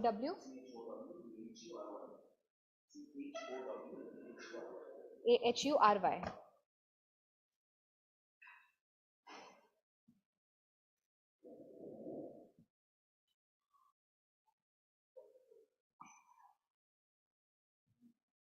Page is 44.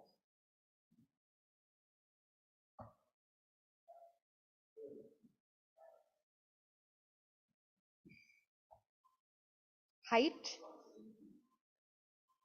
Please do not ask your patients a direct height. We advise you to actually measure it before getting the test done.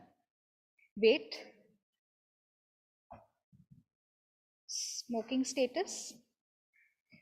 Which part of the country do you belong to?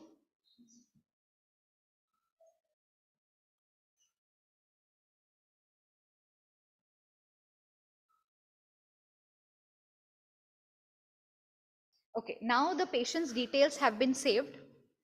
We are now going to instruct the patient on how to perform the test. It's a pre-test, that is this pre-test as in pre-bronchodilator, frequency mode. Now this particular device offers you different frequencies. You can select any single frequency and start the test. If you want to know resistance in the total airways, you can just select mono 5. Okay, if you want to know only up to your large airways, you would select mono 20. But here I want to understand the complete status of the lungs, so I'm going to select on multi-mode frequency. What is multi-mode frequency? On its own, automatically the device is going to first send in 5 hertz, then it will send in 12 hertz and then 20 hertz. I will not have to manually select the frequencies. So selected multi. Okay. Now if you notice the volunteer over here, there's a mouthpiece that is attached to the device. You need to hold your cheek slightly. Ensure that there is no air leak happening from the side of your mouth.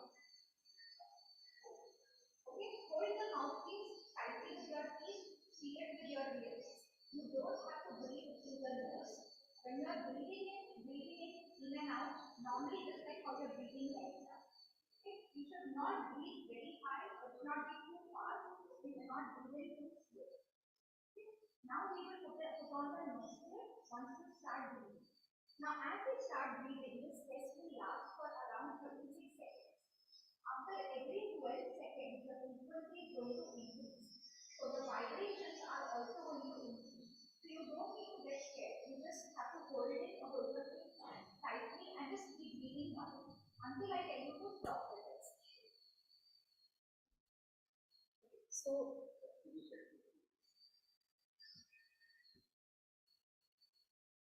I've started the test.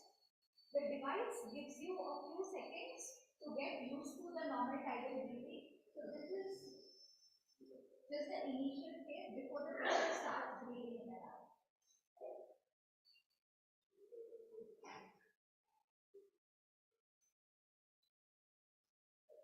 I don't know if you all are able to hear the vibrations.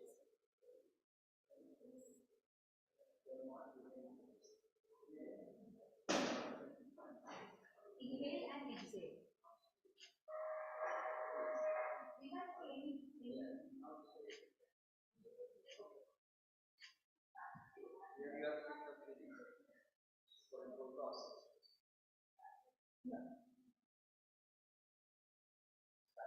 This is 5 hertz. It is 5 hertz. This is 5 hertz.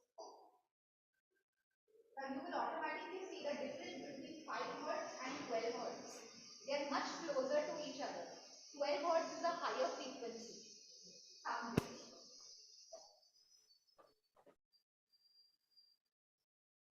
This is your 20 hertz.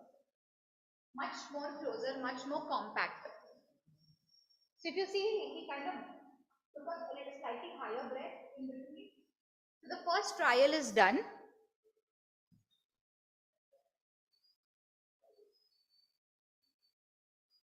We will do 2 more trials. You need to have 3 pre. It's okay.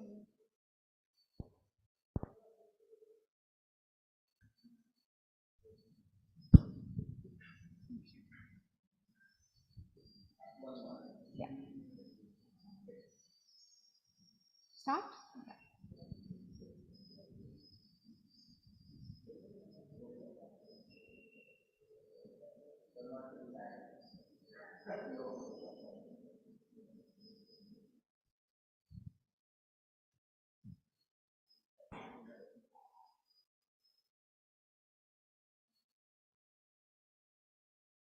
Breathe in and out normally.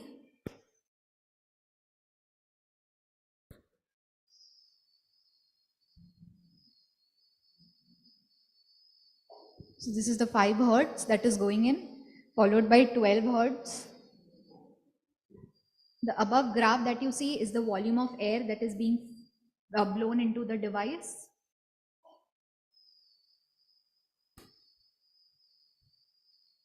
Then you have your 20 hertz.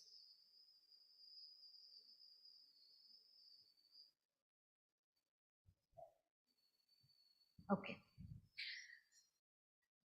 We'll do one more last trial, then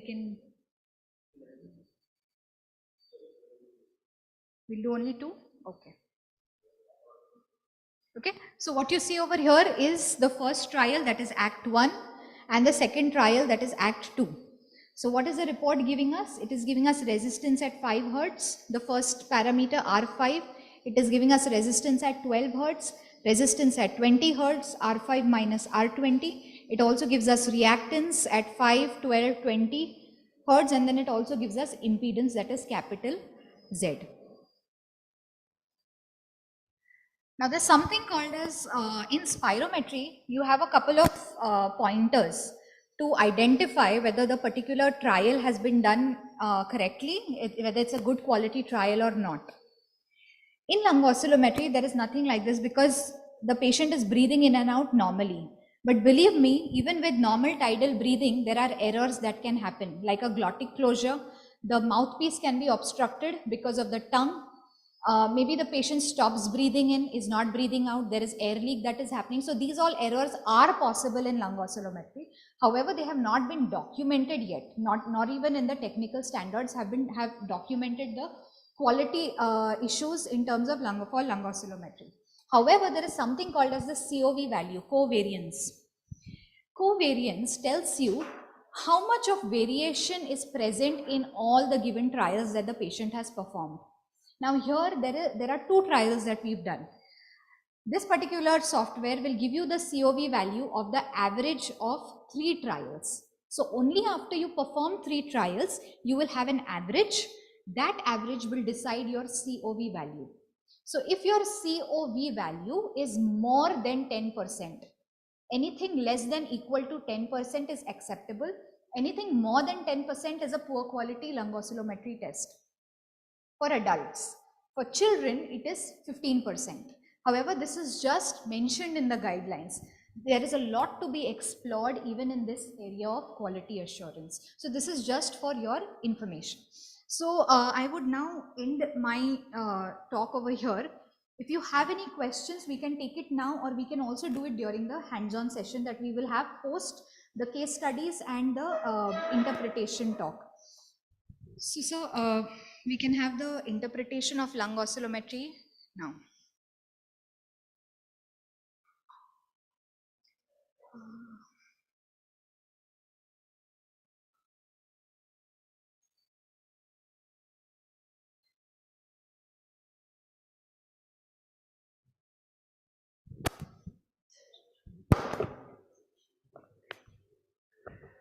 Okay.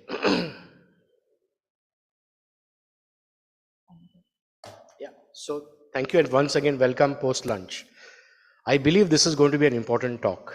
So keep your eyes and your mind open, because interpreting oscillometry reports is not mentioned anywhere very easily in any book.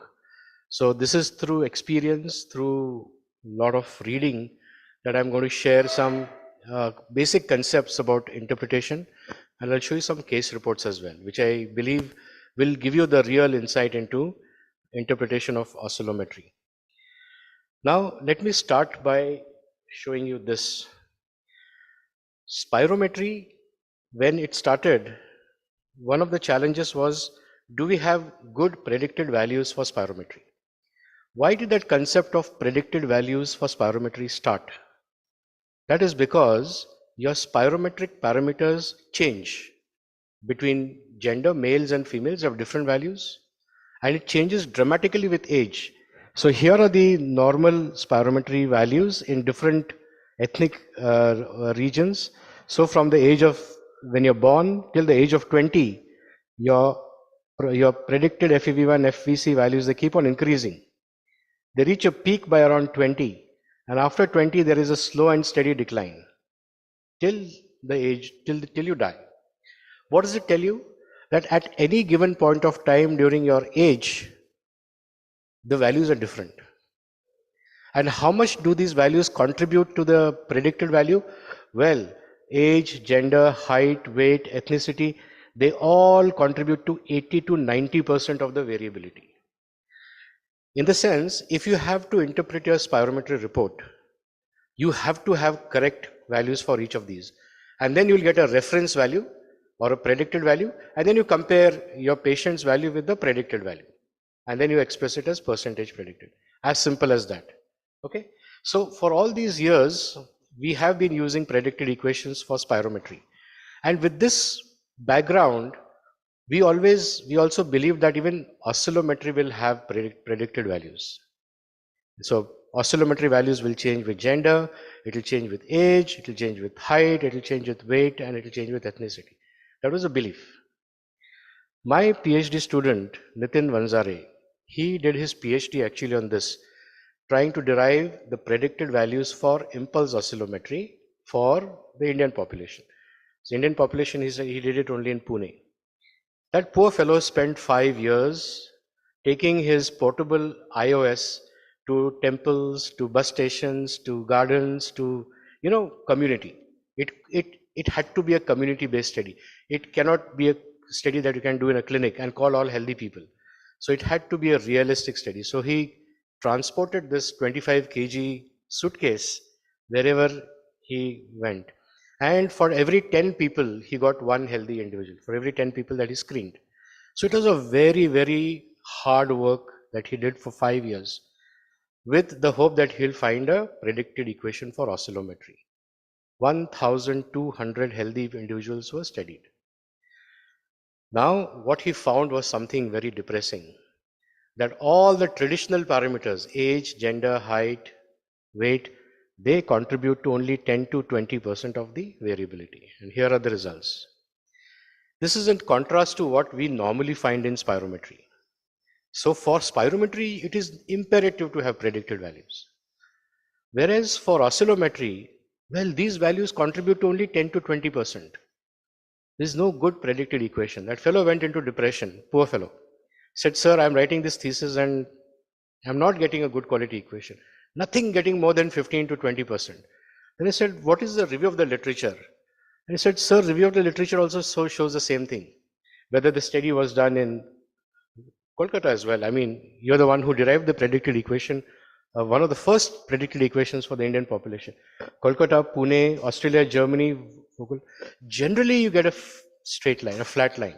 There's no nice slope line to show that there is a good variability with all these parameters. Now, how do you then take the field forward? No good quality predicted equation. How do you interpret oscillometry?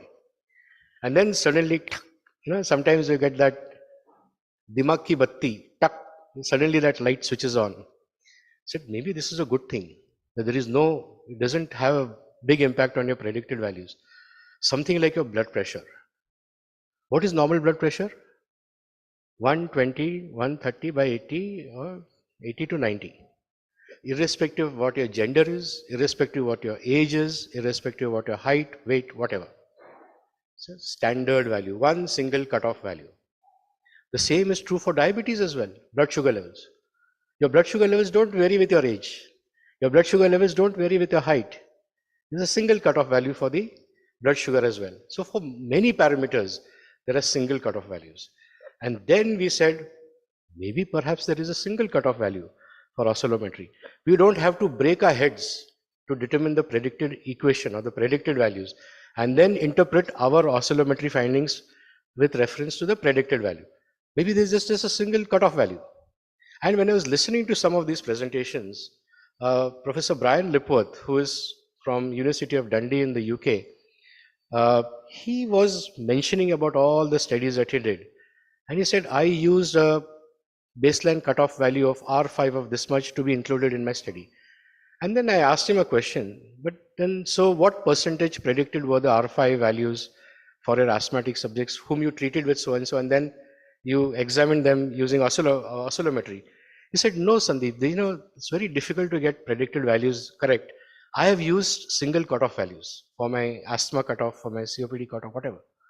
And then that actually struck me. So what I feel now, Dr. Moitra, this is, sharing it for the first time. Perhaps we don't need predicted equations for the oscillometry. We do. I'll tell you where we require it. But for an adult population, I believe there is a single cutoff value. And this is a preliminary report of, say, close to 100 patients of asthma, COPD, and healthy individuals that we ran through the ARISE network. We have a network of doctors across the country from where we collect all this information and make meaningful interpretation. So you can see that healthy asthma, COPD, we're getting very good signals in the sense there are nice cutoff values. Healthy is below this, asthma is above that, and so on. So based on that, we are just presenting this abstract at the forthcoming NAPCON to be held in November. And we believe that single cutoff values for oscillometry parameters are good enough. They give you reasonable sensitivity, reasonable specificity, and area under the curve. Some of the areas under the curves are pretty decent over here. So I think that was the first realization. This is not in the books yet, but this is through experience. So to interpret oscillometry, you don't need predicted equations. Let's start with that. Nitin also did a very preliminary analysis of healthy versus COPD. He had a database of all the patients that he was doing at CRF, and he said, "Sir, let me check if I'm getting a signal between healthy and COPD." And then again, you can see the area under the curve, and the AUCs are pretty strong, pretty robust. Very nice demarcation between healthy and COPD. So that is the realization. Now, with this background and some of the cutoff values that I have read from the literature, some of the cutoff values that we have obtained from the ARISE network, I believe this is an important slide for you all. These are, I believe, let's call them as tentative cutoff values for all oscillometry indices, whichever machine you're using. So R5, R20, R5 minus R20, 4, 3, 1. Just remember that.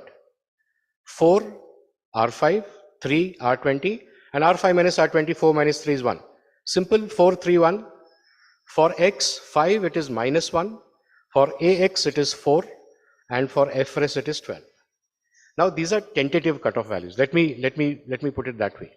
As more and more knowledge keeps on accumulating, as we keep on getting more and more data, I think these values will get on fine-tuned. But by and large, this is okay. Now, there are two units that are used in oscillometry parameters. Centimeters water per liter per second. So centimeters water is the pressure, and liters per second is the flow.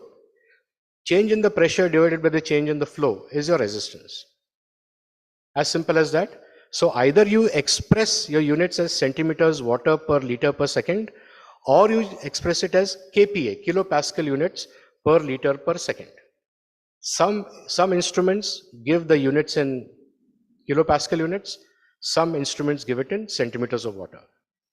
For all practical purposes and for the simplicity of the brain, centimeters of water, I think, is a easier parameter to get used to. So if you have kilopascal units in your machine, there's a very simple conversion factor for that, 10.197. You multiply the kPa by 10.197, you'll get centimeters of water. And then the 431 minus 4, 412 will hold true because these are in centimeters of water. So let us use this as a reference point for our interpretation, single cutoff values. Okay. Now, what I have been showing you over here is essentially only for the adult population, above the age of 18. Below the age of 18, it's a different ball game. Why is it a different ball game? Here is the answer. Look at the R5 values. So what is the R5 value that I said for an adult person is 4. 4 centimeters of water per liter per second, 4. For a child who is 3 years old, the now measured value is around 12. As the child grows to become an adult, it reduces from 12 to 10 to 7 to 4, till it comes to adulthood. So the R5 values, they reduce as the age increases in the pediatric population.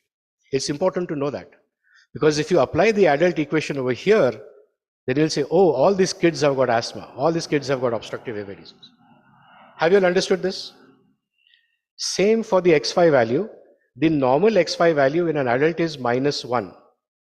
So somebody who is 3 years old, a child who is 3 years old, the normal value for them is -5, and it keeps on getting less and less negative till you come to -1. And the same thing for resonant frequency. Very interesting. So for a child who is 3 years old, the resonant frequency is up to 30. And then as the age increases to adulthood, it comes to around 12 to 14. So that is normal resonant frequency for children. Now, why am I saying this over here? If you plan to do oscillometry in children less than 5 years of age, they have high resonant frequency, which is normal. So it's important to ensure that your device has got that breadth of doing frequencies. Some devices will stop only at 20. Then you'll not get the values for children. You need to increase the frequency to 25, even perhaps even 30. So that's the learning from these slides. So by and large, if you look at the resistance, whether it be 5 Hertz or 20 Hertz, up to the adolescent age, the resistance values decrease. And after that, it's a straight line. So irrespective of what your age is, doesn't make much difference. Same for the reactance values. Early childhood, it is more negative. As you become an adult, up to the adolescence, the XY becomes more and more towards positive, and then you get a flat line. Have you understood this? Because this is the fundamental essence of interpretation. Without this, you will not be able to understand what it all means. So do other parameters not make any difference at all? What about weight? We know that weight is an important contributing factor because it shrinks the lung. In a way, it makes it a little more restrictive. So you get more small airways obstruction in obese individuals. So does that mean that oscillometry does not have any impact on weight? Well, it does. And there are some good studies more recently, as you can see here, 2015, 2018, that in normal individuals versus obese individuals. And this is effect of body weight on distal airway function and airway inflammation. You can see that obese individuals have got higher R5 values. Obese individuals have got higher R20 values. The X5 values, they don't change much. There's no significance over here. But the X20 values are significantly reduced in obese individuals. So this is the summary. There are several papers that seem to suggest this. So if you're doing oscillometry in a child and the child is obese, keep this at the back of your mind. Because an obese child by default will have these biased parameters. So what is oscillometry all about? You remember the flow volume curve in spirometry? Remember the volume time graph in spirometry? What is the equivalent of that in oscillometry? Here it is. Let me take you through this step by step. Here is the zero line. Okay, anything above that is positive, and everything that is resistance, respiratory resistance, is all positive. So respiratory resistance is on the higher side of the zero. Resistance is measured in centimeters water per liter per second. Below the zero line is your reactance value. Anything that is minus to start with at low frequencies is going to be your reactance. As your frequency increases, 5, 10, 15, 20, as your frequency increases, see what happens to the reactance line. The reactance line goes from negative to 0 to positive. Whereas the resistance line, whether it has 5 Hertz, 10 Hertz, 15 Hertz, 20 Hertz, it still remains a straight line. What is the message? In a normal, healthy individual, resistance is frequency independent. Doesn't care what the frequency is. It shows you the same value. R5 value must be the same as R20 value in a normal, healthy individual. Whereas reactance, it has got a negative component and then it has got a positive component. The negative component, which is the capacitance portion of it, is the one that is negative. So negative is the capacitance, and the positive portion above the zero is your inertance. So reactance, as I said, is made up of two components. Reactance is made up of two components, capacitance and inertance. Capacitance is the negative component, inertance is the positive component. The point at which the reactance line crosses the zero line, this point, this frequency at which it crosses, is called as the resonant frequency or FRES. Okay, it's called FRES or resonant frequency. Have you understood this? So what are the parameters that we evaluate in an oscillometry? From the resistance point of view, we have R5, we have R20, and then we have R5 minus R20. Simple. From the reactance point of view, we have X5, we have X20. By and large, we don't use X20 much. The only parameter we use is X5. And the area, the triangular area from 5 Hertz frequency to the resonant frequency, this area is called as the area of reactance, called as the Goldman's triangle. And as Dr. Moitra said in the earlier session, most sensitive parameter for lung health, area of reactance. Area of reactance is critically dependent on what your X5 value is and what your resonant frequency is. So it depends on two parameters. That gives you the X5 value. So again, just to summarize, I hope you all are understanding, you're following whatever I'm saying. Resistance parameters, resonant frequency, reactance parameters. These are the traditional parameters that we see in an oscillometric report. However, there are additional parameters which I've started believing and understanding are equally important. What are these? The reactance at 5 Hertz during the inspiratory portion, reactance of 5 Hertz during the expiratory portion. X5 inspiratory, X5 expiratory. During your normal tidal breathing, you have inhalation, exhalation, inhalation, exhalation. During the inhalation, what was the reactance at 5 Hertz? During the exhalation, what was the reactance at 5 Hertz? I'll tell you the value of this. So X5 inspiratory, X5 expiratory. And then usually most of the instruments, they give you delta X5. What is delta X5? Inspiratory minus expiratory. They don't tell you the inspiratory value separately. They don't tell you the expiratory value separately. They just do the inspiratory minus expiratory, delta value, delta X5. Similarly, you can have X5 end of inspiratory, X5 end of expiratory. And also area of reactance, inspiratory, area of reactance, expiratory. But by and large, these are the parameters that you should be aware of. Does anybody need more clarification on this? I hope it's clear. Okay, can I take this forward? Okay, here it is. Pre and post bronchodilator. Can you see this blue dotted line? This is what a normal healthy individual's value should be. This dotted green line is the normal reactance of a healthy individual. This is the value of a patient pre-bronchodilator. This is post-bronchodilator. This is pre-bronchodilator area of reactance, sorry, X5 and the X20, and this dotted line is post-bronchodilator. Now let us try to interpret this. In this individual, what has happened to the R5 value compared to that of a normal healthy individual? What has happened? So overall resistance in the airways has increased, correct? What has happened to the R20 value compared to that of a normal healthy individual? What has happened to R20? Also increased. R5 is also increased, R20 is also increased. And R5 minus R20 is also, there's a nice big delta over here, isn't it? So R5 is increased, R20 is increased, R5 minus R20 is increased. The moment that happens, this is indicative of asthma. Okay? In an asthmatic individual, you get resistance increase in the small airways, you get resistance increase in the large and the medium sized airways also.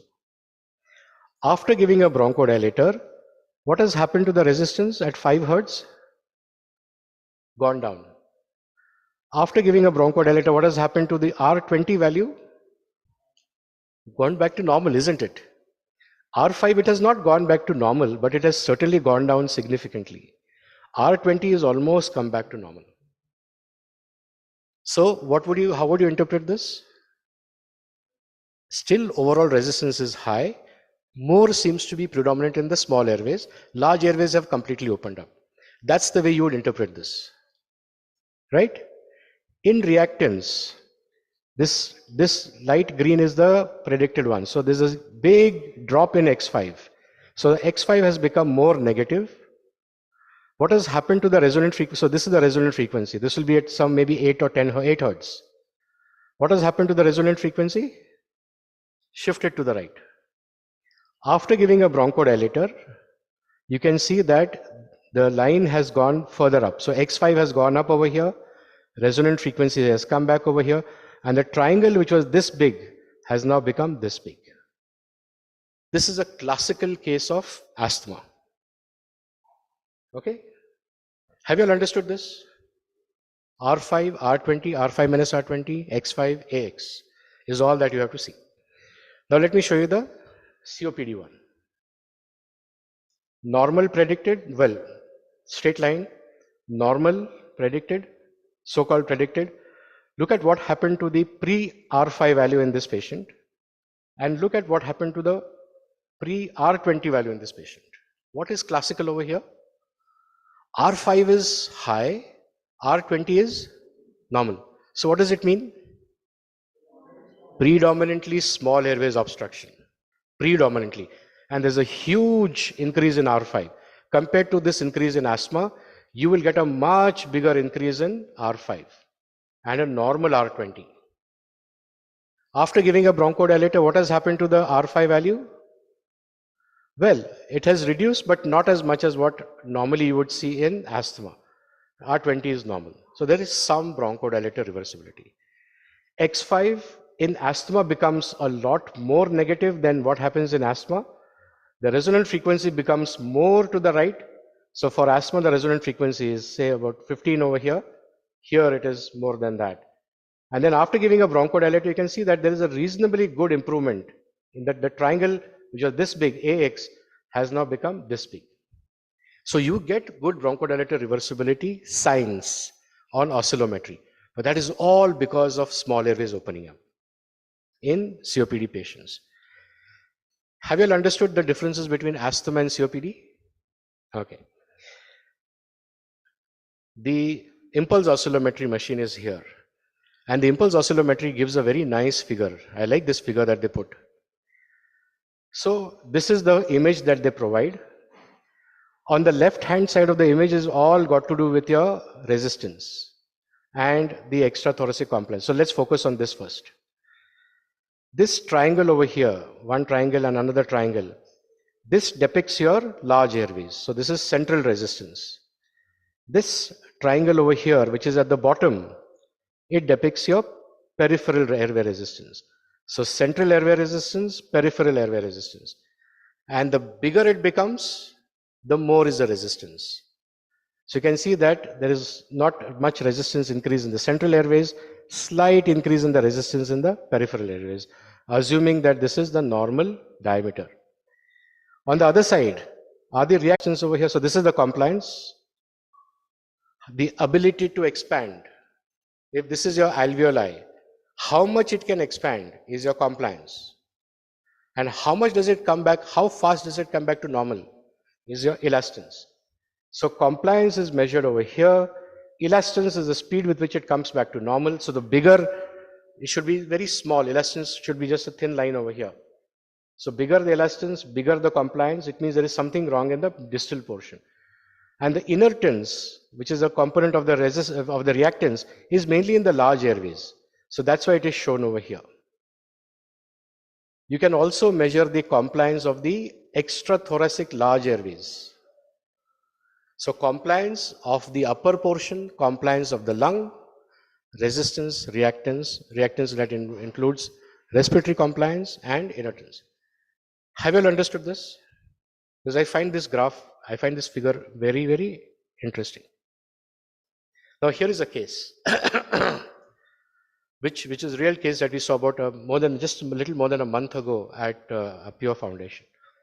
A 56-year-old male, she works in a school as an administrator, came to us because she had once come to Chest Research Foundation and thought that there are good doctors over here. She had asthma for many, many years, known asthmatic for about 20 years. But for the last 6 months, her asthma has been really getting bad. And she has needed to be on oral corticosteroids, 60 milligrams of prednisolone. And the moment you start bringing it down, her symptoms again start reappearing. So it has been a real challenge for her to get weaned off from oral corticosteroids. Now she went to a doctor who said, your Ig levels are high, asthma is not responding to your routine medication. I suggest that you start this injection called benralizumab. And so she was a little worried that, I have to take an injection worth 5 or 6 lakh rupees. Is it really worth it? I mean, am I so bad that I need to take an injection of this expense? So she came to us for an opinion. Now we did spirometry first. You can see the change in the FEV1, 18% 270 ml. Well, reasonably good bronchodilator reversibility, isn't it? There's also some change in FVC, 10% 230 ml. The ratio was obviously showing obstructive airway disease, and she had significant, small airways obstruction as well. Now, this is the information that the spirometry provided to us. And then we said, why don't we do oscillometry? So we did impulse oscillometry in this patient. Now, this is the predicted resistance. So this is only the resistance portion. It gives you the resistance and the reactance in 2 separate graphs. So this is the normal resistance pattern, pre-bronchodilator and post-bronchodilator. What information is this giving us? 200 micrograms of salbutamol is producing a huge bronchodilator response, I thought. Look at the resistance at 5 Hertz. So this is kPa, this is about 0.9. So it's 9 centimeters of water. What is the normal range? 4. This is double of that. So the resistance is hugely increased at R5.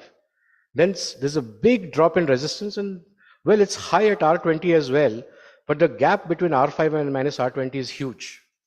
So what is it telling me? She's got very, very high resistance in the small airways. When we looked at the reactance value, look at her reactance. What should be the normal reactance value? -1. Her value is more than -5. 5 times her reactance values have increased. Look at this, and the resonant frequency is close to 35. After giving us bronchodilator, it came down to -2. So 2 is -2, and as a resonant frequency came back to almost 18. Now what this information gave me was, here, just 2 puffs of salbutamol can produce such wonderful effects. I don't think you should take benralizumab. What drug do you use? So she said, I use a Pulmocon device. Can you show us how to use it? And there's a fundamental error in the way she was using the dry powder inhaler. Now look at how the doctor who was treating her did not even check that. He just realized that she's a known chronic asthmatic or needs oral corticosteroids, and she needs to be put on benralizumab. These are the values. So I have converted all this to centimeters of water for simplification. And so from R5 has gone from 9 to 4.7. So here is my secret formula over here. 431 minus 1, 412. So R20, 3.97, come back to 3.26, not very far from normal, isn't it? R5 minus R20 is very high. It should be 1, it's 5. And after giving a bronchodilator, almost come back to normal. Look at the percentage change that this lady has had. -5 to -2.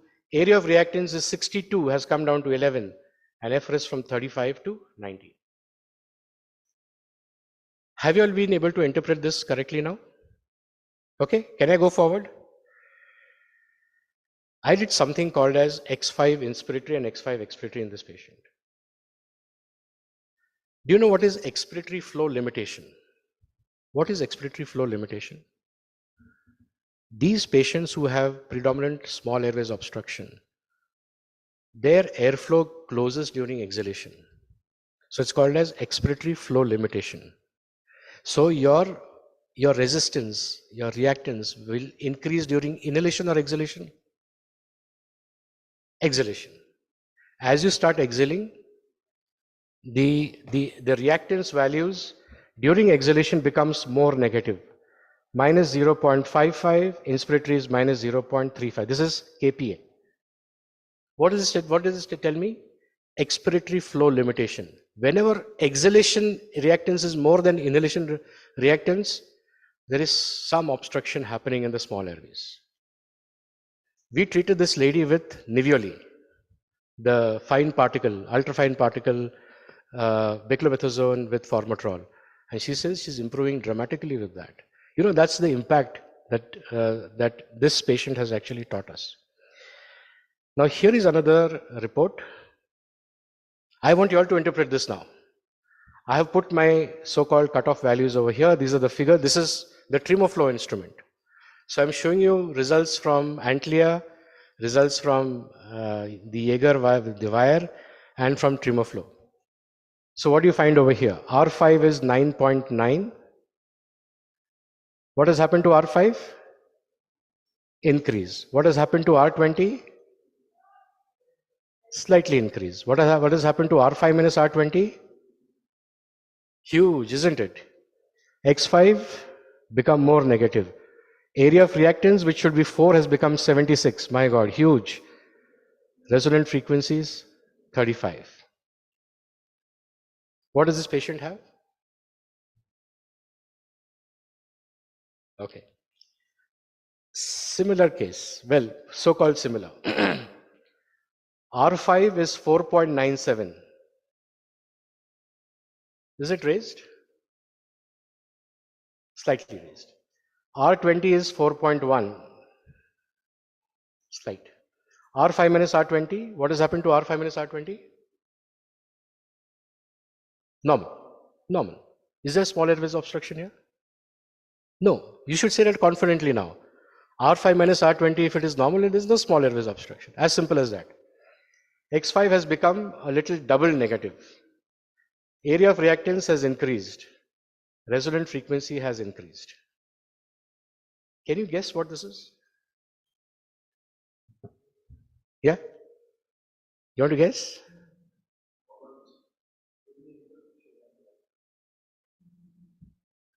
Now I'm showing you something very important. X5 inspiratory minus 4.8, X5 expiratory minus 6.5. What does this confirm? So what is it? So it confirms the diagnosis of COPD. X5 inspiratory is minus 3.3, X5 expiratory is minus 1.28. This is? No, this is X5. So there is greater reactance during inspiration than during expiration. So this is restrictive lung, ILD, classical case of ILD. So this X5 inspiratory and X5 expiratory, I think I've learned a lesson, gives us tremendous vital information. Okay, have you all understood this? Now this has been published in the past, but it has been published in a very different manner. So this is characteristics of inspiratory and expiratory reactants in interstitial lung disease, published way back in 2013. In a normal healthy individual, this is delta X5, inspiratory minus expiratory. So in a normal healthy individual, which reactance is higher, inspiratory or expiratory? Inspiratory is higher, slightly. In an asthma patient, there is no difference between inspiratory and expiratory. In a COPD patient, what happens? Expiratory becomes bigger. Whereas in an ILD patient, it becomes higher than normal. Have you all understood this? This has been shown for the first time in 2013. But I did not understand the value of that until I saw these cases on my own. COPD versus bronchiectasis. There's a very recent paper that seems to suggest that if you look at the expiratory, so these are the 3 bars over here, healthy bronchiectasis and COPD. This is the resistance. So they have shown whole breath, inspiratory, expiratory. Expiratory resistance. Now this is R5, not X5. Expiratory resistance is significantly increased in COPD, whereas in bronchiectasis, it's very close to normal. So this is for resistance. This is for R5. This is for R20. Again, you see a big difference over here. R5 minus R20, much bigger difference. So COPD, bronchiectasis. In bronchiectasis, you also find some increase in R5 minus R20, and so on. So as more and more knowledge starts coming in, we'll learn a lot more. The interpretation of oscillometry is still evolving. What I've shown you is something that has evolved with time. There is no fixed textbook thing for that. Post TB lung fibrosis. Can somebody interpret this for me now?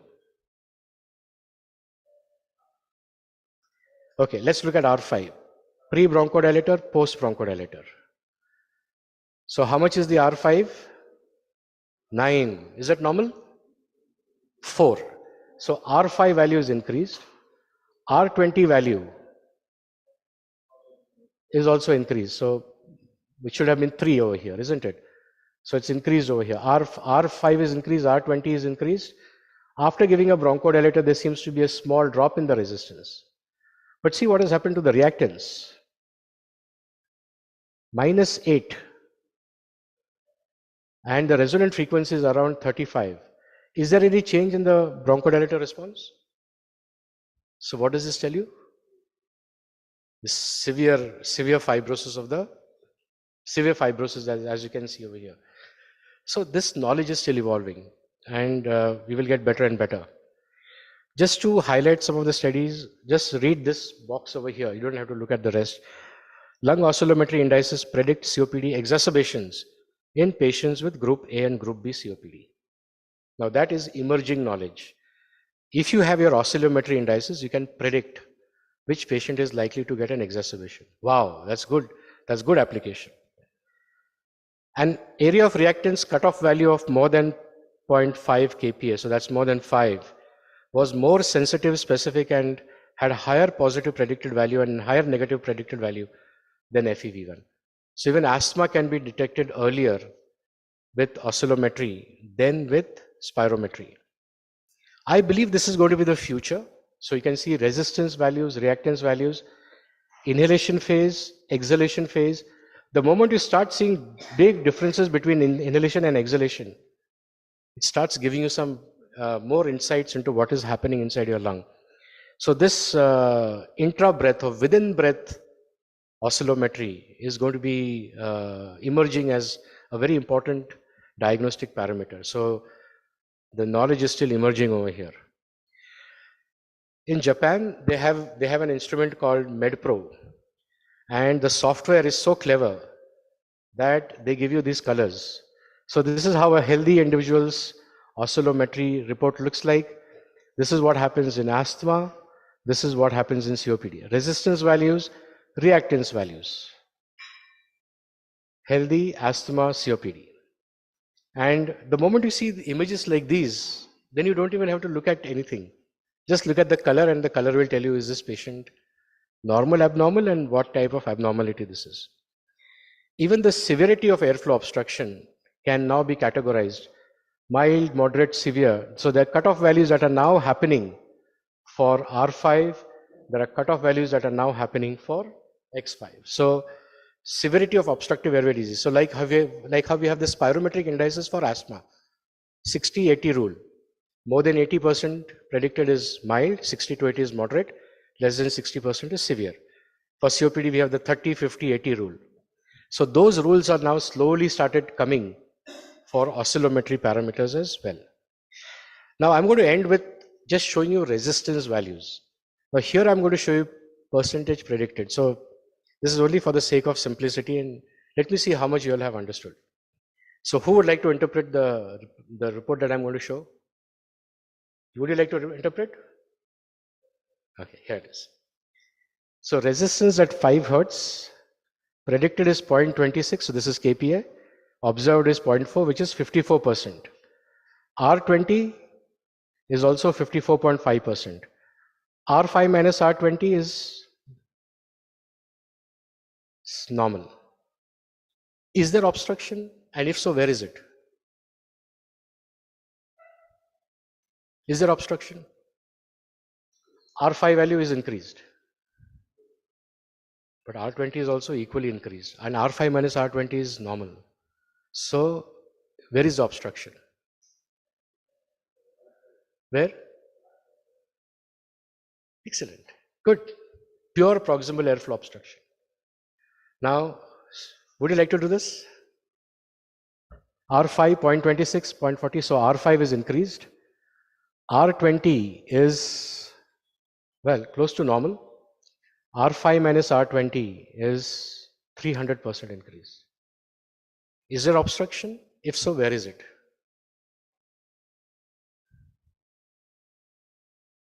Is there obstruction? Yes. Excellent. Pure small airways obstruction. Okay. So, one more. Would you like to do this, sir? Please. R5, 130% increase. R20, 81% increase. So, 0.22 ka 0.40. And R5 minus R20 is 500% increased. Is there obstruction? Where is it? Huh? Excellent. Well done. Good. I'm going to stop over here.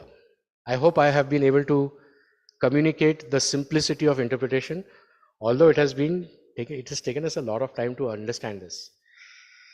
Interpretation of lung oscillometry and the secrets it is deciphering is still evolving and will get sharper and sharper as we get more and more data.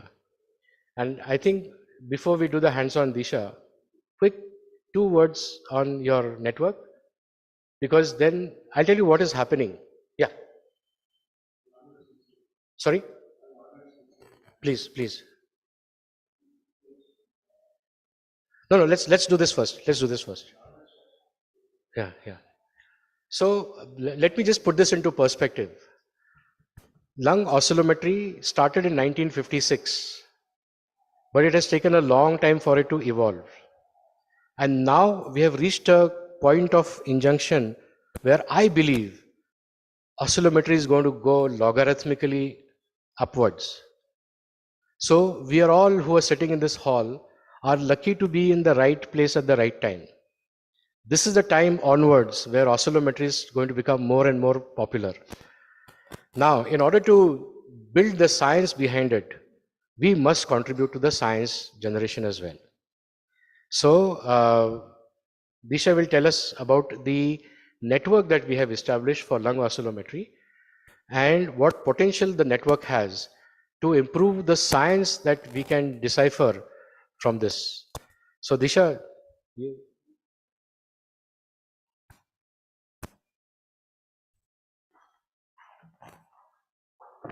Thank you so much, sir, and thank you all of you all for your very kind attention. I'll quickly describe to you all what we are doing at our chest research and training in Pune. So we've set up this network called the International Network for Lung Oscillometry Research. It is one of the first network, I must say, in the world who is very specifically doing research related to lung oscillometry. As of now, so it's just 1 year old. And we have more than 30 doctors who are now registered and are a part of this network. We have Parthasati sir as well as Moitra sir also, who are a part of this network and contributing very actively. So we answer research questions related to lung oscillometry through this particular network. We also have our first abstract going for the NAPCON this year. So just in case any one of you all who are very passionate about research have access to the lung oscillometry device, I urge you all to please get in touch with me maybe after this workshop is over and we can talk over it. You all can be a part of this network, contribute and help. The first study that we are doing is deriving the cutoff values for the Indian population. You all can also contribute to it and be a part of this very much needed initiative. So thank you once again. And now I would like to invite sir to take ahead. Yes, some of the case study.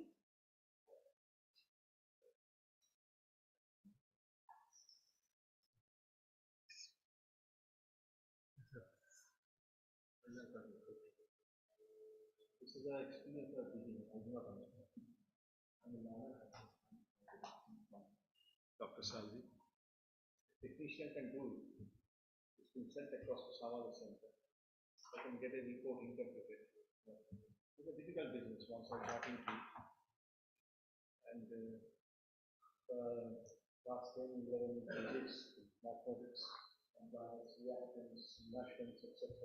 They're quite difficult for us to know at the age of 60 plus during the mathematics. So I'll be honest as a student. I'll project your my experience and ask Charlie to interpret that. Yes, both of us. Oh, yeah, both of you, and also the audience. Let me see. A40. There's A40. Yes. Yeah.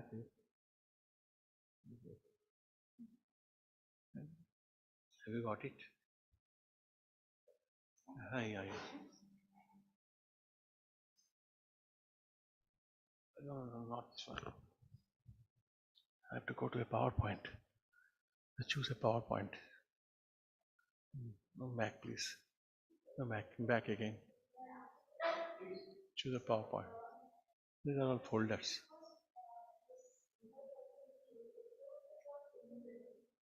Go down.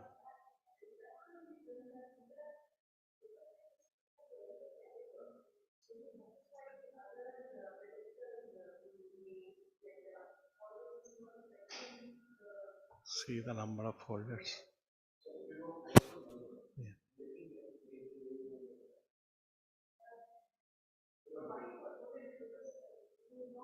No, you have to just give it to me. I'll get them in classes. Sorted by types. I'll have a PowerPoint.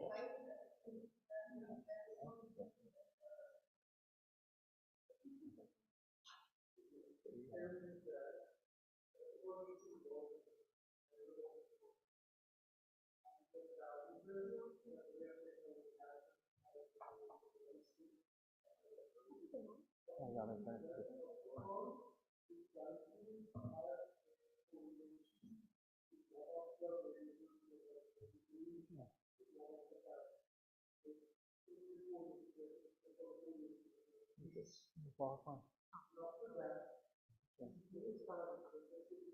Which one? Could be. Last night only, last night, yes.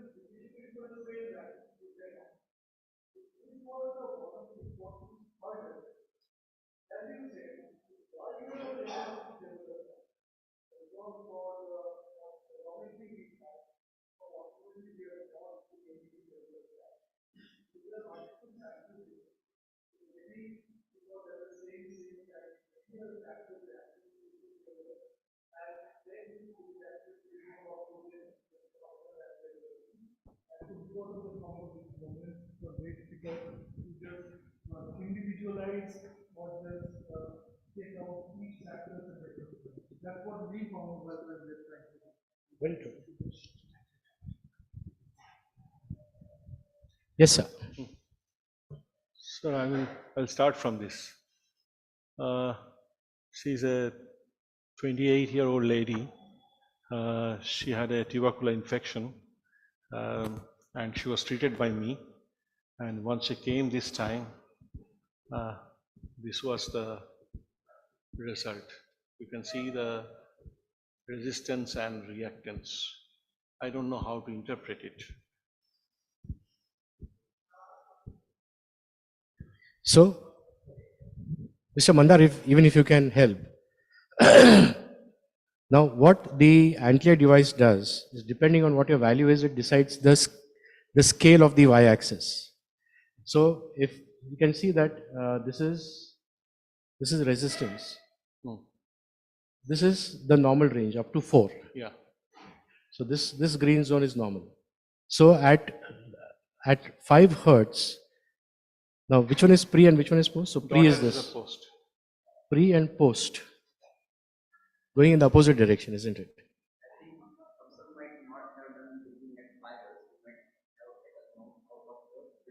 No, I repeated it twice. After this result came, I couldn't understand anything, head and tail of it. I said, okay, repeat it again. The same thing has come. So even the post has gone in the wrong direction. So pre and post. So I believe this could be because of maybe the mouthpiece is loose. Could Resistance can never go below, can never go in the negative direction. So there is something wrong. This patient has because I asked, because this patient had endobronchial tuberculosis. Oh. Yeah. Endobronchial tuberculosis. Yeah, she had a definite endobronchial narrowing in multiple places. So I do not know if you look at the picture. I would have expected the R20 to be increased. Yes. But it is R14 or R12 is increased. So is it? No, it's on the reverse way. So anyway, I do not know the explanation of it. I don't know what this means, really. Okay. Well, so we are still learning. Anyway, let me go so to the next. Maybe Disha is an expert in understanding whether the test was done Disha, correctly. can you enlighten us a little more? Okay.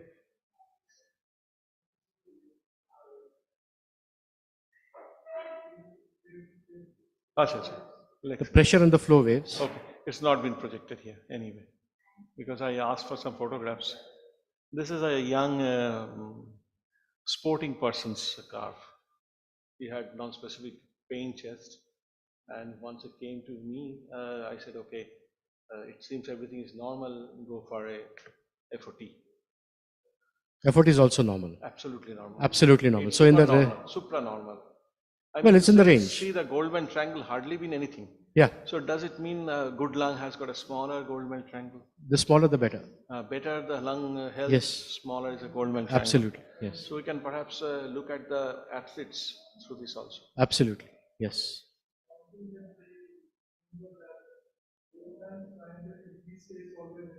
Yeah. So I projected it because he's a sportsman. So perhaps we can measure a sportsman This is perfectly lung normal. through this. Well, Oh, this is interesting. This So is- pre is the red, the plain line. Post is this. Yes. Pre and post. So this is very, very classical. Can anybody interpret this? Yes, ma'am. You want to interpret? Orange dress. Orange dress. Yes, ma'am. Come on. Get up. What has happened to R5? The plain line is the pre-bronchodilator.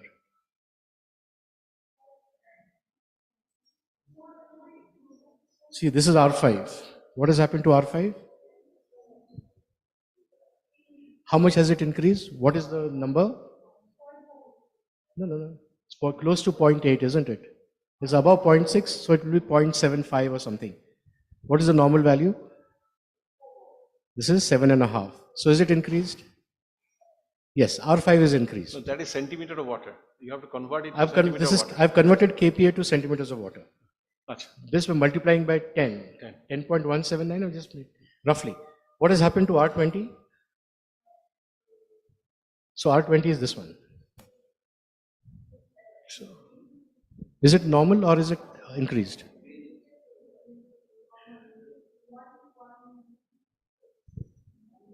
So it should be 3 is normal, right? So it's close to normal. R5 is raised, R20 is normal. R5 minus R20, my God, there's a big gap. 0.75 to 0.3, 0.4. 0.4 means huge R5 minus R20 after giving a bronchodilator. See what has happened to X5? The blue line is pre-bronchodilator, dotted line is post-bronchodilator.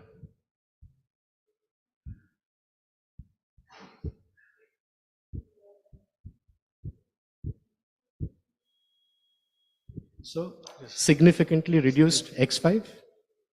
Look at the area of reactance. My God, look at that triangle, is huge triangle.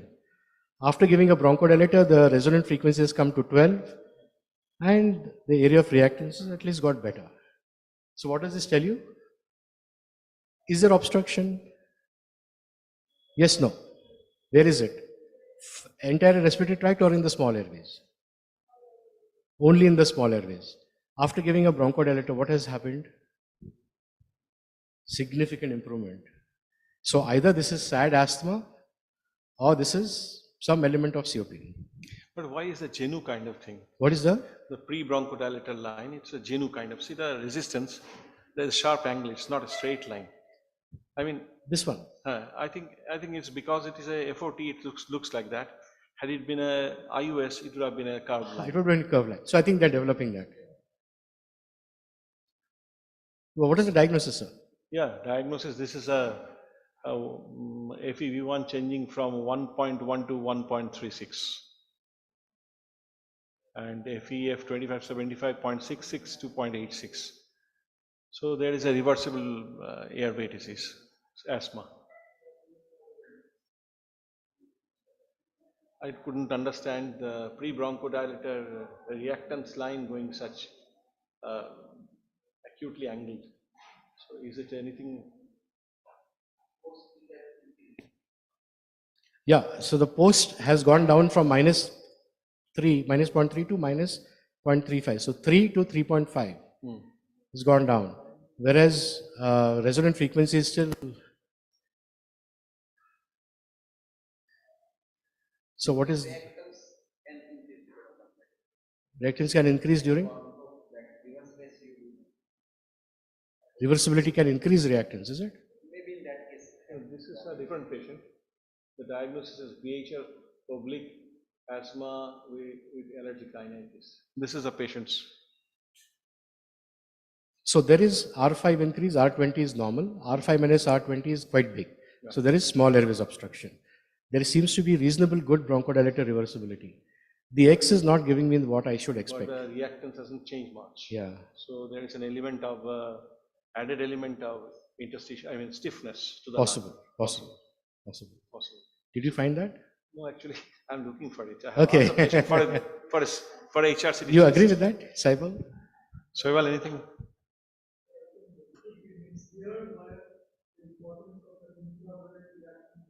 Absolutely.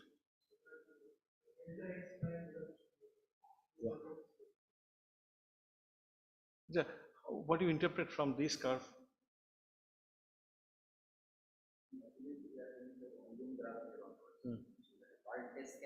Now you have given this, we are looking at the time versus pressure, and is the shape of the curve has got anything to do to understand anything? So how do you interpret this graph now? What is the graph telling us?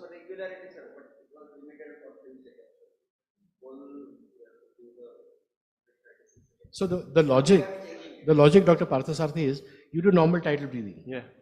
Right? You need at least 3 tidal breathings per frequency for analysis. And I think what they're trying to see is, are you having at least regular 3 waves?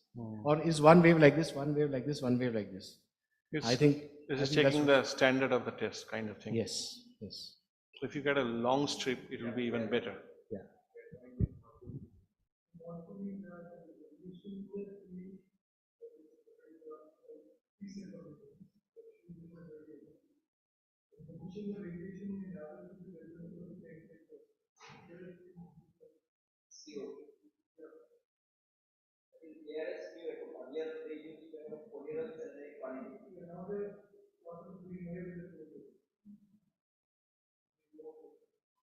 So again over here, resistance is increased at 5 Hertz, normal at 20, slightly increased, I mean just 0.4. So it's slight reversibility, more towards normals.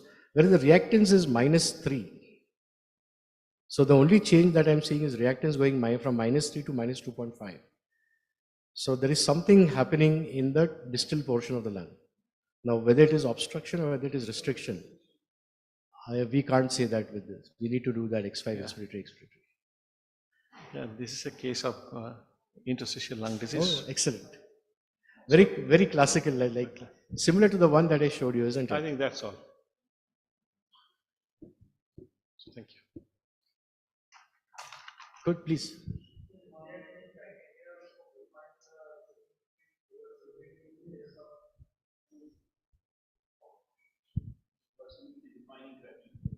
Yes, we have a reversibly defining criteria, but that's also evolving.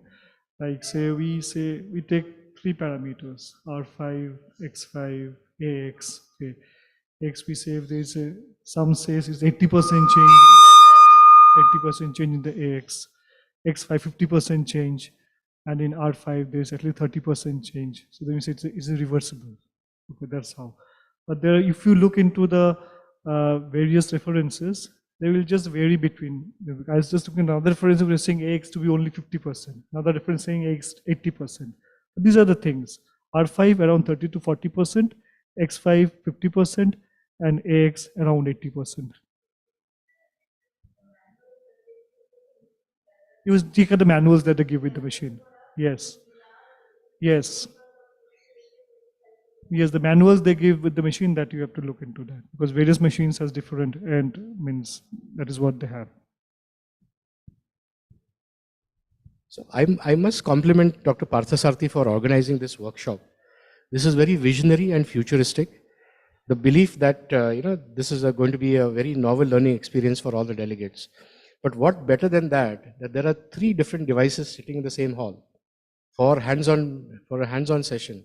I have not seen this in any meeting. So I think just shows the popularity that you have. But so we have the we have the impulse oscillometry, we have the tremor flow, and then we have the Antlia. So if you all can divide yourselves into 3 groups, make sure that you all go in equally into all these 3 places and do the test yourself and see how it feels. Sure. So any questions? Dr. Partha, any concluding remarks before we complete this? You are the authority. I think this is my small comment. I think we need a long time to learn it. I'm at the very bottom of the learning curve, which is looking very interesting day by day. Once I started looking at it, it was quite difficult, kind of jargon, but now it seems getting clearer. Good. I must thank Dr. Saibal Motra, Dr. Disha Ghorpade, and for giving such wonderful talks. All the 3 companies who have come here for the demonstration and hands-on. And finally, to each one of you all, it's so nice to see so many of you all sit in this hall right from the beginning till the end. Just goes to show that there is a lot of enthusiasm and interest in this. Yes, you want to say something? So if the test report is we are making interpretation of small airway disease, how do we differentiate it's asthma, COPD, only based? It's very difficult to differentiate between asthma and COPD. If there is only pure small airways obstruction, then you look at the whole picture. History, symptoms, clinical presentation, if required, any other diagnostic tool. FeNO, do spirometry. So I don't think we should stop doing spirometry. We should do spirometry and this as a complementary test. So look at the whole picture. And one big mistake I have done so many times in the past is just look at the report and make an interpretation. You may go wrong many times. Look at the whole picture. Look at the age, look at the gender, look at the symptoms, look at the X-ray pattern, look at everything, and then make a final diagnosis.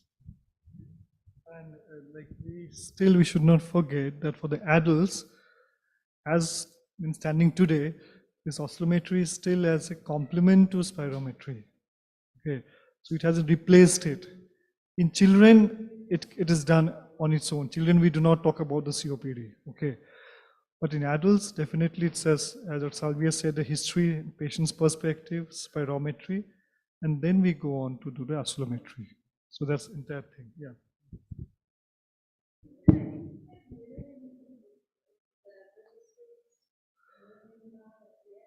No, see, there's nothing like that. Why? Because, as I've said, the resistance is always positive. Reactance is negative. It's a curve, it's a slope. And the resistance for all the normal matters, it's a straight line. So those are in a different curves. Okay. So reactance curves are different, resistance curves are different. Resistance curves move up or takes a U shape. Reactance curves moves to the right.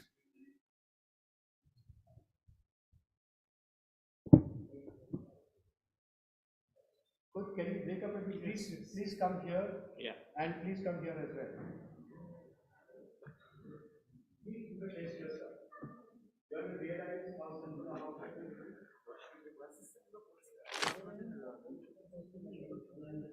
Here we was. Here we was.